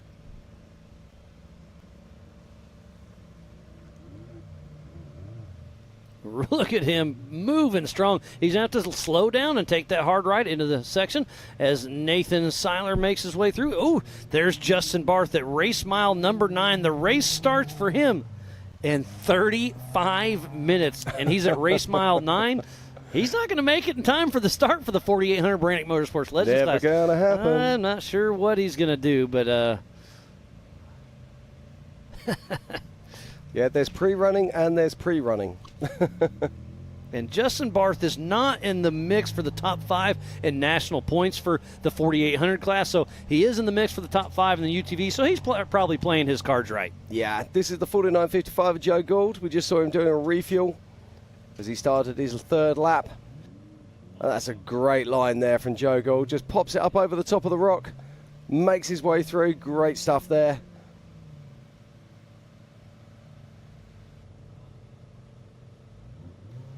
So Joe Gould is just grabbing hold of a high ratio.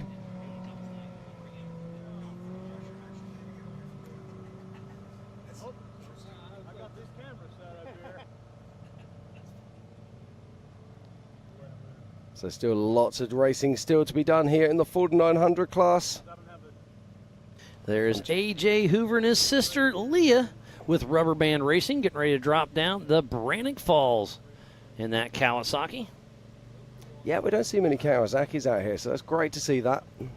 Most of them are they come from the factory naturally aspirated, meaning no turbos, like most of these other Polaris and Speed UTVs and Can-Ams and everybody else. And that was a great little line he had. Yeah, he worked that well. So now he'll stop, go from low to high, hit the gas, and keep on moving. Now, am I right in thinking that the Kawasaki actually has a sequential gearbox rather than a belt? Nope, it's a belt one as well. It has a CV belt, right? Yep. Okay. So the earlier or different Kawasaki's used to have the sequential. I don't recall. Okay. Yes. Here's somebody coming by. The checkered right, flag now, will be flying this. out. Who is this? That'll be the 1793 of Corey Willis. Corey Willis just unofficially moved into 2nd position on adjusted time. I should have been paying attention to that. Corey Willis pushing hard all the way from the back because he started in 24th spot. So Corey Willis was a great run. I was watching that tracker. I called it, but I didn't think he was close enough to do that. That's a remarkable charge there by Corey Willis. I believe Corey Willis races over at Mid-America usually. Oh, yeah. He races short course. He races all of Ultra4. As there's one of his teammates, Matthew Walraven, number 118 with Rhett Bryan, riding shotgun. Yeah, but Corey Willis, let's go back to that. He started in 24th position, moved his way all the way up, unofficial 2nd. Corey Willis with a great shot, and he's in the mix in the points too. So Corey Willis, I believe, man, it's going to be really, really close. Yeah, Corey Willis and Travis Zollinger are in the battle. So is Wall Raven. So second and third is going to be between Zollinger and Willis. Yeah, just looking here also, it's looking like Tyler Remereed is actually stopped on course at the moment, and he would have been our next finisher around about the mile 28. And it sounds like our one and only Pam Hall is down in the pits with Mike Park to have a quick chat. So, Pam, what do you got for us? Park, you are unofficially in that number 3 position, but you literally just now got clicked off by Corey Willis. So being in that 3rd position, though, has got to feel pretty good out here. Yes, ma'am, absolutely. We've had a rough year, and I'm glad to be on the podium finally. So it all come together. So the race course out here that JT Taylor put together, everybody keeps comparing it to a mini hammer style course out here. But what's your opinion on the race course? It was fun. It was very technical. Definitely not as fast as I was thinking when we were on the way out here, but very technical, but it was fun. And you had a new co-driver in here with you, Jeremy Dickinson. He is with CA Technologies, and here you have him. How is it having a new co-driver in there with you? It was awesome. It was awesome. He did a phenomenal job. Made me way faster, so I appreciate him. So, Jeremy, I want you to give us a little rundown because you've been in a lot of courses. What would you compare this course to? It's a hammers course. It's a little bit of a goat trails, but yeah, basically JT hates IFS rigs. Well, you guys did an amazing job. You guys out here in this number 3 spot unofficially. Great job out there. I know a lot of people get you here. So who all do you want to thank for getting you guys out here? Yeah, absolutely. My family for allowing me to come do all this, and of course our whole team 904. They all support us and do a great job. And of course Evolution Power Sports and CA Tech, Demon Power Sports, G-Force Racing, shocks were on point today. Netto tires were awesome today. ZRP, Mr. Travis, that we battled back and forth with today, they help us out. Tire spines and rugged radios. Awesome. Well, congratulations again, and it's an amazing year so far. I mean, you had a few hiccups, but here you are, 3rd place out here at Nationals, so congratulations. Yep, thank you very much. Awesome. Back to you guys. Well, thank you, Pam. And, yeah, Jeremy Dickinson and Mike Park brought it together. We'll see where the cards fall, but it's looking good for a 3rd place unofficial finish. But it's still Kyle Chaney driving for Robert Parker, unofficial 1, Corey Willis, unofficial 2, and Mike Park in that unofficial 3. And Travis Zollinger within just a little bit of time getting bumped in that 4th position. Wow, what a race we had on our hands, Jim. Yeah, it's been absolutely fantastic. This 4900 just has not failed to deliver. It's been incredible in so many different ways. And there's Josh Smith there. It looked like he was following Mike McCleary just a moment ago. I'm expecting to see these guys coming in around about 20 minutes' time.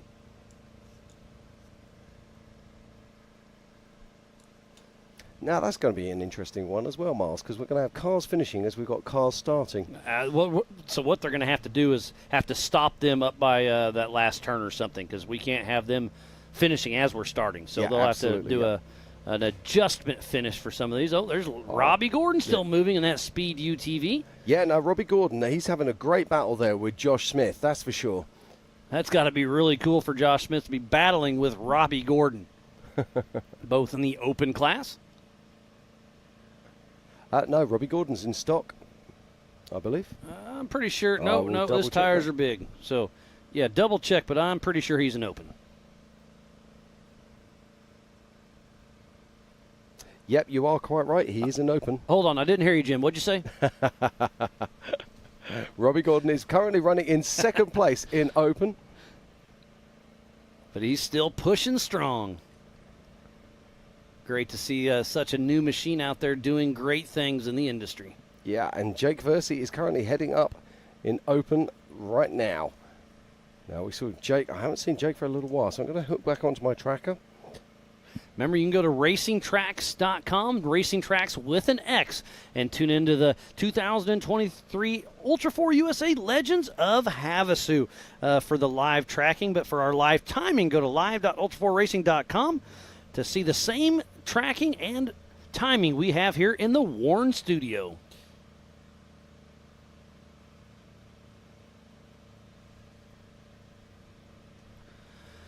What a wonderful race we've had. We've talked to Kyle Chaney. We've talked to Corey Willis. So let's talk to Mike Park. I think we have Pam Hall down there.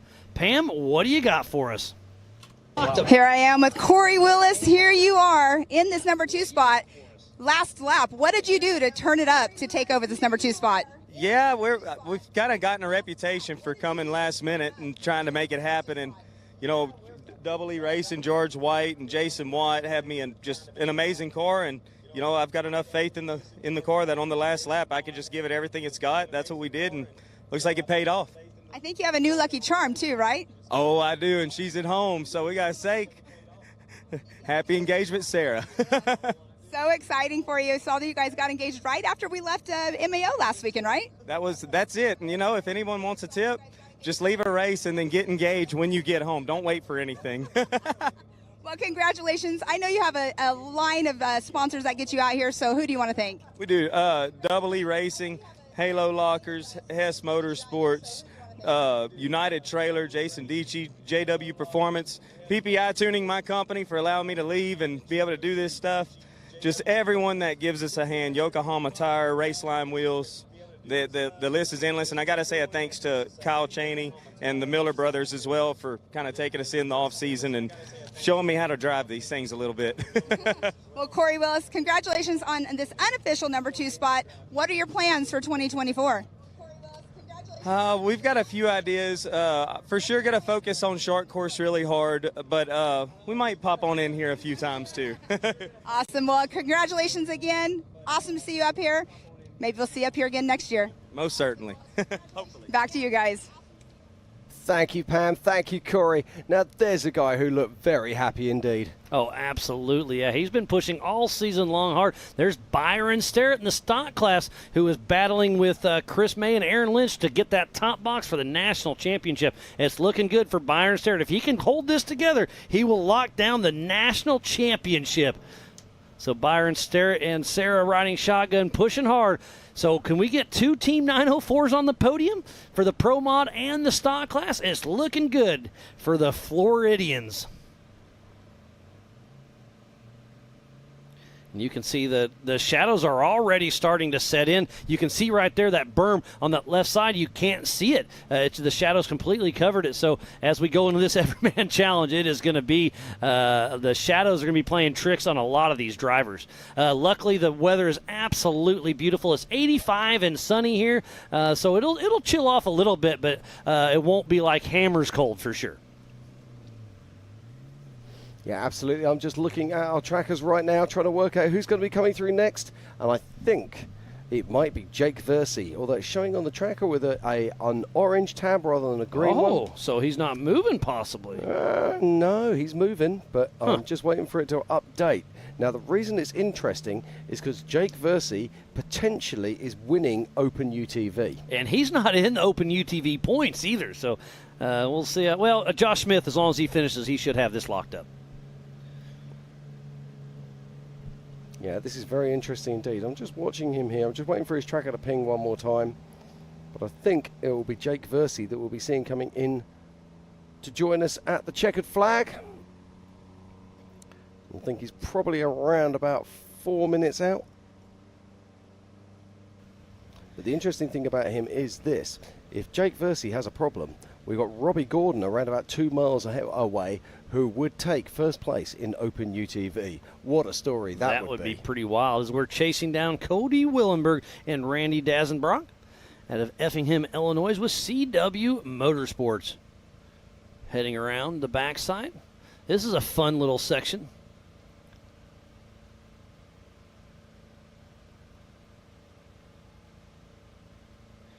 So Cody Willenberg running around up and down. Look how tight and technical this actually goes. But it sounds like we have Pam Hall once again with Zollinger Racing Products, Travis Zollinger. Pam? Here I am with Travis Zollinger. You were up here in this number 3 spot, and then at the last second, Corey Willis came through and ended up in that number 2 spot, knocked you down to the 4th position with Mike Park in 3rd. But here you are, an amazing race out here. We did see you did have a belt. Is that the only issues you had? Yeah, pretty much. Blew a belt on beginning of lap 2, had to get out and change that, and I knew that slowed me down a little bit, and then I had to pull my pace back just a tear so that I could stay alive the whole time. Well, I mean, we saw it happening on there, and we always talk about single seat. Usually people that have a co-driver, they are trained to get out and, get that belt changed really quick, but you did it pretty fast by yourself. Yeah, changing snowmobile belts my whole life. Figured it out. You're well seasoned then, but you're up here in this number 4 spot. Who helps you get out here to the racetrack? Man, my team. I just got to thank them, my family for supporting. They're out here with us this weekend, and just my team. The guys back at work and all the guys that help build parts and tune the car and everything. So I really appreciate them. Well, Travis Stollinger, congratulations. You are unofficially in that number 4 spot, but an amazing race out this weekend. Congratulations. Thank you. Thank you, Pam. Back to you guys. Thank you, Pam. That's absolutely fantastic. And look at this, Miles. This is Jake Versey making his way along the Yukon Ridgeline. And Jake Versey will be our first place in Open UTV. What a great run he has had. He's raced with us off and on for quite some time. Jake the Blonde Ambition Versey coming across the Yukon Ridge. And got to give a huge shout out to Dave Johnson. He was supposed to race with us, but he had some mechanical issues, wasn't able to do it. So he is enjoying Lake Havasu, found a little beach. So he's tuned in watching the live show, but playing in the sand. So Jake Versey comes around 2 more turns, and he will see JT Taylor with that checkered flag. And Jake Versey will lock out the Open UTV. So the flag is flying, coming into the race line start-finish. Ultra4 USA race director JT Taylor waving the checkered flag. Unofficial first place in the open class, Jake the Blonde Ambition Versey. Great stuff. And look how good this car looks, Miles. Yeah, it still looks like it's in great shape. It does. The one thing I am surprised at on this race is we're expecting an awful lot of tyre degradation. We're expecting a lot of flats. We've seen a few, but nowhere near as many as we expected. I agree. When we were building this course, we had a couple flat tires, and that's just cruising at slow speeds. So I assumed the tire attrition would be a lot higher. But hey, the course is getting burned in as we're watching Joe Gould with Rocky Mountain Speed and Fab. Yeah, Joe Gould's putting together a great race here, just keeping that pace nice and steady. And he's in the works of building a sequential transmission that'll bolt into a Pro R Polaris, so it's pretty cool to see what they're designing. Right now, it's still a factory transmission, but he's in the works trying to put a sequential in that Pro R. Wow, that'll be something very special indeed. Let's not forget the Pro R has a 2-litre engine, completely different to every other UTV platform out there. And look what's on our screen right now, Jim. That is Brent Harrell, the pole setter for the 4800 Brannick Motorsports Legends class. Everybody's getting staged up and ready. We should be racing with them here in about 20 minutes. So we'll have to stop the UTVs just on our left. So we'll have to do a manual stop time for them and get the 4800, the 46, and the 45s out on course. They will all be doing, the 45s and 48s will be doing the same 3-lap course. The 4600 Spider Track class will be doing 2 laps. They will indeed. We saw Brent Harrell lay down an incredible qualifying run of 1:56. Remarkable stuff. Yeah, what a great run from him.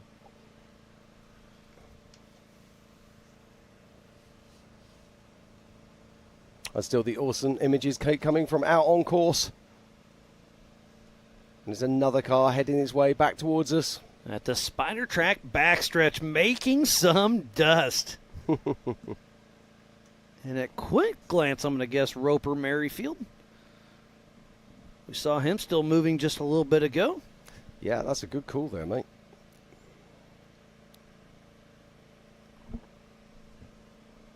That is right around race mile 17.5.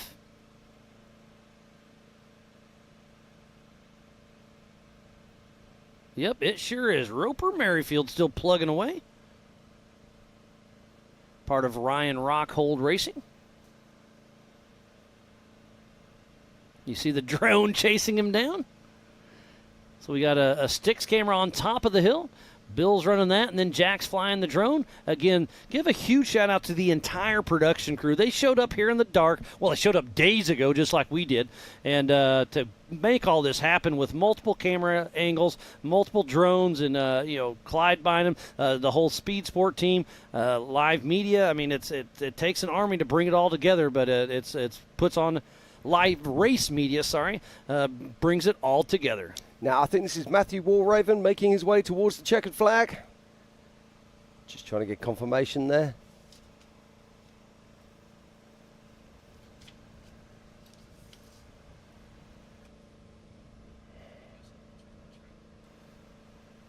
Yeah, that is the 118 of Matthew Walraven. We saw him qualifying late today, but it hasn't hurt him at all, and he's absolutely powering his way towards the line right now.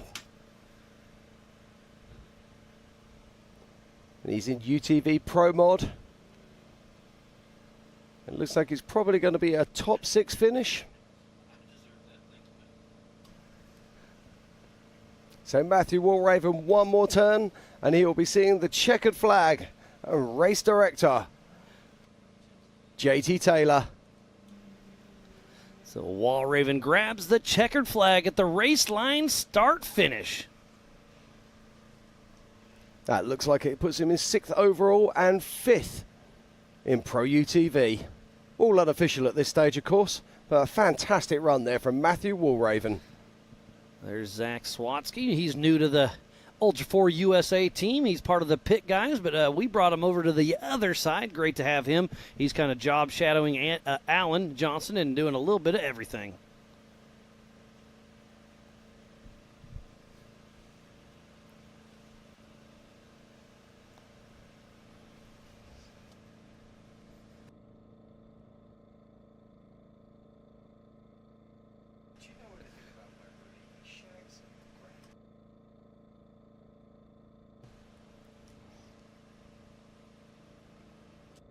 And look at the dust holding. The wind is dying down a little bit. We'll see how this all shakes out. So racing with the dust and going into dark, the EMC race is going to be very, very interesting.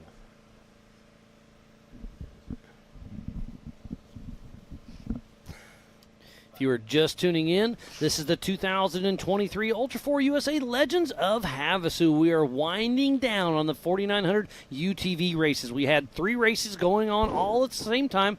We have unofficially locked down the podium for the Pro Modified class. Yeah, it looks like we're still waiting for finishers in the stock class. And we've already had, it looks like Jake Versey is currently in 1st position in the UTV Open. But it looks like we might have a 2nd place vehicle in UTV Open coming in very, very soon. And that will be none other than Robbie Gordon. But there's a few other vehicles still out there on track making their way towards us. And that looks like Roper Merrifield one more time. So we've still got Josh Smith due to come across the line at any moment. Hey, buddy. What's up? Good.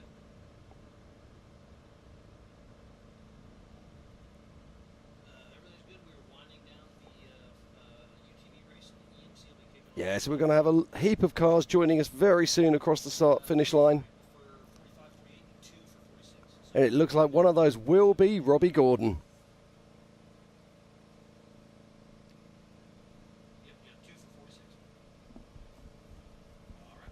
What a fantastic day of racing it's been so far.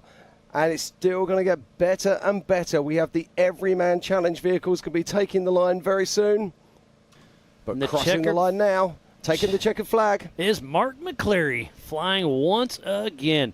Looks like that puts him 1st in the stock class. So Mark McCleary unofficially locking down 1st position for the 4900 stock class. What a great race by Mark McCleary. Oh, here comes Josh Smith grabbing 2nd position in the open class and locking down the national championship. Oh, then Robbie Gordon right behind him. So we had 3 boom, boom, boom. Mark McCleary, Josh Smith, and Robbie Gordon. So does that mean Robbie Gordon gets 3rd position in the open class? Wait, on adjusted time, where's that going to put him? Let me. No, that puts him in 3rd position on adjusted time. Yep. Yeah, absolutely. Wow, now, about I want a to hear minute. about this because I reckon that Robbie was running in 2nd. So has there been something change out there? It looks like he's still got a tyre in the rack, although the jack's missing. Yep, she's fell out somewhere. But wow, what a great showing for his 1st ever Ultra4 USA race. Robbie Gordon, top 3 in the 4900 open class. Yeah, that is fantastic stuff, and that is a stock class vehicle in many ways. It does meet a lot of that, but the tire size is what kind of caught him. Yeah, I got you. Or you got me, one or the other. Whatever. But it's just great to see him out on course. But Josh Smith, I think, just locked down the national championship in the open class. He was the Western Series champ and now the National Series champ for open. So huge shout out to Josh Smith with Smith Brothers Racing. Yeah, that's fantastic stuff. We were chatting to him in Disney last year. Very focused young man.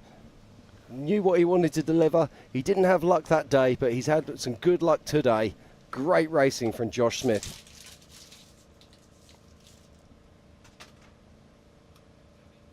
As the racing continues here, we've got Pam Hall down in the pits, and she's catching up with some fantastic interviews today. So let's pop on down to Pam Hall and see what you got. Pam, it's all yours. Here I am with Jake Bursey. You just came in #1 in the UTV Open class. You just were telling me you had absolutely no issues out there today, so a perfect race for you.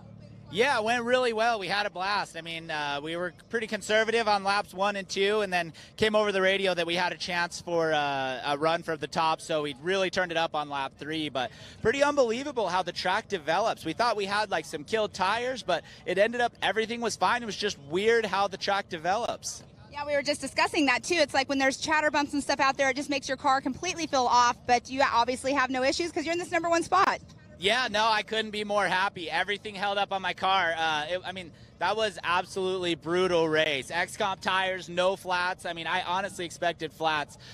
Wheels were phenomenal. RCV axles, HCR suspension, fueled UTV hooking it up with all the best parts. So rigid lighting that we didn't need to use, thank God. But no, we had an absolute blast. Everything went perfect. Couldn't be more happy. Well, I have to say right now, you have your little puppy dog Prada in your arms. She's a good luck for you, isn't she? Yeah, absolutely. We'll keep her around. Awesome. Well, congratulations. Who all gets you up here? Yeah, I mean, just like we mentioned, X-Comp tires, KMC, you know, really like the family, the friends, I mean, this event more so than most has been such a group effort to get here. I mean, that's how it always is, but can't thank everybody enough. Friends, family, moral support. Racing is so much a mental game, so everything matters, man. Thank you all. So much love. Awesome. Well, congratulations on your unofficial #1 spot in the UTV Open class out here at Legends of Havasu. Thank you so much. Let's party. Back to you guys. Fantastic. Thank you very much, Pam. Now, she said that's a dog. I think that was a mugwai. Don't get it wet, whatever you do. Uh-oh, and here comes Byron Starrett coming on in, gripping ready to grab the checkered flag for the 4,900 stock class. This looks like he may be locking down the national championship here at Legends of Havasu. The checkered flag flies for Byron Starrett. What a great run for him, locking down that unofficial first place in the stock for this race and the national championship. Congrats goes to Byron Starrett and the entire Team 904. Wow, that's amazing. What a run there from Byron Starrett. I'm just looking here. He started in 20th position today. Incredible stuff. I was just looking at his second. It was Mike McCleary. Now, Mike McCleary, he qualified in 9th. So there is where we had the time difference. Even so, we saw Mike McCleary cross the line a couple of minutes ago. There was enough adjusted time there for Byron Starrett to actually claim that victory in UTV stock. Wow, what a great run all season long. And there it is again. Seriously, don't get it wet.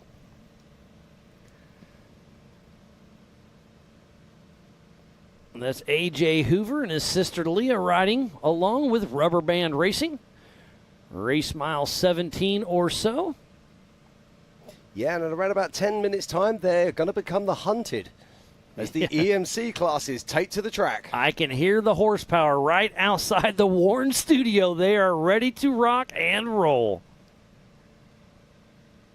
I can't wait for this race. This is going to be absolutely incredible. And we've also got some big stories from the back of the pack, but we'll come to that later as we continue to watch the 4,900 class here. And they've delivered some fantastic racing. 3 laps they've had to complete today. 3 37-mile laps. And it's been tough every single mile. So they'll still be racing out on this 37-mile lap, while the 4,600, 45, and 4,800, the Everyman Challenge class, is kicking off here in about 9 minutes. So we'll see how all that shakes out, but so far, so good.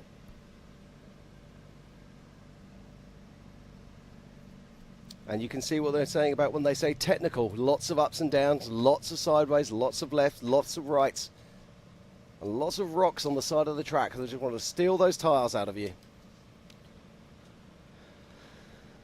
So what a wonderful race we have had on our hands. We are wrapping this one down, but it sounds like Mrs. Pam Hall is down there once again to have a quick chat with Mark McCleary. So, Pam, what do you got for Here us? I am with Mark McCleary. You just came in #1 in the stock class. How are you feeling right now? Feel amazing. That race was rough, and we definitely earned that one. We were first lap, flipped off of the waterfall, had to roll it back over, and it was just a fight from then on just to finish. Well, I mean, you're up here in the #1 spot. So what do you think the issues were, I mean, with other cars to get you here? Because like you just said, you had a flip. Oh, my goodness, and you're in '1 position. I think we pushed pretty hard through some of the really, really rough sections, and that really, I think it just helped us build time back on everybody. There's some blind rocks and stuff out there that will sneak up on you. You come around the corner, and there'd be a guy with a tire tore off because it'd be like a blind 90, and then there'd be a giant rock face. And I think that's what got a lot of people out here, and people really backed off trying not to hit that stuff. I always say they're like jumping rocks, right? It's a joke. They jump out at you. But, yeah, I mean, they're tire getters. You come in, drifting into a corner, and they're, like you just said, ripping off. But here you are.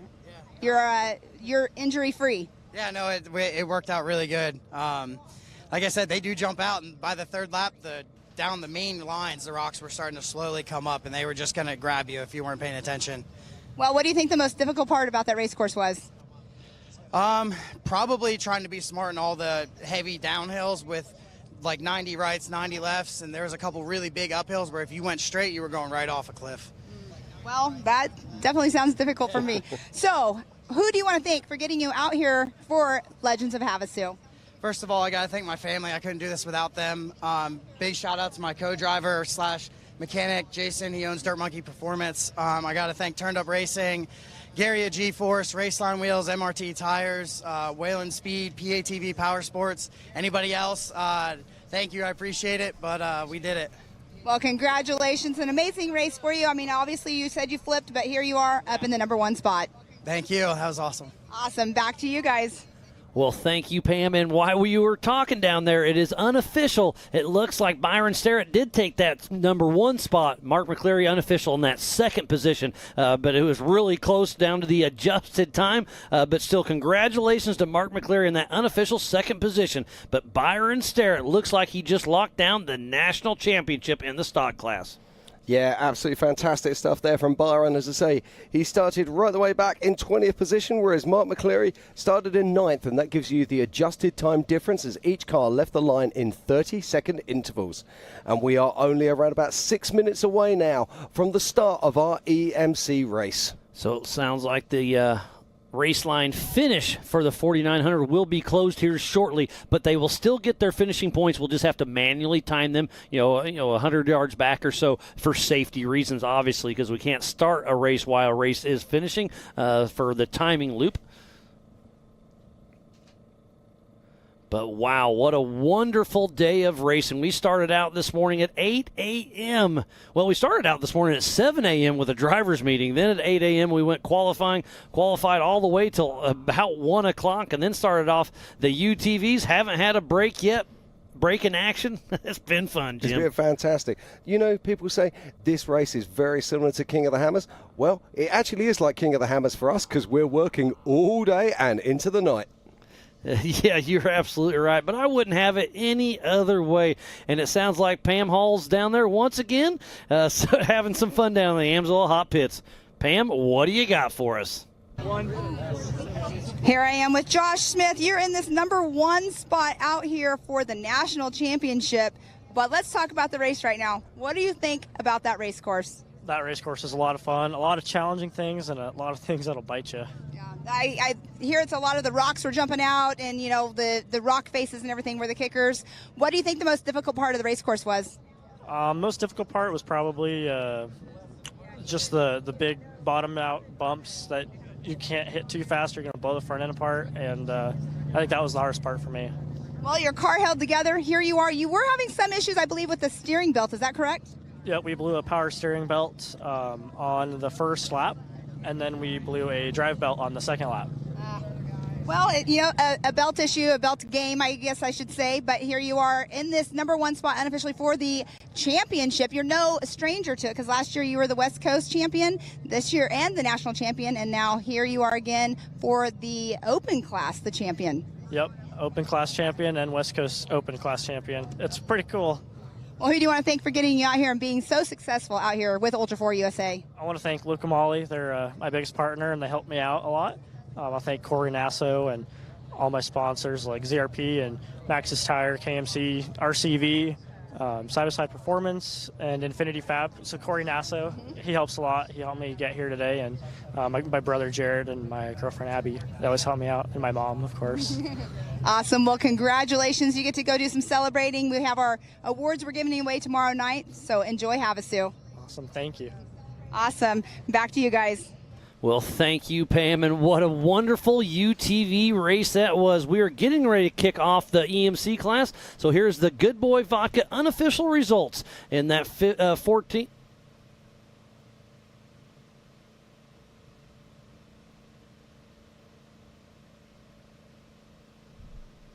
You are right. It's been a fantastic day of racing out here. We had the qualifying this morning. Then, of course, it was moved across. So in that top 10, it is Nathan Parker in 10th. 9th is Eric Yates. 8th, A.J. Hoover. 7th, Nathan Seiler. 6th, Cody Willenberg. In 5th, it's Justin Barth. In 4th, it's Rich Birch. In 3rd, it's Chris May. In 2nd, is Mike McCleary. And in 1st, is Byron Starrett. I think Byron Starrett just locked down the national championship, so that bumps Chris May out. He's still in the top 3, I believe, but great run by him. And there's Brian Hamby and David Payne rounding out the top 12 for the unofficial Good Boy Vodka results. Then we come into UTV Open. In 5th position is Cade Rod. In 4th is Jason Sushi. In 3rd position, his first Ultra4 USA race, Robbie Gordon. And then locking down the national championship, getting 2nd position in this race is Josh Smith. And then winning the race is Jake the Blonde Ambition Versey.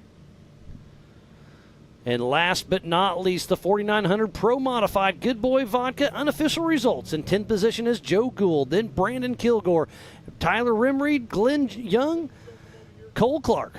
Matthew Walrathan in 5th. In 4th, Travis Zollinger. In 3rd is Mike Park. In 2nd is Corey Willis. But in 1st, Robert Parker, being driven by Kyle Cheney, gave them all a schooling with an astonishing 7-minute lead in this race. What a fantastic race this has been. And then rounding out the top, the rest of the Pro Modified in 11th is Tyler Gibbs, then Paul Wolf, Roper Merrifield, Max Gordon, Dustin Robbins, then Brent Lambeth. Again, that is your Good Boy Vodka unofficial results for the UTV race.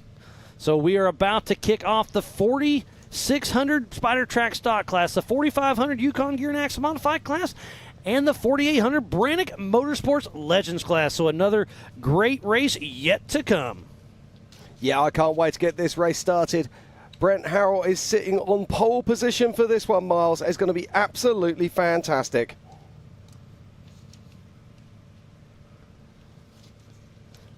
I'm looking here right now. So here is the Project X starting line, and that pole position is Lauren Healy, Alex Fleming, John Williams, Sergio Pinilios, Josh Atterbury. Jess Bennett in 7th, Doug Langford, Brexton Glines, John Ranson, Albert Contreras. And then it's Jeremy Lucas, Mick Henson, Roger King, Tom Biddle, and Justin Reese. Then in 45 modified, we in first position is Logan Goodall, 2nd Shaq Kennedy, and Cody Sinclair, Jesse Oliver, Rick Lavezzo, Sean Rance, Steen Crawford, Peter Doolan, Les Figaro, and Eddie Oliver.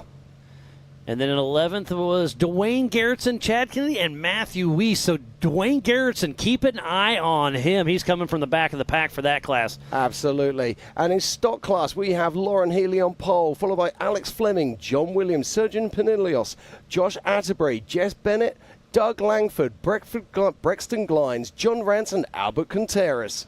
And we also have Jeremy Lucas, Mick Henson, Roger King, Tom Biddle, and Justin Reese. What a fantastic race this is going to be.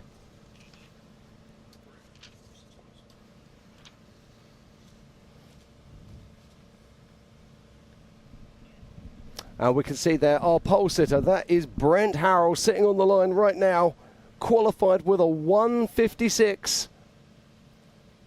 And here's the 4800 Brannick Motorsports Legends class. Brent Harrell, Jeremy Jones, Brian Trimp, Austin Thompson, Greg Neff, Antonio Drift, Steve Graff, Eric Weichel, Matt Torney, and Ryan Webb. Jesse Lee, Johnny Valdez, Justin Barth, John Holtzman, Russell Raven, Andrew Gorman, Paul Groger, Matt Murphy, Bob Lindgren, and Ryan Taylor. And then it's Ross Glaive, Brian Moore, Woody Rose, Greg Allen, and Ryan Webb. So look out for Woody Rose charging from the back of the pack. This is going to be one heck of a race. We should be live racing here any moment. Yeah, now we've seen already some big stories coming through with adjusted time scenarios in the 4900. Expect to see plenty of that in this EMC race. Let's not forget EMC, Every Man Challenge. This comes from King of the Hammers way back in the day. I think the first Every Man Challenge was in 2011, if I'm not mistaken. I always thought it was 12, but I think you're right. I think it was 2011. I get those two mixed up. But yeah, Every Man Challenge is great for, the limited classes. It gives a place for everybody to run. And we just saw the UTV. That's probably the easiest way to get in because you can go by, well, heck, look at the speed UTVs. They're basically race ready off the showroom floor. Okay, we can see a green flag coming out there. Oh, and there is Bob Bauer, our Grand Marshal, waving the green flag. So off the line, number 56, Brent the Iceman Harrell, with Justin riding shotgun out of Almsville, Oregon, with team changeover. Yeah, now Brent Harrell's moving out, but look how the shadows are lengthening. This is going to be an incredible race. And look at the speed of Brent Harrell. He is absolutely sailing in that Horschel-built machine. Solid axle, 4800 Brannick Motorsports. It's going to be a good one. It is indeed. And second off the line is going to be Jeremy Jones in that Trent Fab solid axle machine. With Dom Balducci riding shotgun out of Laramie, Wyoming, with Doc Jones Racing. Now, I didn't think anyone was going to beat Jeremy Jones this time. It was absolutely astonishing, and it took something special from Brent Harrell. And both of these fast guys head off out into the desert to start their first laps. But special is exactly what we have on our hands. So taking the green flag right now is Logan Goodall with Todd Miller riding shotgun, number 1950 out of Phoenix, Arizona, with Goodall Racing. You see him heading through the wash. He'll be blowing by the AMSOIL hot pits. Logan Goodall pushing strong, trying to chase down the dust of Jeremy Jones and Brent Harrell.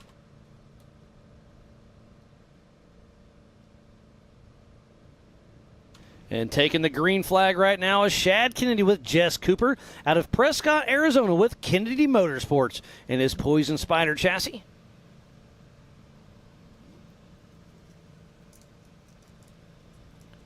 There goes Shad heading through the AMSOIL hot pits. Another great shot of Bob Bauer, our Grand Marshal, getting ready to wave the green flag once again for Brian Trimp. Brian Trimp with Tad Dowker riding shotgun out of Sault Ste. Marie, Michigan, with Shallow Pockets Racing in his Jeep Armory machine.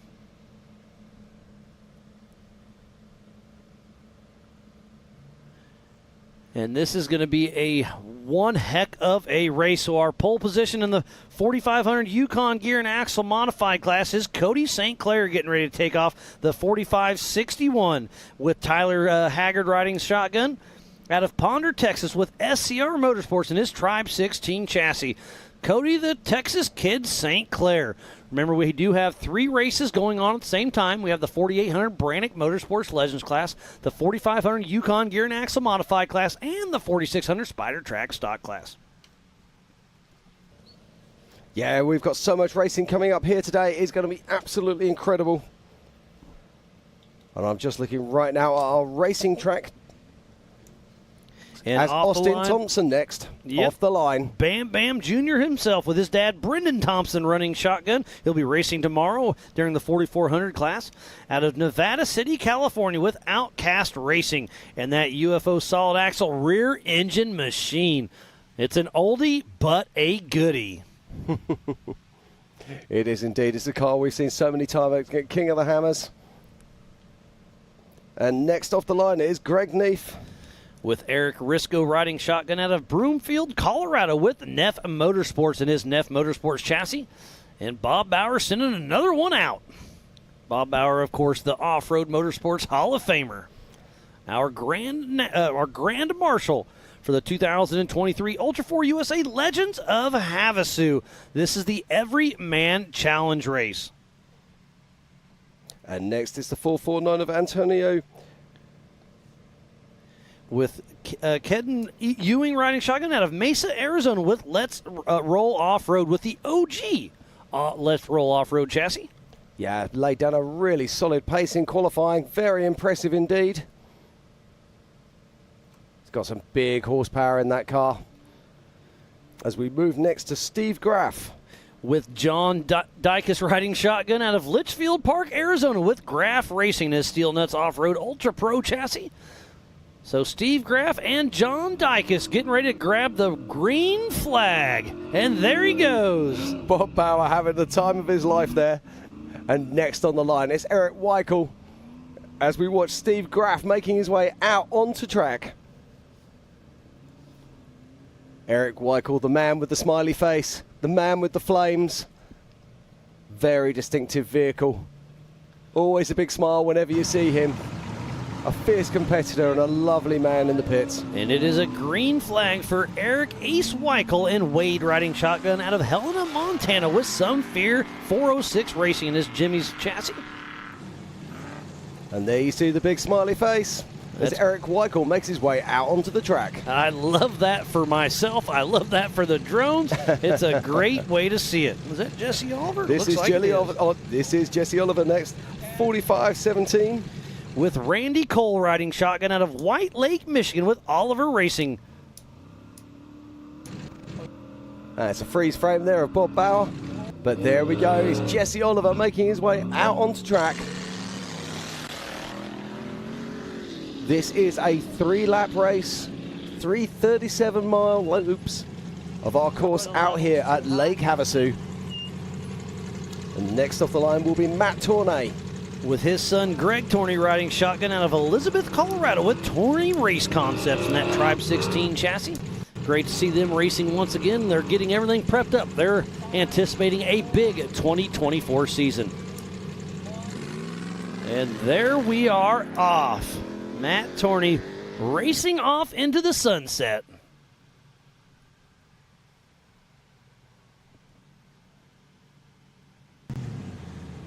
And up next, it will be Rick Lavezzo and James Mahoney riding shotgun out of Fort Worth, Texas with R Squared and Team Obstacle in that Get Bent Fab machine. Now, I've just had an update on this. I was saying earlier that this car actually had cables on the steering. It doesn't. Apparently, it has a steering box and works on a cam system. Okay, perfect. Thank you for that little tidbit. Yeah, that was from Jimmy Jack, so thank you, Jimmy. Yeah, miss Jimmy Jack out here. Yeah, we do. Very much. Navy, they're always a lot of fun out here on track. They're still racing a little bit of the NorCal stuff, and they come hang out with us at King of the Hammers a little bit. Hope to see them a little bit more in the future. They took a pretty gnarly tumble a year or so back, so they're getting taking a little slow. And off the line next is the 717 of Ryan Rollover Webb with Chris Branton riding shotgun out of Bossier City, Louisiana with Kryptonite Racing and that Jimmy's Bloodline chassis. And then next up, it will be none other than Lauren Healy in the Bronco, and he'll be our first place 4600 stock class car. So he got those 14 points in the 4600 Spider Track stock class. The MAO ambassador, Lauren Healy with Eric Davis riding shotgun out of Farmington, New Mexico with Fun Haver Off-Road in that Ford Bronco. And I'll be very pleased that he's quite a way ahead of Sergio Pinilios. But remember, this race is on adjusted time. They take off in 30-second increments, one at a time. And this is the OG Bronco here of Sean Rance. With Chuck Richardson riding shotgun out of Aztec, New Mexico with the Mud Nut Racing, that 1976 Ford Bronco Jesse Haynes fabrication machine.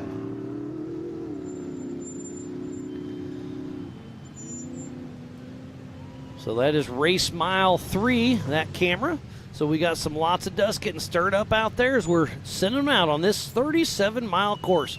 The 45 and 48s run 3 laps. The 46s run 2 laps. We'll be racing into the dark. We will indeed. There still seems to be a good strong breeze out there. Fingers crossed it remains for the rest of the evening. So thank goodness Jesse Lee's paycheck came through and he got that extra bonus because he's out here racing with us with Ryan riding shotgun out of Prather, California with Giggles Racing. And then it's local boy Johnny Valdez, the 1717. And he's racing 4,800 and 4,400 in that same exact car with his buddy Aaron Kaiser riding shotgun out of Lake Havasu, Arizona with Telemetry Motorsports. And you're seeing quite a lot of these cars have got yellow lights on them. That's because yellow lights work really well in the dust. In the dust and the sunset as well. They're both going to be playing now, their tolls this on is them. going to be an interesting one. This is Justin Barth. So, hey, the driver record has to start or finish the race. I didn't think of that strategy. So Justin Barth may be hopping into the Amsoil Hot Pits on the next lap around. He could be in there. Don't get me wrong. I'm not sure, but on my time frame, I didn't think he was going to make the start. Well, I might be able to help you on that, as if you can concentrate on the race start for me. So Justin Barth and Paul riding shotgun, the number 417 out of Springfield, Missouri with Barth Racing in this Jimmy's 4x4 48P chassis. Great to see it back in action after its terrible tumble in Crandon. But that just goes to show you how tough these chassis are. They send it back to Jimmy's 4x4. They got it locked and loaded and back in action.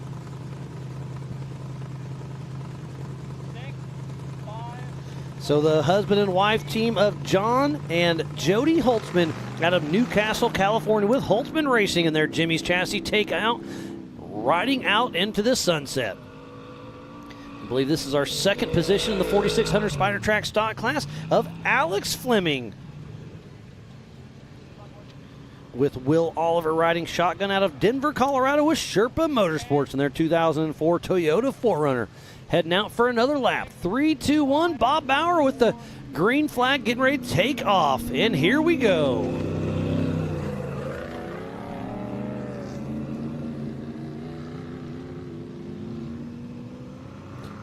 What I'm showing here as Justin Barth in the UTV being back in and having crossed the line. Okay, so he may have made it in, huh? Yeah, absolutely. Just in the nick of time. Literally the nick of time. So up next, the 421 of Russell Ruckus Raven with Toby Stacy riding shotgun out of Portland, Oregon with Raven Motorsports in his outlet 4x4 chassis. If I'm not mistaken, he was the 2023 King of the Hammers Rookie of the Year.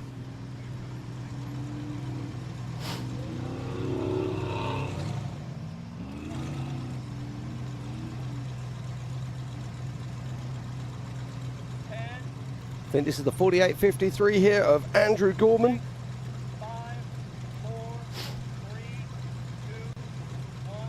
He gets the countdown and the green flag from Bob Bauer. So Andrew Gorman and Sean Smith out of Bell Canyon, California with Gorman Motorsports in his Jimmy's 4x4 chassis. And next up on our 25th runner and rider will be Steve Crawford. Lots of communication through the rugged radios. We're getting ready to throw down Steve Crawford and Jimmy Haraji out of Paso Robles, California with SC Firestone Racing in his M&S Fab chassis.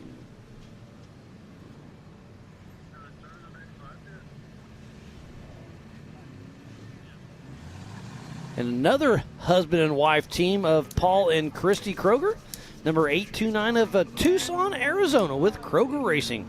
They've got a custom chassis Junkyard LQ9 Turbo 400, and they're out here racing with us. And the green flag flies for Paul and Christy Kroger. And next up will be Peter Doolan. Making his way into shot. Just look how deep those ruts are getting on the start line. It's crazy. Now. They're getting burned out for sure. Pretty wild. So this is Peter Doolan and Jeff Perkins out of Dublin, Ireland with Hyronen Racing in that Gin Wright TL. And they're racing for cystic fibrosis. Great to see them bring in light to something that they hold dear to their heart. And speaking about the 4800 Brannick Motorsports Legends class, we have Brandon and Stan Haynes tuning in. Brannick Motorsports themselves, thank you for your support for so many years. They wish they were here, but they're loving the live show. Great to hear. And I hope they're enjoying it. A few cold ones on the side, I'm sure. Oh, they're not scared of those, I promise that. So John and Nate Williams off the line out of Logan, Utah with Crossfire Off-Road Racing in their 2021 Jeep JL, part of the 4600 Spider Track stock class. And it's a battle between this man and Lauren Healy. Who's going to win the national championship for the 4600 Spider Track stock class? Lauren Healy or Sergio Pinillos? Well, Lauren Healy does have the slight advantage. He's out on track already.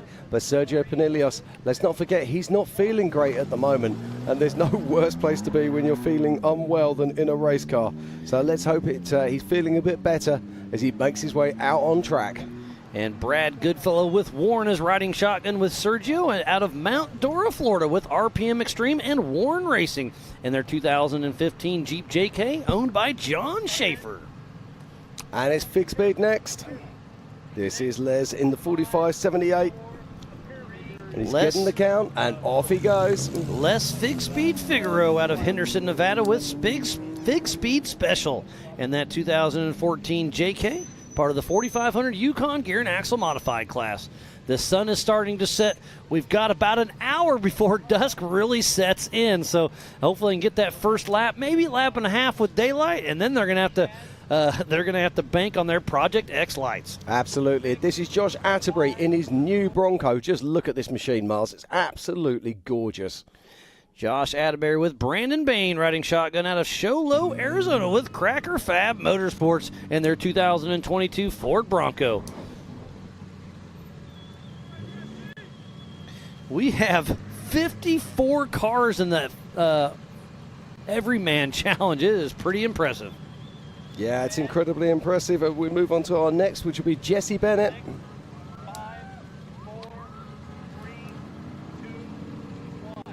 Now, let's not forget, you didn't actually have to qualify for this race if you didn't want to. You could decide to take a rear start. And some of these people have done exactly that. But we've also got the big stories. We've also got the big stories about all the cars that are starting at the back. The cars we would expect to be at the front: Dwayne Garrettson, Woody Rose, and of course Ryan Webb.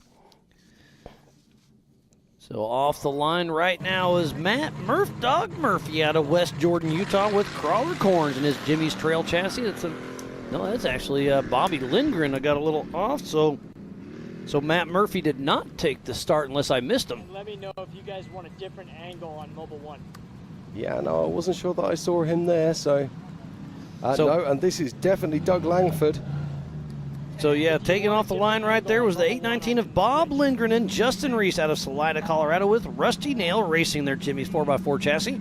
And this is Doug Langford, one of the most wonderful sounding Jeeps you'll ever hear. That big Hemi motor going to work. With Rob Craven riding shotgun out of Greensboro, North Carolina with Outlaw Off-Road in that 2021 JL with that huge 392 Hemi.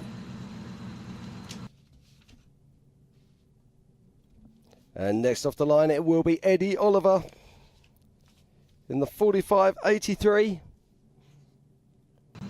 making his way out into the desert. With Justin Lyons riding shotgun out of Federal Way, Washington with Fueled Racing in that 1998 Jeep TJ. And next it will be Brexton Glines as Eddie Oliver just gets it slightly sideways and off course as he puts the hammer down. And keep on rocking and rolling. Up next will be the 4689 of Brexton and Caden Glines out of American Fork, Utah with Glines Motorsports and their Jeep-based machine. Kendall Glines, their dad, is in the pits. I know that. Making sure everything's running smooth. So he sends his son Brexton and Kendall out into the 37-mile desert loop. They're taking off one at a time every 30 seconds. This race is on adjusted time. It is a 37-mile loop. And next it will be the Bronco of John Rance. Too slow Bronco, he calls it, with Andrew Anderson riding shotgun out of Farmington, New Mexico with Mud Nut Racing in that 2021 Ford Bronco with that brand new engine in it. He blew the last one up at the last 100 yards there in Disney, Oklahoma. Now here's one of our big news stories.